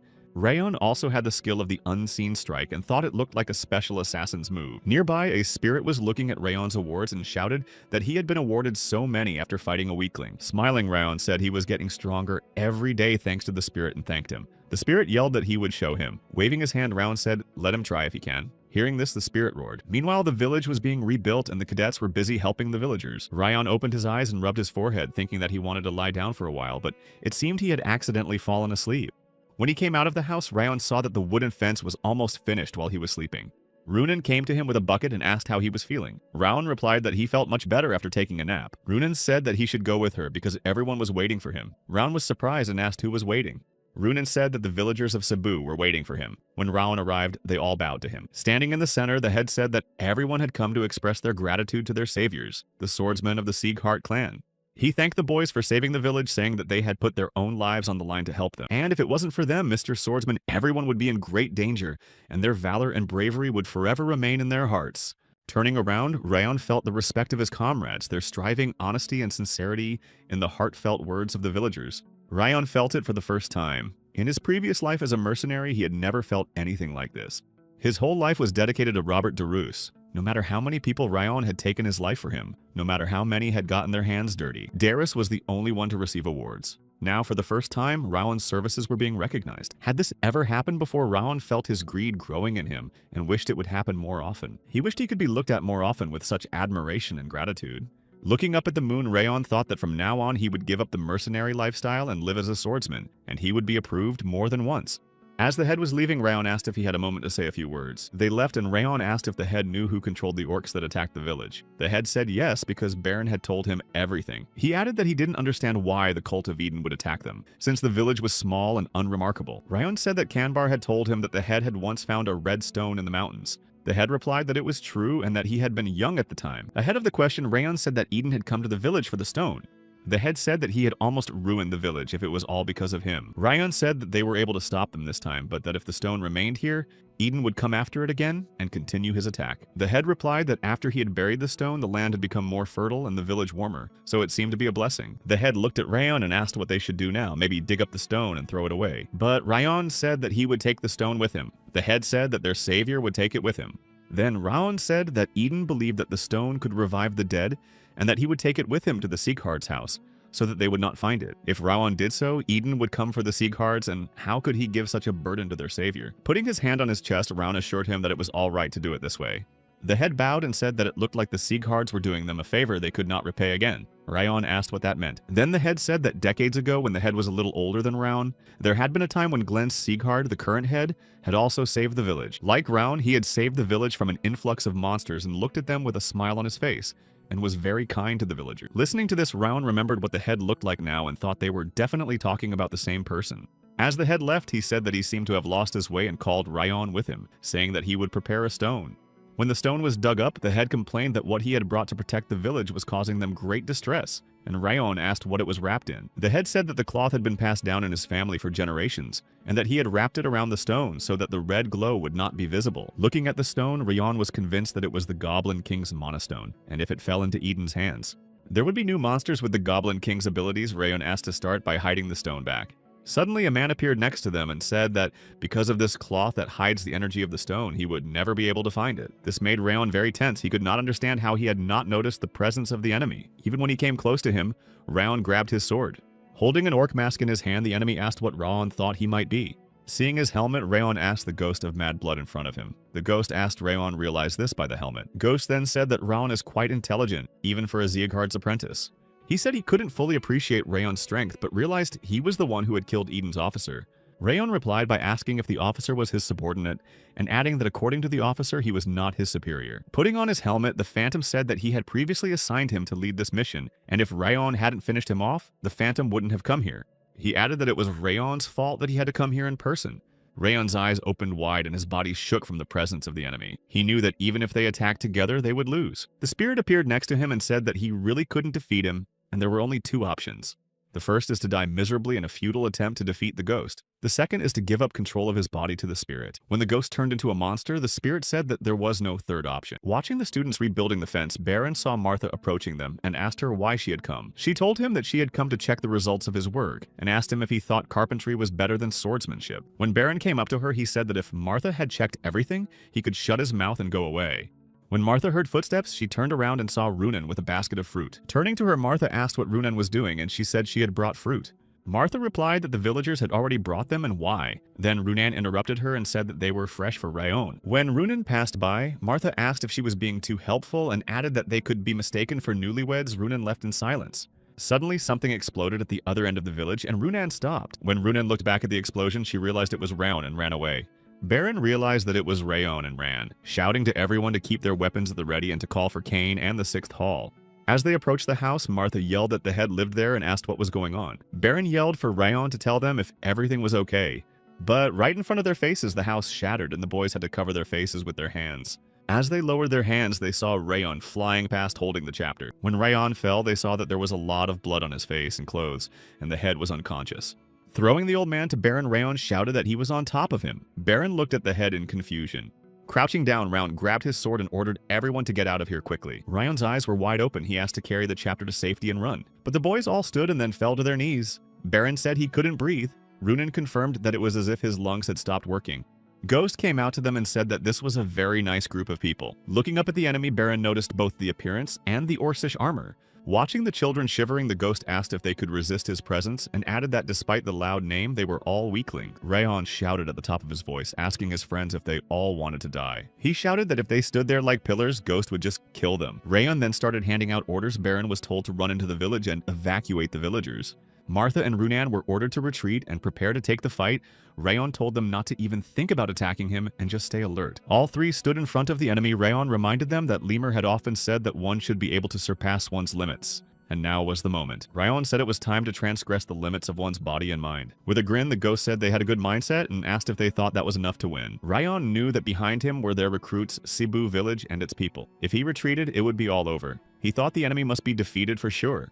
He stood as if at a precipice, unsure if he could do it at all. Rayon would have had a hard time fighting the ghost even in his past life, and now the ghost reminded him that Rayon had said he would attack at any moment. Leaning over, Ghost got on all fours and said that now Rayon was just standing there watching, and his words were meaningless. Jumping at Rayon with his fists, Ghost said that if Rayon didn't attack, then he would. Rayon's eyes went wide because the Phantom was now even faster than before. Rayon swung his sword with the 1,000 Flames technique, the 10th stance, and fire erupted all around him. The ghost said that Rayon's strength was not bad, but he kept on walking with his fist raised. Covering his head with his hand, Rayon saw that the Phantom had easily broken through the Technicolor and was attacking. He clenched his teeth and thrust his sword forward, thinking he would have to fend off the attack. As the Phantom approached, Rayon jumped aside and his fist flew past him. As he watched it fly by, Rayon thought that if he hadn't been able to read the direction of the blow with the Ring of Fire, he would have died. At that moment, Rayon wanted to retreat, but he knew he couldn't. He thought that he should show those guys who were watching the fight his other attacks. That way, they would have a slightly better chance of surviving, or rather they would increase by 1%. Watching Rayon running towards him with his sword, the ghost laughed and asked what the hell was going on. The Phantom jumped, clenched his fists, and squatted down to extinguish the flames. He shouted that the fire disappearing with half a kick was no good. The ghost pushed himself up from the ground and started flying straight at Rayon, shouting that they were going to have fun. When the enemy was close, Rayon bounced and the ghost slammed his fist into the ground, shattering it. Sitting down again, Ghost said that Rayon's flame was very different from his normal aura, and he wondered how the officer lost to Rayon. Looking at Rayon, Ghost added that when he saw his strength, he realized the reason, but now the whole situation looked even more pathetic. Ghost said that Rayon's flames would not hurt him, and asked if Rayon knew why Rayon was trembling. Rayon said it was because of his helmet, which contained his power. King of the Forest Ogre. Forest fires cannot hurt the ogre. This monster is fiercely protective of its territory. When the ogre comes upon a castle, it is not afraid of defensive fires or fire arrows. The ghost of wild blood is able to transfer power from this monster. The ghost stood up and said that in this case, Rayon knows that no matter how strong Raon's aura is, he is not afraid of it, and he even feels sorry for Round. But Round replied that if fire didn't work on the ghost, he would just use something else. Raising his sword, Ryan used his other skill and snow started flying around. Seeing the cold, the ghost asked Round if Round was able to change an element of his power and hit with the same power. The ghost couldn't believe that Ryan had such abilities at such a young age and asked who he was. And Ryan asked what did Ghost care if he was going to die at his hand soon anyway. The Phantom grinned and said he would see how fast he could knock Round out of the fight. But Round was already flying straight at his opponent. As Baron and the other students ran to Ryan's aid, there was an explosion. When Baron arrived, he shouted to Round if he was alright, but Round was throwing punches. Seeing what Round was doing, Baron saw that it was not the fire aura Round normally uses, but the power of cold. The power of Ryan's aura sword fighting skills, Baron wondered when Ryan had time to become a swordmaster. The warriors of the continent are divided into many classes depending on their strength. Any weapon serves as a confirmation of its wielder's aura level. Those who have just begun to learn the use of aura are called beginners. Those who know how to control the aura and can cover their body with it and direct its flow into the weapon are called aura users. When the aura user further improves his skills, he becomes capable of releasing his aura. An aura expert is someone who can transform his aura into a sword. Therefore, if Round can use aura muchness, he has reached the level of an expert. Otherwise, there's no other explanation for Rayon being able to confront Ghost, who is supposedly at the highest stage of Aura Expert. But Rayon just kept on hitting Ghost, and it didn't do any damage to him. Suddenly, Baron noticed Rayon's gaze and realized that he was deliberately attacking so that the opponent would open up. They had spent so much time training together in the 5th hall that Baron could read everything in his eyes. Looking at Martha and Raunin, Baron clenched his sword and thought that they were Sieghardts after all. Baron thought that they had to protect the village, and they could do it all together with Rayon, and so Rayon swung his sword at the Ghost's fist. Looking back at his comrades, Rayon shouted for help. He yelled for the guys to release everything. Baron, Martha, and Runin attacked the Ghost from above. As Baron flew, he thought about what they would win, or rather, what they could win. Looking up, Ghost called them insects and said he expected that. He balled up his fists and applied aura pressure that sent the guys flying in different directions. Baron realized that Ghost had released astral energy around his body. Looking at the remaining Rayon, Ghost said that he had thought to finish them off one by one, but they made it easy for him. He said it was always fun to watch the hope in their eyes as they sank into the depths of despair. Swinging his fist, Ghost asked if they really thought he would be defeated by the likes of them, and added that they would all die today. Drawing his sword forward, Round shouted that he wasn't the only one expecting something. Combining all the malicious intent that Round had accumulated in his previous life, plus adding the coldness of the Molodic aura to the 1,000 Fires technique, Rayon concentrated everything into a single point 10,000 Fires technique endpoint. Once again, flames erupted all around and Round plunged his sword straight into the Ghost's chest. As the Ghost fell to his knees, Round looked down at the ground, breathing heavily. Grasping the sword in the Ghost's chest, the Ghost asked Rayon focused his aura to attack him when the defense weakened, and Ghost said he could have died that way if something had gone wrong. After hitting Round so that he flew away, Ghost began to draw his sword. He said that Round was too weak and they were not even worth comparing. Clenching his teeth, Round thought he could attack the gap when his aura weakened, but he didn't realize that Round couldn't penetrate his muscles. The Ghost stopped the blow with his reinforced skin and muscles. He is at the level of an aura master, and Rayon shouted to the cadets that as commander he was ordering all students to retreat. He turned around and shouted that they could not win in their current state. Rayon ordered the villagers to evacuate and retreat. They had little time, and Rayon knew he needed to evacuate the students and villagers with minimal casualties. He asked Baron if dying in vain was the Sieghardt's way. If not, then Baron should do what he had to do. Running away, Baron shouted to the others to concentrate on retreating away from the Ghost, and they would save as many people as possible. Turning around, Runin tearfully shouted to Rayon that he couldn't just die. Watching Rayon get up, Ghost asked if he really believed these insects could escape. The Ghost asked if Rayon believed he could hold him until they ran away.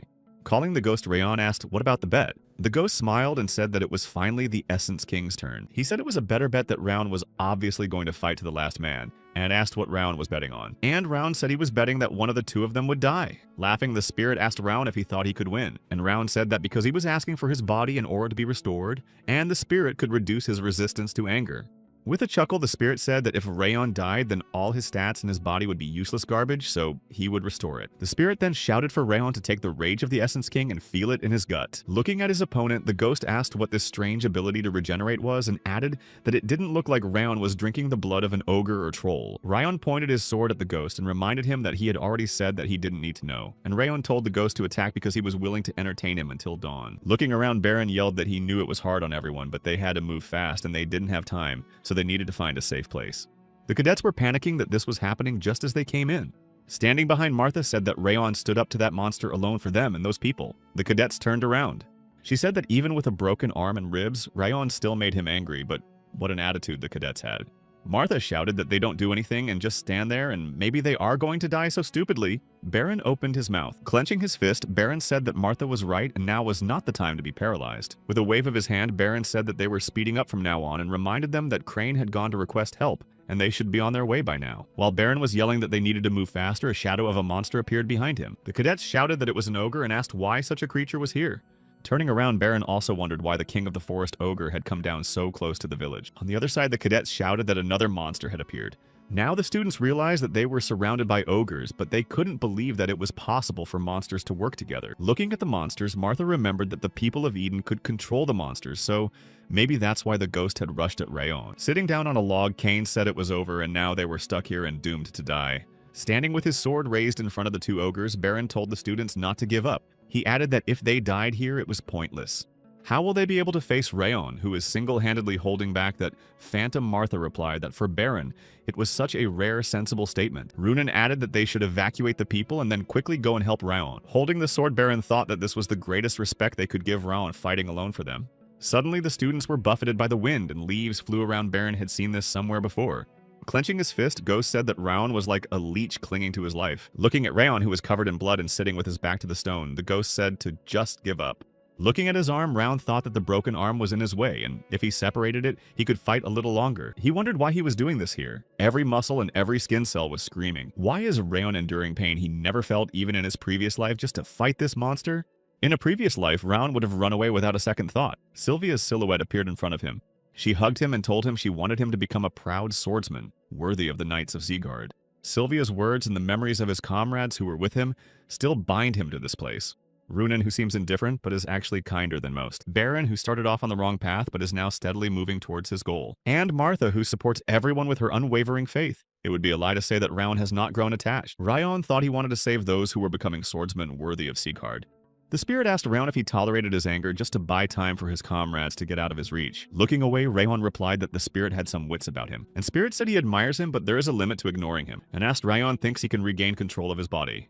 He shouted how Rayon, barely standing on his feet, would be able to do that. Rayon felt as if he had been hit in the chest and leaned over and let go of his sword. He fell to all fours, and the spirit shouted that Rayon lost the moment he took his wrath, and if he gave up the body, there would be no return. Watching his opponent suffer, the ghost said that it looked like his limit had finally come, and added that he had come up with a great idea. The ghost said he would leave Rayon for last and finish off his companions first. It would be more fun that way. Rayon looked back and listened to the phantom telling him to imagine the heads of his comrades being ripped off one by one before his eyes.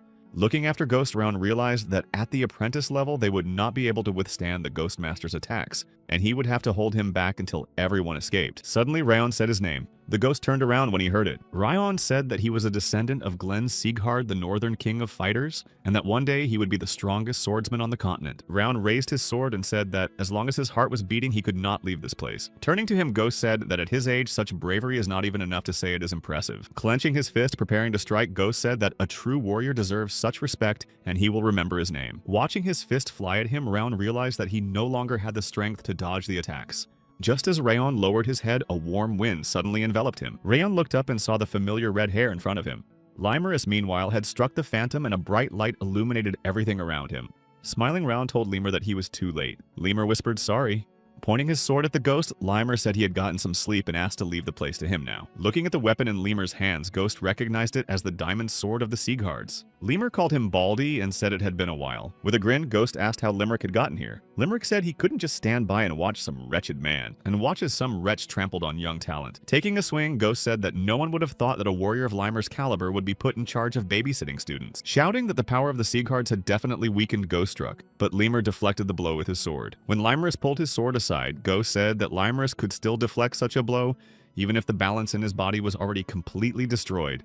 Ghost then asked if the rumors about Limer's energy core being destroyed and the resulting limp were true. Limerus replied that it was nonsense and added that Ghost needed to trust more reliable sources. The ghost said it was nonsense and said that Limer's swordsmanship exuded a terrifying amount of malicious intent. And now the sword swings are like a breeze attacking Limerus. The ghost said that there was no way Limerus could finish him. He threw a punch, but Limerus bounced back and his fist hit the ground. Limerus said it was brutal. As he flew up, he swung his sword and the ghost made a fist round.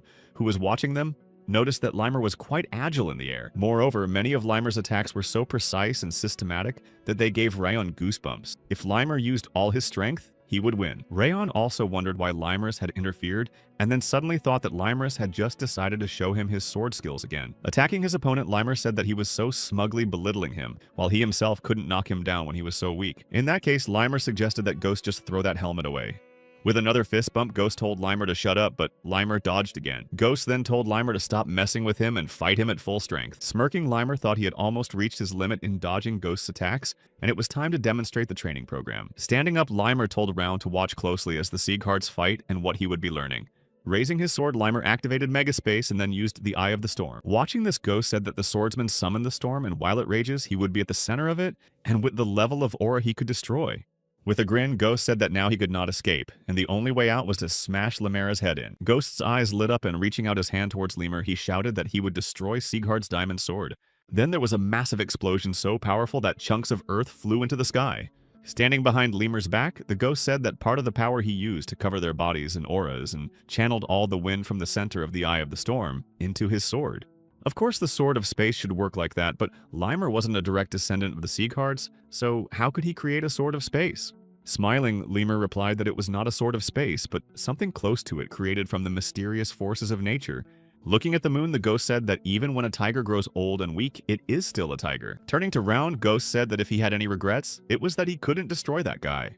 Limer said with a sigh that there was no way they could put in a good word for him with their young king. Ghost said that Rayon had the qualities of a king, but that he should not be arrogant, and said that they had many talents to counter. Ghost then said that today he would admit defeat to the diamond sword of Sieghard's Lemur, put the sword away in its scabbard. Walking over to Round, he asked if Round had memorized everything, and added that as a descendant he should learn the Sword of Space. Smiling, Limer said that just as mages create space with their mana, swordsmen create fields and spaces using their level.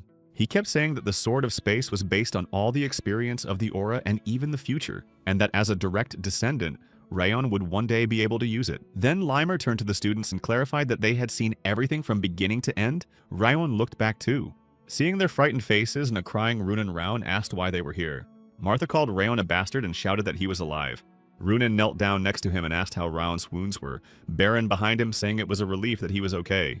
Watching them, Limer thought that old injuries make themselves known after a fight, no matter how much you lie to your opponent about your health. There were only a few instances where descendants from side branches were able to use the Sword of Space.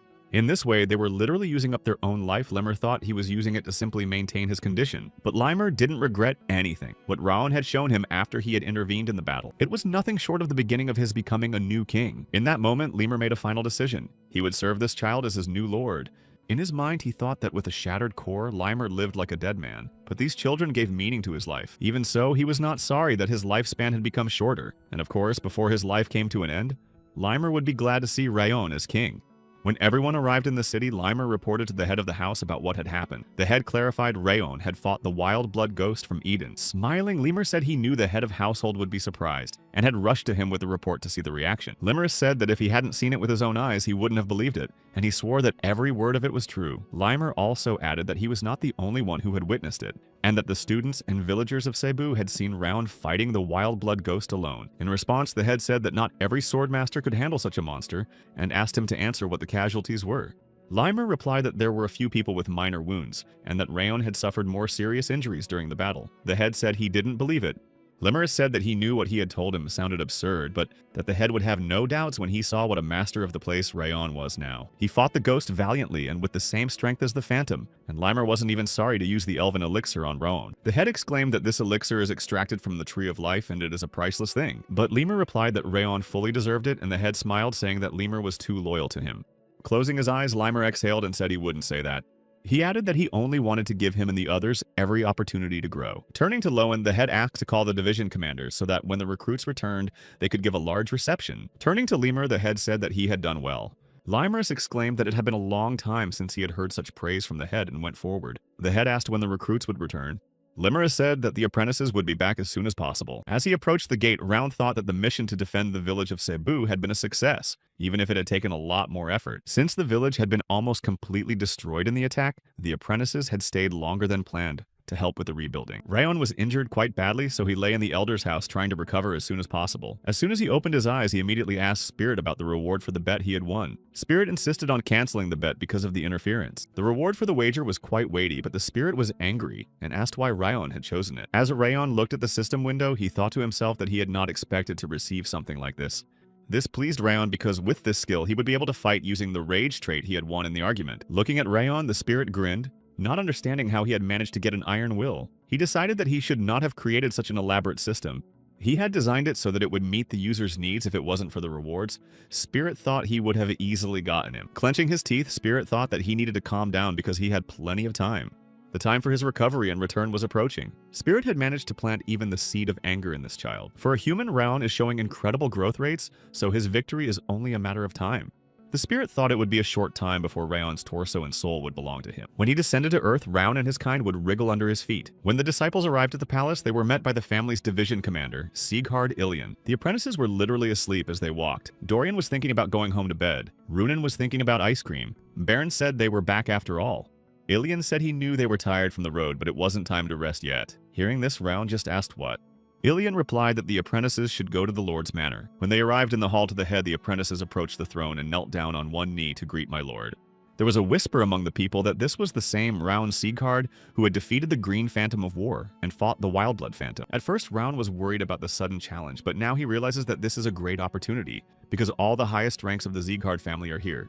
From the past mission, Rayon has learned a lesson, but now he must prove himself in future battles. It is here and now in front of all the heads of divisions, of all the heads of families of the direct line on Rayon. All eyes are directed at him, including Glenn Sieghard. Glenn has different techniques and personally, plus he always rewards everyone on their own merits, and so there is only one way. In Rayon's opinion, they need to prove what they have achieved and find a teacher who will teach him even more. The head turned to Rayon and said that he had heard that he had performed better than the others on this mission, and added that he was waiting for a detailed report. Rayon stood up and began to talk about the time he spotted the scout and the monostone hidden in the village. He told of how the ghost had attacked suddenly and Rayon had taken the role of decoy, worried that the enemy might do irreparable damage. After these words, Karun shouted, calling Rayon a scumbag and asking how dare he lie to their face. Rayon turned around. Karun turned to the head asking if he really trusted the words of this bastard, as the Phantom alone would have killed all of them, not to mention the Phantom. Looking back at Dorian, Rayon asked him to bring those things. Dorian went to get them. When Dorian arrived, he spread out a cloth in front of the head with 2 helmets on it. After everyone was sure that Rayon was telling the truth, Rayon asked the head for permission to bear his sword. The head gave it. When Rayon drew his sword, flames blazed around him. People realized that Rayon was the descendant of the clan whose aura had impressed everyone at the ceremony. They immediately realized that this kind of power could defeat the Green Battle Phantom. Looking at Rayon, Karun thought that Rayon was a bloody half-breed and had reached the level of a swordmaster, and if it wasn't for those helmets, he wouldn't have believed it. So the head began to say that Rayon was the first among the recruits to excel at the task. When Rayon heard his praise, it seemed to him that only the 2 of them were left in the hall, and the others were numb with amazement. Some of the recruits couldn't hold back tears when they heard his remark. After finishing his report, Rayon displayed the red monostone and informed the head of Eden's purpose. As a result, all the recruits were awarded bronze medals and Rayon was awarded a silver medal. But Rayon thought he would receive an additional award. Nearby, the hovering spirit said that even giving the head such a meaningful information about Eden to Rayon didn't get Rayon anything and called Rayon an idiot. As Rayon walked along, he thought that after achieving the 1,000 lights technique, he would trust Glenn a little more. But apparently he shouldn't have gotten his hopes up. Rayon was approached by Lowen and asked for permission to visit the annex in the evening. Rayon asked why.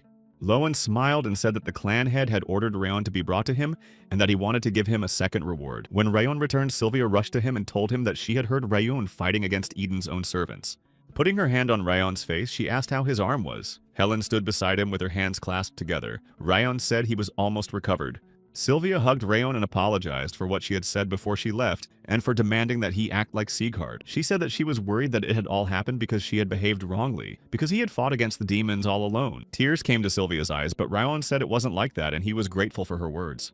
He told her that when he had faced the ghost, he had at first wanted to give up and run away, because he wasn't sure he would win. But then he remembered what his mother had told him and how she wanted him to live a life fit for the swordsman of the Sieghard family. And Rayon said that thanks to Sylvia's words, he was able to fight like a true swordsman. Sylvia fell to her knees and began to sob even louder, and Helen also covered her face with her hands. Rayon raised his hands and asked why they were crying. Back in his bedroom, Rayon asked Judiel if anything had happened while he was away. She said she had received orders to return. Looking at her, Rayon realized that Judiel would be punished for not informing them that he had become a sword master, and would take out his anger on her. Then Rayon decided he couldn't let her die now and saved her. Rayon paid a heavy price. He said she should listen to him. He said that instead of going back, she should send a letter saying that she had been appointed Rayon's personal maid. She should write that the decision was Sylvia's because she had become concerned about his condition, and then Judiel would be cleared of suspicion. If Judiel thought they were targeting her again, she should report that Rayon was making a rapid recovery. Rayon said that if she understood, she should hurry up and write the letter. Judiel turned around and headed for the exit. The spirit said that Rayon's every word and action was foolish and asked why he kept this useless spy around. But in Rayon's opinion, she is not useless, and he is using Judiel as a trap to strike at Karun Sigard. Besides, Rayon doesn't want to use her and then throw her to her death just like he did in the past. Rayon looked into it and said he had one last thing to do today. Returning to the castle again, Rayon bowed and said that he came at the summons of the head. The head frowned and said that the formalities were enough and asked what style of movements Rayon had used during the mission. It was unclear why he was suddenly asking about it, but Rayon replied that he had used the river style and the basic steps that all recruits were trained in. After thinking about it, the head replied that it was a pretty good technique and could be used even after Rayon became stronger. The head said that he had decided what Rayon's reward would be for his valor in the battle against Eden's comrade in arms. Descending the stairs, the head said that he would personally teach Rayon the style of steps that would suit him best. Rayon's eyes opened wide because he couldn't believe that Glenn would personally teach him. When Rayon stood up, the head told him to keep his eyes open because he was only giving him one chance. As Rayon watched the head walk and fire began to light up around him, Rayon thought it was the movement style of the mightiest warrior on the continent. Rayon had never before seen the style of movement that Glenn showed him. He moved fast and slow at the same time. His footsteps light but also heavy. His steps were as free as if he could walk to the edge of the earth and back without difficulty. The demonstration was very short but so perfect that it was instantly breathtaking. It was impossible to comprehend even with a ring of fire.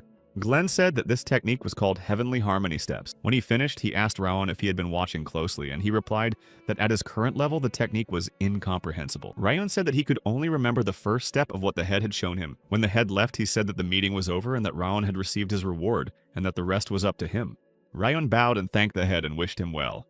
Rayon left, and Lowen said that he had not expected that the head had decided to show him the steps of Celestial Harmony technique, and added that he was worried. After all, the technique had been created by none other than Glenn, and Lowen wasn't sure that young Rayon would be able to grasp such a complex science. In response, the head said that he had only shown Rayon once, and he already understood divine progression, and that the first step is the foundation of all things. In the head's opinion, Rayon instinctively realized that all technique was based on the first step. Rayon had not yet realized how important this was, but he would soon realize what the first step represented. The head knew that Rayon would one day fully master the Heavenly Harmony Steps technique. A few days had passed since Glenn had shown Rayon the steps. Rayon continued practicing using the system, but was still unable to learn the steps completely. It seemed to him that if he practiced a little more, he would figure it out. Suddenly, a furious Sylvia jumped over the fence and asked him what he was doing, because she told him to rest. When Rayon saw this, he thought to himself that it was impossible to tell that she had a broken energy core. She came up to Rayon yelling that he said he would only start training when he was fully recovered from his injuries. Rayon asked not to be angry and went to the swings thinking that Mom was much scarier than the Demon King. As a result, the step training was temporarily suspended. Of course, Rayon continued training secretly, but Helen and the other servants were watching him closely, so he had to take a break. Remembering the faces of the servants, Rayon wondered why they looked like they were enjoying it. Smiling, Rayon thought that sometimes it was nice to just sit back and relax. Suddenly, Helen ran up to him and told him that they were in big trouble. She told him that Raiden Sieghard had come to see them. Rayon knew that he was the son of Balder, the fourth of Glenn's sons. Looking at Helen, Rayon said that Raiden had no business in the wings, so why was he here? Putting his hand on his chest, Helen said that they didn't know, then shouted that as soon as he arrived, he went after my lady and her servants. Standing in front of Sylvia, Raiden shouted that she hadn't even cleaned up the garden before the guests arrived, and now claimed she hadn't received a letter from him. Raiden continued to shout that apparently Sylvia wanted to say that it was the butler's mistake, or meant that he was lying to her. With her head down and her arms folded, Sylvia asked him to wait for a few minutes, while they made the garden look decent. In Raiden's opinion, the whole family should look at him with admiration, for he had personally destroyed a whole branch of the White Blood cult. But no one even spoke of his heroic deed. All they could hear was talk of a boy named Rayon. Raiden didn't understand how dare that filthy thief from a side branch take away his glory. He shouted at Sylvia, asking how long he had to stay here. He spat on Sylvia and hit her right on the arm. Helen screamed that even for a direct descendant, he was going too far. And Raiden asked who she was raising her voice at and kicked Helen in the face so that she flew off to the side. Kicking her on the back with his foot, Raiden said that he was her boss, and even if he let her guts out, he would be forced to stay home for 2 days at the most. Sylvia yelled for him to stop, and suddenly Judiel balled her fists and yelled for Sylvia to be careful. Raiden smiled and asked if he was the same Raon and added that he was just about to find him, so Raon was just in time. Seeing Raon's sword in his hand, Raiden asked if he wanted to draw his weapon on him, and then asked him to remember that he was a direct descendant of the family. With a wave of his hand, Raiden told Rain to put the weapon down and not to make things worse. When Raiden started to introduce himself, saying whose son he was, Raon drew his sword and the blade was at Raiden's neck, but Raon said he didn't care. Raiden's servant came up and deflected Raon's blow. Raiden called Raon a crazy bastard, but Raon did not wait and punched Raiden's servant in the face with his fist. Raiden shouted Raon knows who he just hit. Raon replied that he understood perfectly well. Raon raised his sword again in preparation for the blow, and said that it was a robber who had entered their territory. Raiden was frightened and shouted that he was the lord of the house, and that Raon was talking nonsense. Raon flew up to him and hit Raiden in the stomach with his knee, saying that he was the only one talking nonsense.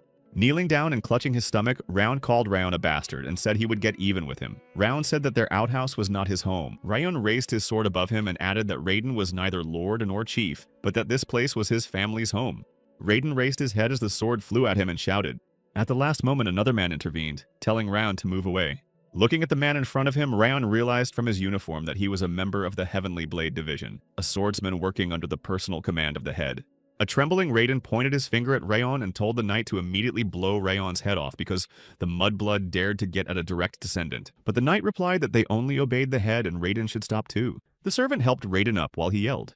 The servant told Raiden that it was time for them to leave because if they interfered with the conflict in the division, they would make it worse. As they left, Raiden said that he would not forget what had happened, and that Raon would find out what crime he had committed. He shouted that Raon would suffer such a humiliating and painful punishment that he would beg for death. Nearby, Helen apologized to Sylvia, saying that she had acted rashly. Sylvia thanked her for standing up for her. Sylvia asked Helen not to worry about what had happened, because she would sort it out for herself. But she was interrupted by Raon, who said that he would sort it out for himself. He said that in the end he was the one who had fallen for the provocation, and therefore the consequences should be his alone. Then he and Raiden were summoned to the castle to see the head of the castle. The head of the castle ordered them to stand up.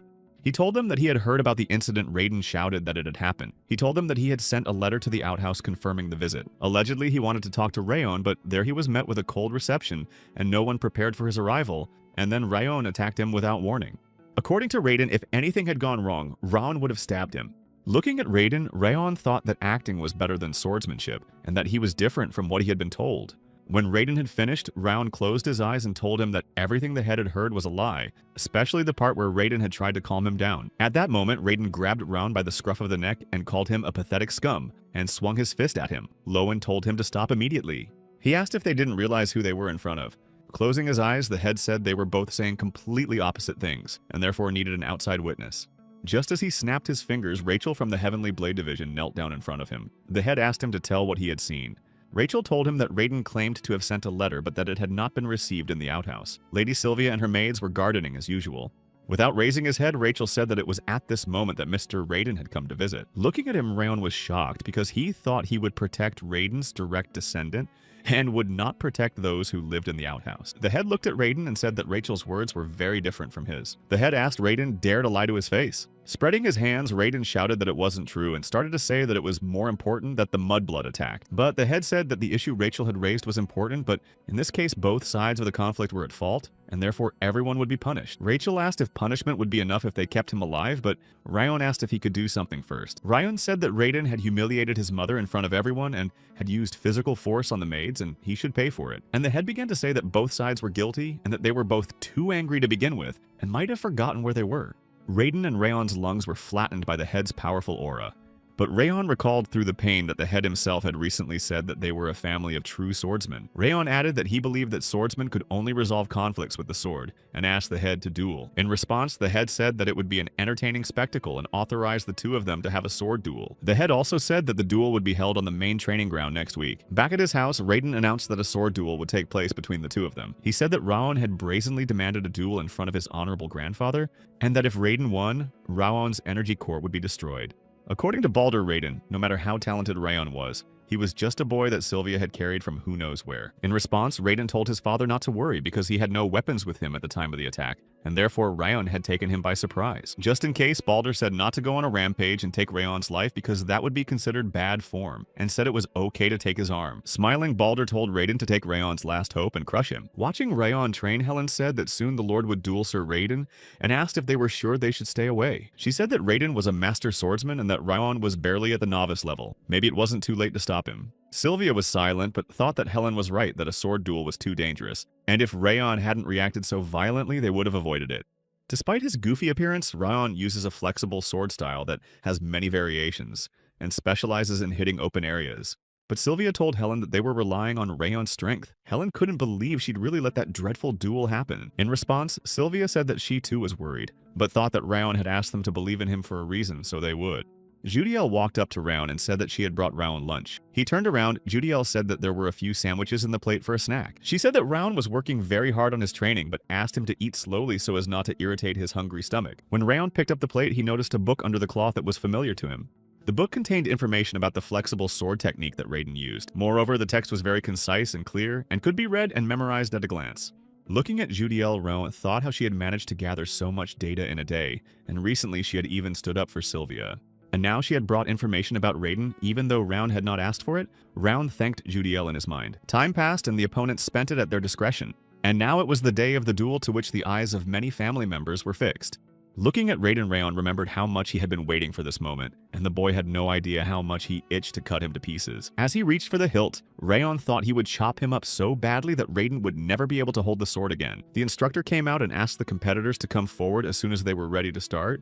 Raiden said he couldn't wait to see Rayon's face afterward. Rayon responded by saying that he wondered if Raiden would be able to see anything. The start was announced and Raiden lunged at Rayon, yelling that the tricks weren't working. As Raiden pointed his sword at Rayon, fire erupted, and then Raiden realized that Rayon had disappeared. Rayon stood behind him with his sword raised, touching his opponent's neck. Rayon said it was the first time.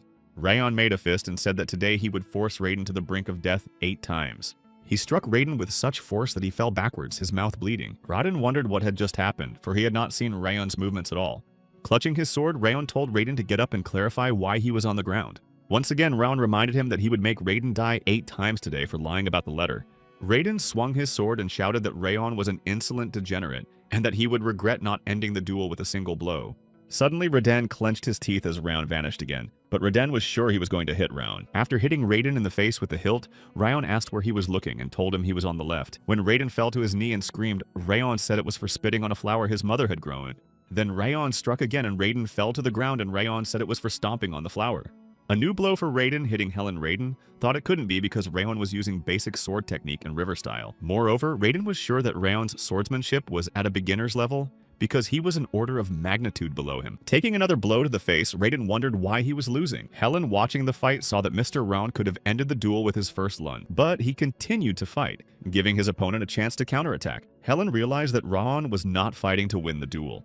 He was avenging the humiliation they had endured. Tears came to Helen's eyes and she covered her mouth with her hand. For them, the silent maids who, in this estate ruled by the strongest of the strong, are not even human. Their young master is dueling with a descendant of the direct line to defend their honor. Next to her father, who craved only power in an estate that grew more uncomfortable with each passing year, Sylvia had always felt superfluous. When she became so unbearable to be here that she ran away from home, Sylvia turned away from the reality in which she lived. It was her mistake. She had to rely on her own strength to overcome the injustice of this bloody land. That's what Rowan is doing now. No matter how weak they are, they must have courage, and fight to the last against any enemy who dare not even set foot in their territory. Round doesn't run away but shows them how tough they must be. When it was over, the referee announced that Raiden Sieghard was completely defeated, and the outcome of the duel was decided. Balder shouted from the stands, asking Raiden what he meant by that. Limerus raised his fist and shouted that he was saying that Rayon would definitely win. Martha and Baron clenched their fists and shouted that they knew Rayon would win. Lowen said that he had been serving the family for a long time, but this was the first time he had ever seen anyone support the scion of a side branch so strongly, regardless of his status. The head is really surprised that Rayon's comrades support him so strongly despite his status. But what surprises him more is what happened at the duel itself. Rayon still lacks experience, but he still managed to use the steps of harmony. It's a walk that Glenn created after reaching enlightenment, after overcoming his dark side. A normal warrior cannot learn this martial art even after devoting a lifetime to it, but Rayon learned it in just 2 weeks. Rayon is extremely popular for his age. After his victory, the stands chanted his name. In the past, Glenn's only desire was for power. That's why the family values strength alone, and Glenn can't change that because he's too old. Since he is aware of the unfair treatment of the siblings of the side branch, perhaps one day Glenn will be able to change this family. The head said that since the duel was over, the conditions must be met. Turning to Lowen, the head asked him to reduce the budget of the True Martial Arts Hall by half for this year under any suitable pretext. After that, at Glenn's behest, the terms of the duel were met. Raiden confessed his sins in front of everyone. He apologized to Rauna's mother and the maids on his knees. Glenn had also instructed the true martial arts hall not to interfere in any way with the affairs of the outhouse. The maids were finally able to breathe a sigh of relief as tears of joy appeared on their faces. This incident had finally come to an end. As they left, Sylvia asked when Round had become so strong and added that she was surprised. Ryan replied that he would explain everything, but that he shouldn't be so clingy. The instructors watching from above said that at such times, Rayon looked like a very ordinary boy and not like a man on the battlefield. A man suggested that maybe he should ask Rayon to join the Black Tiger Division after he graduated. The girl said that he didn't have the slightest chance. The other woman added that the trainees of Hall 5 were really about to graduate and had to decide where to join next. In her opinion, Rayon really stands out among the others, but Rayon is not the only capable student in this training ground. She named Martha Berena Sieghard and Runan Cillian. She thought that those three were also strong and talented. The next selection ceremony promised to be extremely interesting according to the Black Tiger. When Rayon arrived at the house, Judiel asked him if he really expected this outcome. Rayon said he was sure he would win. And Judiel said that Rayon is a fearful man, but at the same time, extremely kind. She said she was really grateful to Rayon for saving her from Mr. Curran. As she left, Judiel said that Rayon needed a good rest. Looking out the window, Rayon thought that the look on Judiel's face this time was sincere. He thought it was possible to tell that the unworm was a lie. At that time, the head arrived at Lemur's place and waved his rings to greet him. Watching Limer take off his rings, the head asked where he got so much jewelry from. Limer told him that he had made a very favorable bet, a deal thanks to Rayon. Limerus also said that he had managed to get elixirs for all the members of the 5th Hall. The head thought that Limerus was bragging about extorting his son. Sipping his tea, the head said he doubted that Limer had come here just to show off his new jewelry. Limerus sat down and folded his hands and said that he had come here to make the head a proposition. Putting down his mug, the head said he was more than sure he had already entrusted Limer with their training. Limer replied that it wasn't about training. He asked the head for permission to change the final exam for the trainees. After scratching his beard, the head asked him to change the exam, and then he asked for more details, and Limer told him that the current final exam was either to receive recognition from the instructors or sparring between trainees. However, these guys had already fought against the apprentice knights of the Orvan Kingdom. And during their second mission, they had overcome a dangerous mountain. Even though they were only trainees, they had already passed many tests. That's why Limer thinks that the 5th Martial Arts Training Hall needs a new challenge. The head immediately understood what he was talking about, but Limer told him that the format of the test was survival. If the students could survive outside without any help from anyone else without using the surname Sieghard, they could become much stronger. Holding out his palm, Limer said that it wasn't a bad suggestion, and asked what the head had to say about it. At first, the head was silent, and then he said that Limer had changed. This answer surprised Limer, and he asked again. And the head said that after the day when Limer's energy core was destroyed, he had always been so sullen. But now it's different. Everything changed after Limer met the trainees of the 5th Martial Arts Hall. Now he has the same passion as his trainees. Waving his hands, Limer said that he was even embarrassed. Lowen came up to them and said that Limer's face had changed a lot. Putting his hand on his head, Limer said that he had just realized that he was not only a talented swordsman, but also a great teacher. Moreover, Limerus believed that he could raise the next king who would surpass even Glenn. In response, the head said that Limerus was talking about Rayon, and Limerus said who knows because that person could be Baron, Martha, or even Runan. The head turned away and said that in a week he would be expecting a report from Lemur regarding the final exam. And if Lemur didn't make it in time, they could pretend this conversation had never happened. But Lemur got the papers.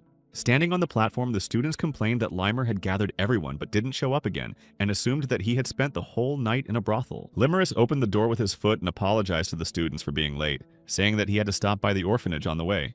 As he approached the students, Limer said that he had an important announcement to make, and had given it a lot of thought, but had made up his mind as soon as he saw them. And Limer reminded them that their graduation exam was coming up soon, because they couldn't remain victims forever. With a wave of his hand, Limer said that they had accumulated a lot of experience, and that was why they would go to the outside world alone and see how big it was. Limer said that the topic of their final exam would be survival. After a month, they would discard their status as Sieghard's trainees, and will begin their survival in the various locations of the continent, with only a sword in their hands. For those who are afraid, there will be an alternative exam. Turning to Rayon, Runan asked if he would be willing to take part in this. Rayon said yes. Baron said that he was sure the instructor was doing this for a reason, so he agreed. Seeing that Rayon was not the only one who agreed, Limer asked if the students felt that the decision was too easy for them.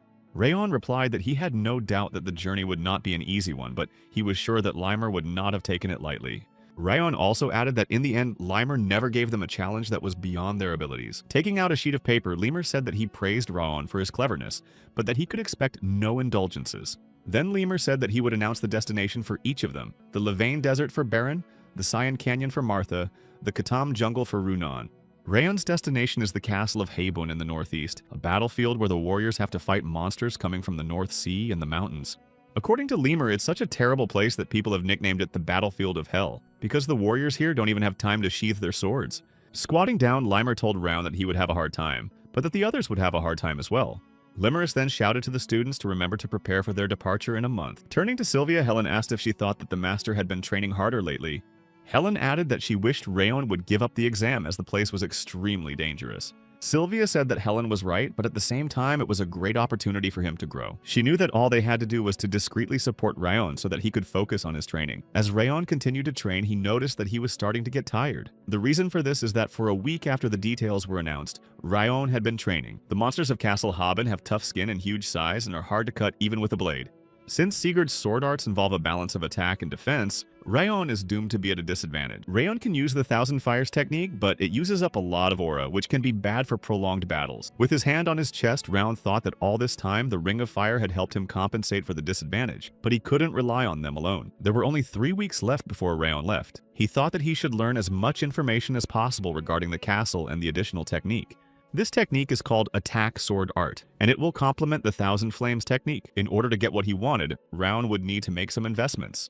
When Rayon came to the head, he asked Rayon if he had decided to acquire the new technique with silver medals. Then the head reminded him that Rayon had told him that he was going to spend them on something else, and Rayon replied that he planned to use the medals to restore his mother's status. The head clarified that he had now changed his mind, and Rayon said that after the mission in Cebu village and the last duel, he realized something the head said. He was listening. Putting his hand on his chest, Rayon said that he had achieved amazing results considering his current situation, but was only rewarded with a medal.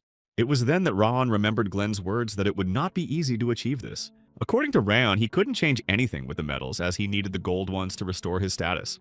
He was going to use them to become stronger and be able to collect gold medals. After taking out the book, Glenn replied that he was right. The book flew into the air and the head said that since Rayon was going to Habun Castle, this technique would be perfect for him. The book was called Fangs of Madness. Looking at it, Rayon thought about Glenn giving him a proper reward. The head had chosen this technique for him, so there was no doubting its effectiveness.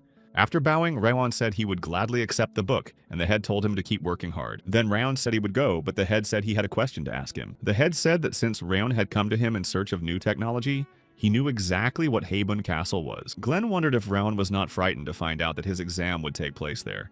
And Rayon said that the unexpected duel in Eden had promised him growth comparable to a year of training. He realized that in order to grow stronger, he had to be put in situations in which Rayon had to surpass his limit. Besides, there was no way Limerus would give them an impossible task. Rayon felt that the adventure would make him strong enough to be grateful. Lastly, the head said that there were many ways to use the techniques, and asked Round to push his limits of his understanding. When Round left, Limer told the head that this was why he appreciated him so much. In Limer's opinion, Rayon could see right through him, and there was nothing better for an instructor than a student who fully understood his intentions. Limer also added that Rayon was completely different from the grumpy Baron or the sweary Martha. The head asked him not to insult his students behind their backs. Limer said that he didn't expect Glenn to give Rayon the Fangs of Madness because, after all, the value of this technique was a gold medal. Limerus smiled and said that Glenn's love for his grandson was boundless, but the head said that he talked too much. Limerus also added that the Fangs of Madness was a rather brutal technique and whether Rayon would be able to control it. In response, the head said that his job was only to give him the book, and whether he would study it or not was up to him. Limer said that despite his statements, the head had given Rayon some very important advice. The vein on Glenn's face was already swelling. Glenn raised his index finger and said that there was nothing Limerus could do about it. As he walked down the stairs, Glenn said that since Limerus was talking so much, he must have recovered from the effects of the previous battle. Limerus started to shout that he hadn't recovered yet, but the head raised his hand and lightning bolts began to shoot, and he said it was time to teach Limerus a lesson. Rayon was frightened when he heard the scream and looked back at the castle askance. Opening the book, Rayon wondered if this technique was really worth a silver medal. Fangs of Madness is an intuitive technique of the highest class that lives up to its name. It involves continuously attacking an opponent with the intent to bite into his throat like the fangs of a wild beast. However, intuitive techniques cannot be learned in theory and can only be honed through combat experience. That was why Rayon had spent countless sparring sessions with other trainees in an attempt to learn the technique. Rayon only let go of the sword the day before the final exam. He thought he needed to be more precise and would stop at nothing. At one point, the trainees were no longer able to spar with Rayon. He was finally getting closer to understanding the essence of the technique. When Rayon returned home, Judiel tended to his wounds and substituted that more bruises had appeared. Leaning over, Judiel asked if Rayon thought he was overdoing it a little since the final exam was tomorrow. And Rayon said it was because he was sparring to master the Fangs of Madness technique. Judiel said that was why she was working on his injury. Rayon also said he had something he wanted to tell her before he left, and Judiel said she was listening. Rayon then told her that he had lied when he said he had fed her the unstoppable worm, and Ju straightened up. Her face grew sad, and Rowan said that she already knew that, judging by her silence. When Judiel began to treat the wounds again, she said that she wasn't sure, just guessing. She said that at first she really believed it was the unworm. At that moment, she just didn't think it could be a lie. She was scared, and all she could think about was wanting to survive. Rowan treated her like a human being and didn't ask for anything in return. He even came up with a way for Judiel to escape the suspicions of the martial arts department. And there was something else Judiel had finally realized after a few similar incidents. The look on Rowan's face as he looked at Mrs. Sylvia and the look that Rowan used to warn her was only to protect the outhouse. That was why Judiel had assumed that Rayon wouldn't have resorted to using the unstealing worm, but she wasn't sure. She then asked why Rayon had chosen to reveal the truth to her, and he replied that she had changed. He said that while she had been watching him, he had been watching her too, and now she was starting to show her true feelings. And on the day that Radon showed up at the annex and started to show aggression, Judiel was really ready to rush forward to protect Sylvia. Moreover, on his bed, Rowan had found some information about Castle Haben and was sure she had done it. And Rowan thanked Judiel for this information because it was very useful. Then Judiel told him that she has a younger brother and she has no idea where he is because they were separated during the sale. But Judiel said that one day she would still be able to see him, and that was the reason she kept following orders. Tears came to Judiel's eyes and she apologized to Rowan. Putting on his shirt, Rowan said that he will save him. If Karun still wants him dead, then their meeting is inevitable, and then he will surely find his brother. Judiel asked again why Rowan had told her the truth. What if she had decided to report him to Sir Karun? Rayon said that he had only thought she would not do that and asked what she would do. Judiel said it was the most ridiculous answer imaginable. She also said that she would continue to follow Rayon and that if he needed anything, he should just let her know. When Rayon stood up, she said that while he was gone, she should keep an eye on the outhouse, and Judiel knelt before him. The night passed, and it was the morning of the final exam. Lemaris came out to the assembled students. He reminded them that the students would have to survive on their own for a whole year and then go back. Addressing Rayon as his best recruit, Lemur said it was time for his fiery speech. Taking the stage, Rayon said that a proverb says that a warrior who has survived his first battle cannot be destroyed so easily. They had all had a battle and survived to fulfill their mission where they had no choice but to die. Rayon told the students to become stronger and go back to the 5th study hall so as not to dishonor the name of the 5th study hall. Raising their fists in the air, the students began to shout that they would win and survive. Looking at Rayon, Limerick remembered that he knew from the beginning that he was no ordinary person. A calm mind that is not typical for Rayon's age, a kind heart that can influence the people around him, and a willingness to work harder than everyone else instead of relying on his talent alone. Moreover, during their last sparring session, Rayon managed to master the Fangs of Madness to perfection. Showing Rayon his bruise, Limer said that he wanted to spar with him since he had defeated all the other trainees, and he decided to renounce his instructor. In his mind, Limer asked Round to be brought back alive because if he didn't get to see the birth of the new king, he would be furious. After that, everyone saluted the chief instructor. Bowing the crowd loudly, thanked Limer for everything. And Limer said that he would be waiting for them here so the boys should get their strength and come back. As they left, Baron told Round that he would get stronger this year, so Round should keep up and not even think about disappointing him. Martha spoke next to him, saying that she supported Baron completely and that Rayon should not die because she still owed him a debt. Rayon looked at them and wondered if they could not be honest. Runen came up to him holding a box and called out to him. She handed the box to Rayon and asked him to take it with him. Rayon looked back at her questioningly. There was ice cream in the box, and Rayon asked if she was sure she should give it to him. Runen said she had plenty more. He thanked Raunon for the treat. She waved him off and wished him good luck. Looking at his partner, Rayon said it was time for them to go. Blue Dorian leaned over and hissed, asking why he should go with him. Grabbing him by the handle of his backpack, Rayon headed for the exit, saying they had somewhere to go. Dorian asked where to go, and Rayon replied that it was to the trading city of Camelin. When they arrived in Camelin Round and Dorian went to the central marketplace, Rayon said that before the battle they needed to do some shopping. There was a wide range of goods available, but not what Rayon needed. He assumed that only the black market would be worthwhile. Dorian turned to Round and said that he had not found what he was looking for because he had not stopped at any of the stalls yet. Then Dorian clarified that Rayon was heading downstairs, and Rayon asked Dorian if he knew about the black market in Cameluna. Dorian exclaimed to himself, and Rayon asked how Dorian might know about it. Punching himself in the chest, Dorian said it might not seem like it, but he grew up in a trade association. Remembering how Dorian had taken 40 spare kits with him, Rayon thought that explained a lot. Rayon's hunch was confirmed. He decided that since Dorian had already brought it up, he could keep it to himself. As they passed by, Rayon said that they would go there right away, but Dorian said that the market could only be accessed through a secret passageway, and Rayon said that he had gotten this information from Limerick. Dorian said that there was an explanation for this because there was a casino in the black market. Wearing black robes to hide in the crowd, Dorian and Rayon went to the black market. Dorian looked around and said that the market was huge and cleaner than the one on the surface. He asked Round if he thought there was something he was looking for. Taking out a book, Round said that to do that he needed to check the auction catalog. Opening the book, Rayon saw the black butterfly and the spike and said he knew he could find it here.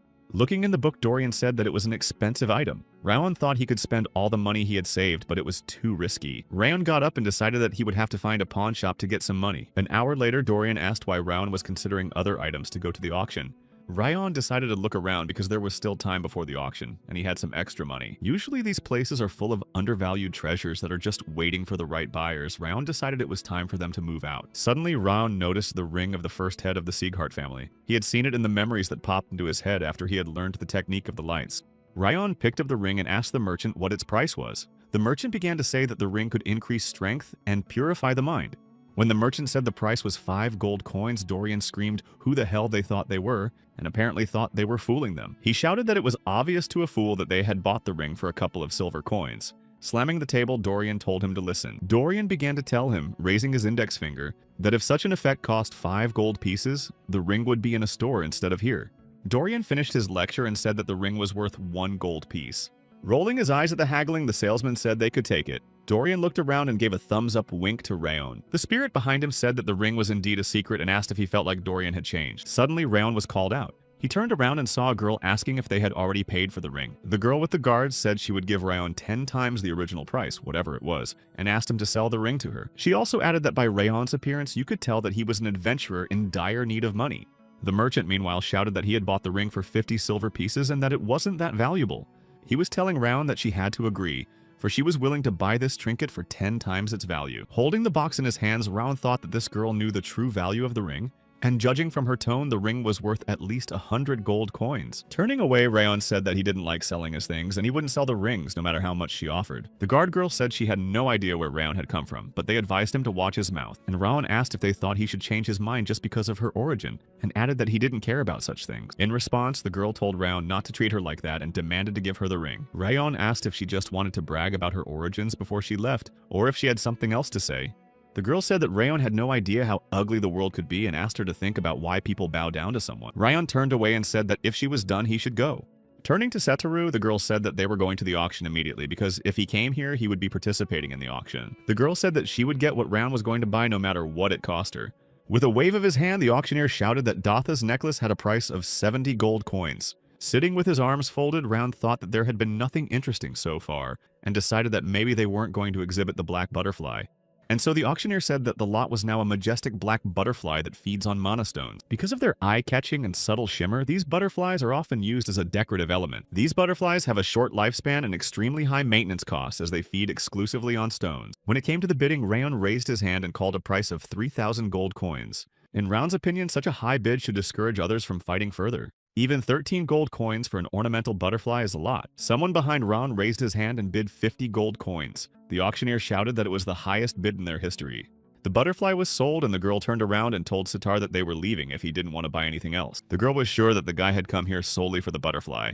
Behind Raon's back, Dorian was yelling that it was the same girl and she wasn't even trying to hide her evil intentions. And Raon told Dorian not to worry, but to go outside and buy some clothes for night traveling. Pulling up his hood, Raon said he was going to steal a butterfly from this girl. All the best mercenaries on the continent had individual characteristics, whether it was speed, lightness, or accuracy that were their virtue. In his past life, Raon was the most stealthy of them all. Now he stood and peeked around the corner.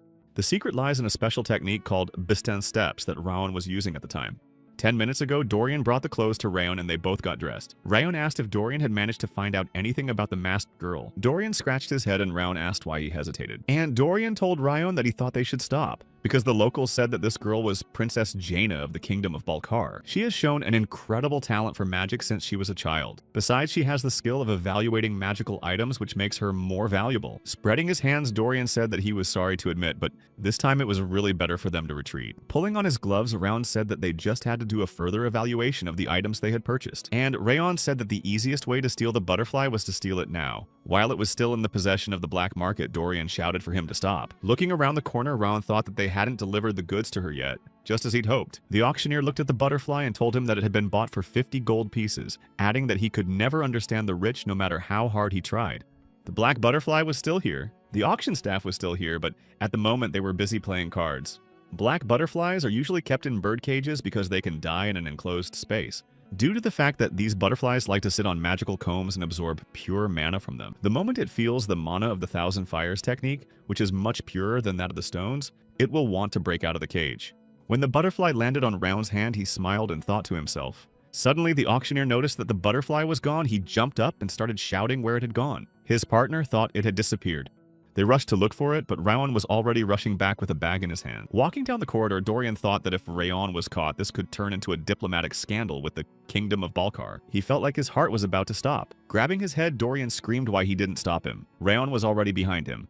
Turning around, Dorian shouted how long Rayon had been standing there. Rayon replied that he had just arrived, and Dorian was acting as if he had seen a ghost. Pointing to the pouch next to his belt, Rayon smiled and said he had it all worked out. Dorian couldn't believe it. Just as Rayon said it was time for them to go back to their room, Jaina appeared in front of them, saying that this was a very unusual meeting. She asked how Rayon was feeling and if he was upset. She added that he had probably realized it during the auction, but he couldn't beat her. Jaina also said she was willing to give him the black butterfly in exchange for the ring. Rayon replied that she was deaf and he wouldn't sell her the ring. Jaina said that Rayon was unable to understand the kindness of others and asked if he wanted to leave the market in pieces. An auctioneer ran into the hallway and called out to my lady. Jaina turned around and asked if he could see that she was talking. The employee started yelling that the black butterfly was gone and someone must have stolen it. Jaina's eyes widened and Rayon smirked. He said it looked like she was in trouble and Jaina immediately knew it was him. A smirk and a sarcastic remark, just as she usually did to others. Turning to him, Jaina said that at first she'd thought it was all about the high-mindedness, but it turned out that Rayon was just a pathetic thief. Taking off her mask, Jaina told him that she was a princess from the Kingdom of Balkar. She frowned and asked how Rayon dared to treat her like that. Sethar stepped forward and Jaina said that she would make sure that this theft would be Rayon's last. She ordered Sethar to deal with Rayon and he raised his fist. Rayon clenched his fist in response and said that he didn't care if she was Princess Balkar or anyone else. He punched Sethar and he coughed up blood and fell to the floor while Rayon was throwing punches. Jaina was screaming her head off. She asked Sethar if he couldn't even defeat such a pathetic mercenary. Suddenly, a man familiar to Rayon appeared in the hallway who recognized him and Jaina Greer. Jaina looked at him and asked him if he knew this man. Greer reminded her of a brilliant swordsman from the Sigurd family, and he was him. The Sigurds are a faction under the Northern King of Destruction. Come to think of it, Jaina had heard that the Northern King had the same blonde hair and red eyes. As Jaina stood there with her mouth open, Rayon asked her what she called him a miserable thief. Without letting her say a word, Rayon said he could take that as an accusation from Balkar towards the Sigurds. Walking up to Jaina, Rayon said that he was giving her one last chance. She should apologize to him, and then he would consider the incident as just a mistake of the princess. Jaina clenched her teeth as she listened to Rayon say that he would create an official protest against the Balkars. Bowing her head, Jaina began to say that she was sorry and generally asked to be forgiven. Turning away, Rayon said that he didn't want to escalate the situation, so he suggested to end it there. Rayon also advised Jaina to watch her behavior from now on, for she did not want to disgrace her kingdom. Sitting down at the table with Greer, Rayon said that he had avoided false accusations, and Greer was glad to hear that. Greer scratched his head and said not to worry about Jaina, and added that he would try to talk some sense into her. Rayon thanked him for his concern. Greer then asked what had brought Rayon to Camelin, and added that he had recently arrived here on a mission. Rayon said that they were on their way to the graduation exam site, and decided to stop here to buy some gear.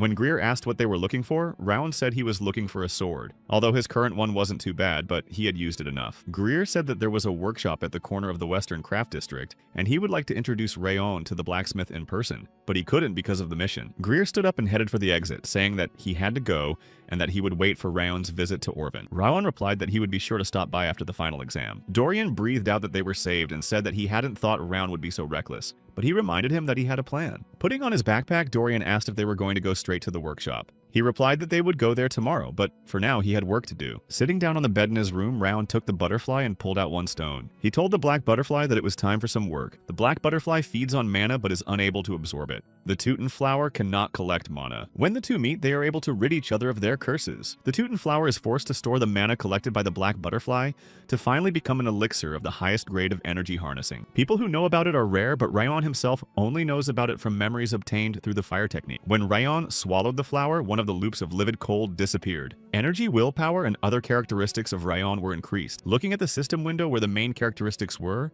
Rayon smiled and looked at his hand. In the morning, Rayon told Dorian that it was time to go to that workshop. As he looked after Rayon, Dorian wondered how it was possible that the Lord's spirit and aura had been greatly enhanced in just one night. Dorian wondered how Rayon managed to concentrate on his training despite the fact that everyone else looked down on him. But as he got to know Rayon better, Dorian realized that he was more worthy of the Sieghards name than anyone else on the 5th training ground. That's why even though they were now separated, all the students of the 5th training ground decided to fight for Raon. Dorian thought that if he could get the young master's help, he could solve his family's problem. Closing his eyes, Dorian began to think that following Raon was not the reason, and asked himself to stop dreaming. Looking at Dorian, Raon said that when they took the sword from the workshop, they should leave immediately. Smiling, Dorian thought he should focus on getting stronger under the young lord's leadership. Running to catch up with Raon, Dorian said he was on his way, and thought he would be fine as long as he was with him. Entering the shop, Raon said he had come here on Sir Greer's recommendation. The sitting blacksmith did not even turn around and simply clarified that he was the 3rd prince of Orvan. Dorian and Raon froze when they saw him.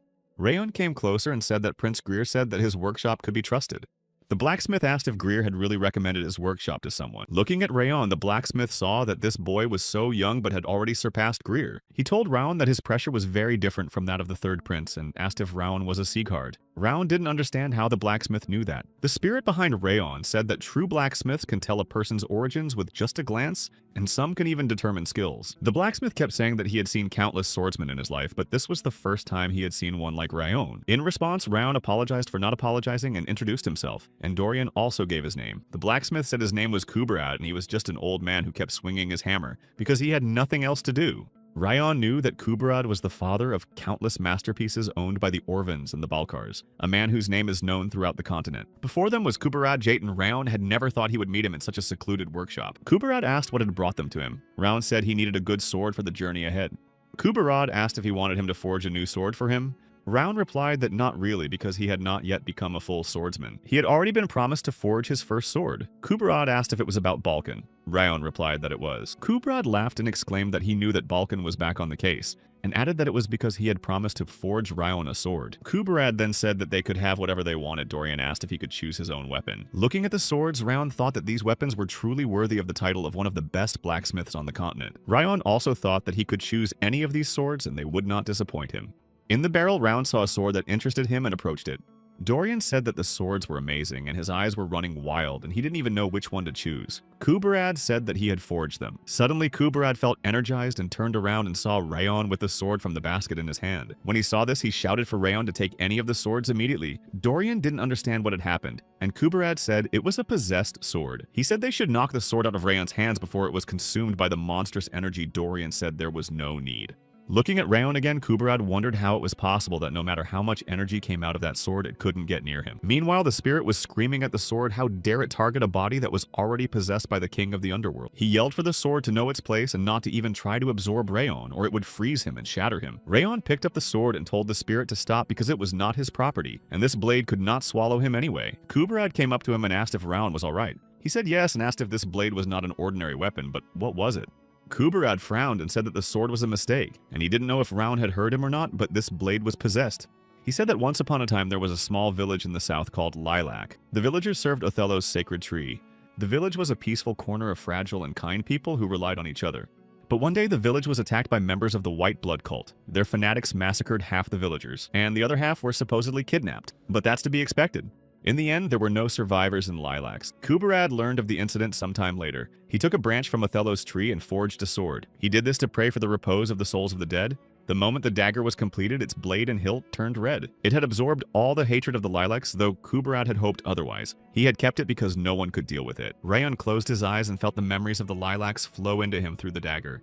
Their hatred and resentment, their pain and sorrow, they met such a horrible end because of the slaying of the White Blood cult. Raon said that time was short, so he could not promise that he would be allowed to help him exact his revenge. He told the sword that if he had to face the White Blood, he would help them.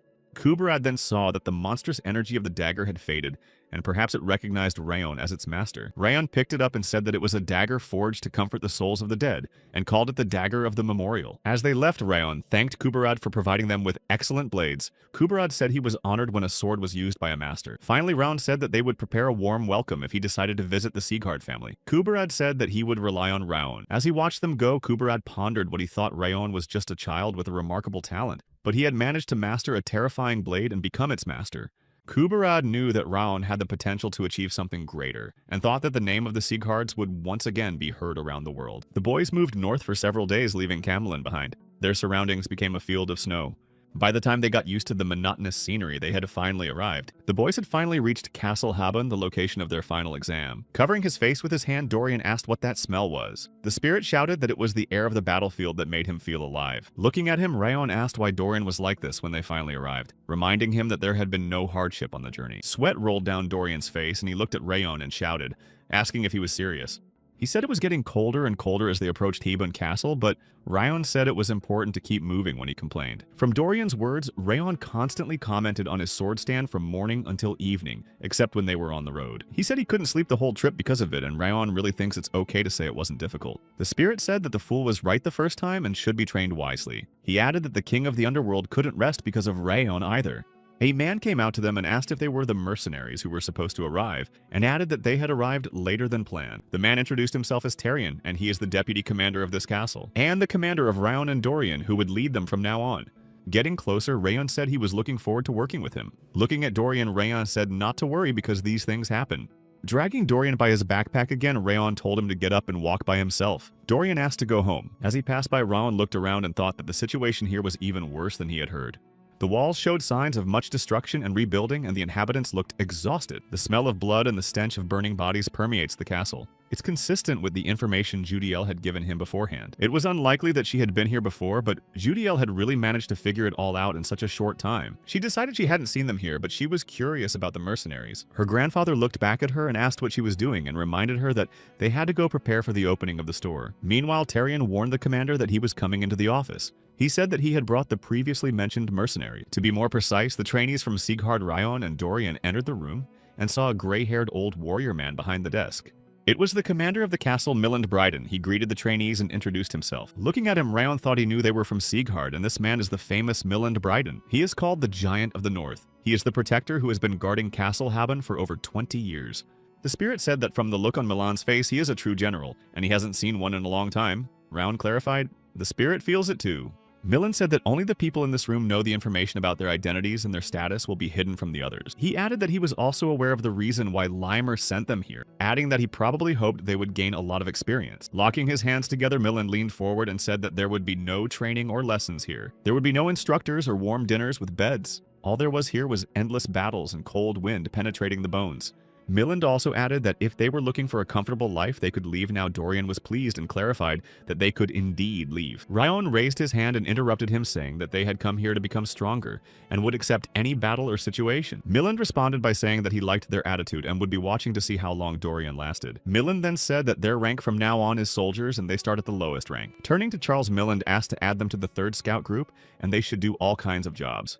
Passing by, Charles told Rayon and Dorian that they were leaving and therefore they should follow him. When they came out, Tarion said that he didn't like the two of them, and Milland asked what he didn't like. He said that one of them limped out of fear and the other was too relaxed, as if he had come here to have fun. Tarion was sure that instead of being helpful, they would only cause trouble. Tarion also noticed that Rayon wore a flower bracelet on his wrist and he didn't see him as a warrior. But Milland said he understood what Tarion was talking about, but that you shouldn't judge people by their appearance. He said they went through all the training of the Sieghards, who are known for their brutality before coming here, and they are not as naive as they seem. According to Milland, the decision can be made after observing their behavior, but for now, Tarion should just keep an eye on them. Milland also said that he didn't understand why they asked to send information about those two every 2 weeks. Tarion said that Limer had asked for it, but Milland replied that the letter was sent from Lord Sieghart's estate. This surprised Tarion. Approaching the table, he asked if it was a personal request from the Northern King of Destruction. Milland said it was the first time he had ever received such a request. He said that the king had asked him to describe everything in datelines. Milland summarized that he didn't know what the King of Destruction was thinking. When Rayon entered the chambers, he saw Dorian pointing at the room and asked when he had time to decorate it so well. And he replied that he had done it while Rayon was in the bathroom. It amazed Rayon. He was sure that literally just now this room had been very dark and dirty. As he approached the curtains, Rayon asked where Dorian had gotten all these things from. Dorian replied that he had prepared them in advance. Hearing the sound, Rayon turned around and told Dorian not to say he had brought different colors. Dorian, showing him the fabrics, said it was a necessity. Patting herself on the bag on her stomach, Dorian smiled and asked, maybe Rayon, what else Rayon needed. Rayon looked at it with round eyes, not realizing what it was. A young man came into the room and asked if the recruits had already unpacked their belongings. He introduced himself as Raiden, the leader of the 3rd group they were assigned to, and asked them to get ready to leave. Rodden said that they had been ordered to move out and smiled, saying that he understood they were having a hard time since they had just arrived. Looking at Limer standing in front of him, the head asked what brought him here today. Limer said cheerfully that he had learned that the head had hired shadow agents to investigate what Rayon was doing. The head thought that Lowen must have told him about it because he had been whispering behind his back with him a lot lately.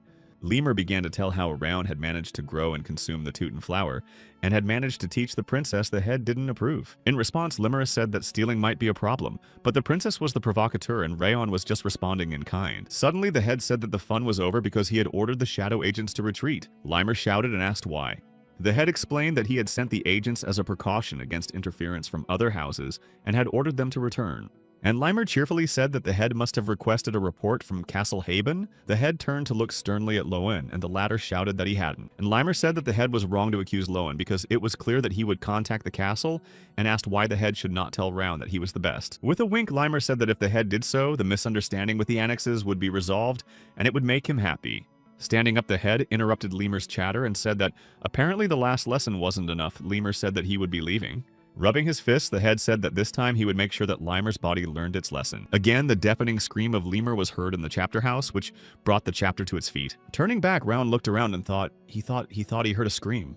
The third squad arrived at Mount Stal, and Raiden said that since the monsters of the North Sea and the Snow Mountains appear here together, this place is called Hell. Rodin said that the view from here was incredible and that it was a pleasure to watch, and Rayon also said that it was really beautiful. Rodin went on to say that they would check it out before they went out on a reconnaissance mission, because they needed to realize how good Rayon and Dorian were. Rodin stopped near the trail and asked whose trail they thought it was, and Dorian said that it was a big trail and that it might be the trail of an ice troll. Thinking about it, Rayon replied that it didn't look like a troll. Dorian even opened his mouth. Rayon sat down and said that troll footprints are like human footprints, and they are deeper. But these footprints belong to an animal that moves on all fours. This led Rayon to conclude that these tracks belonged to a mountain goat. Kari Rodin was even surprised that Rayon had realized it all at once.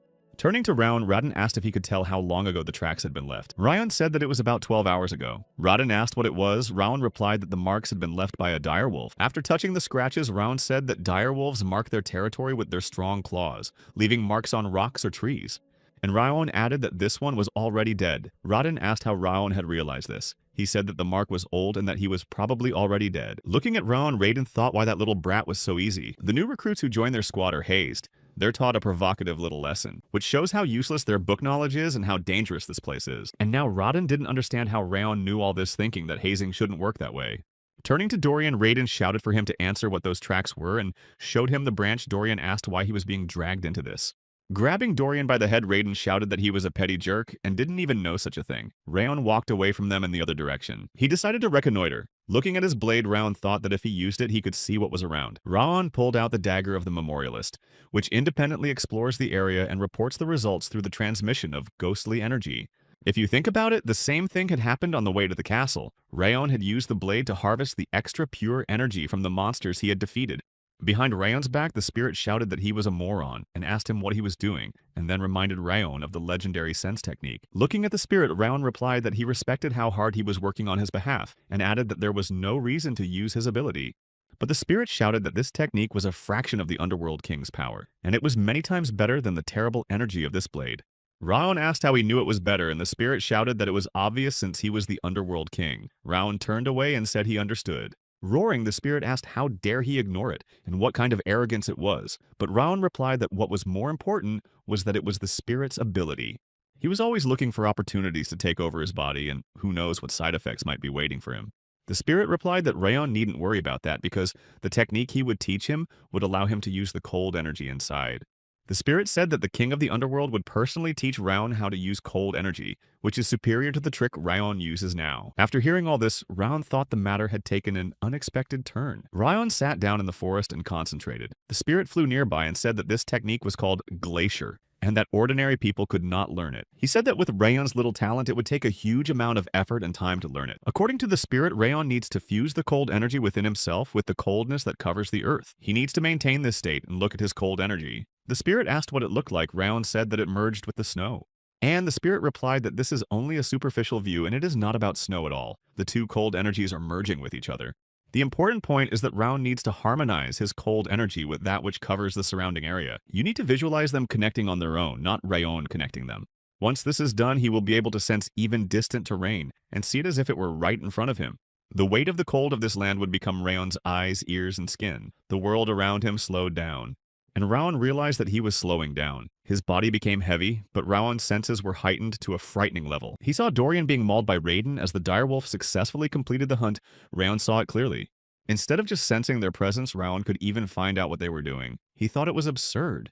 But the range is too small and the state Rowan can maintain for a short time. It must be because he is doing it for the first time. Feeling something, Rayon came running to the head of intelligence, Rauden. He turned around and asked what was wrong, and Rayon told him that the shark moles underground were headed this way. Rauden said that monsters like them wouldn't have caught up with them here because this was the territory of the monsters of Mount Stalin, and there were no tremors. But Rauden continued to say that they were definitely heading this way, and at that moment, there was an explosion behind him. He and Dorian turned around and saw a huge shadow covering them. In front of them stood the giant shark monsters. Now Raiden was convinced that they had really come here.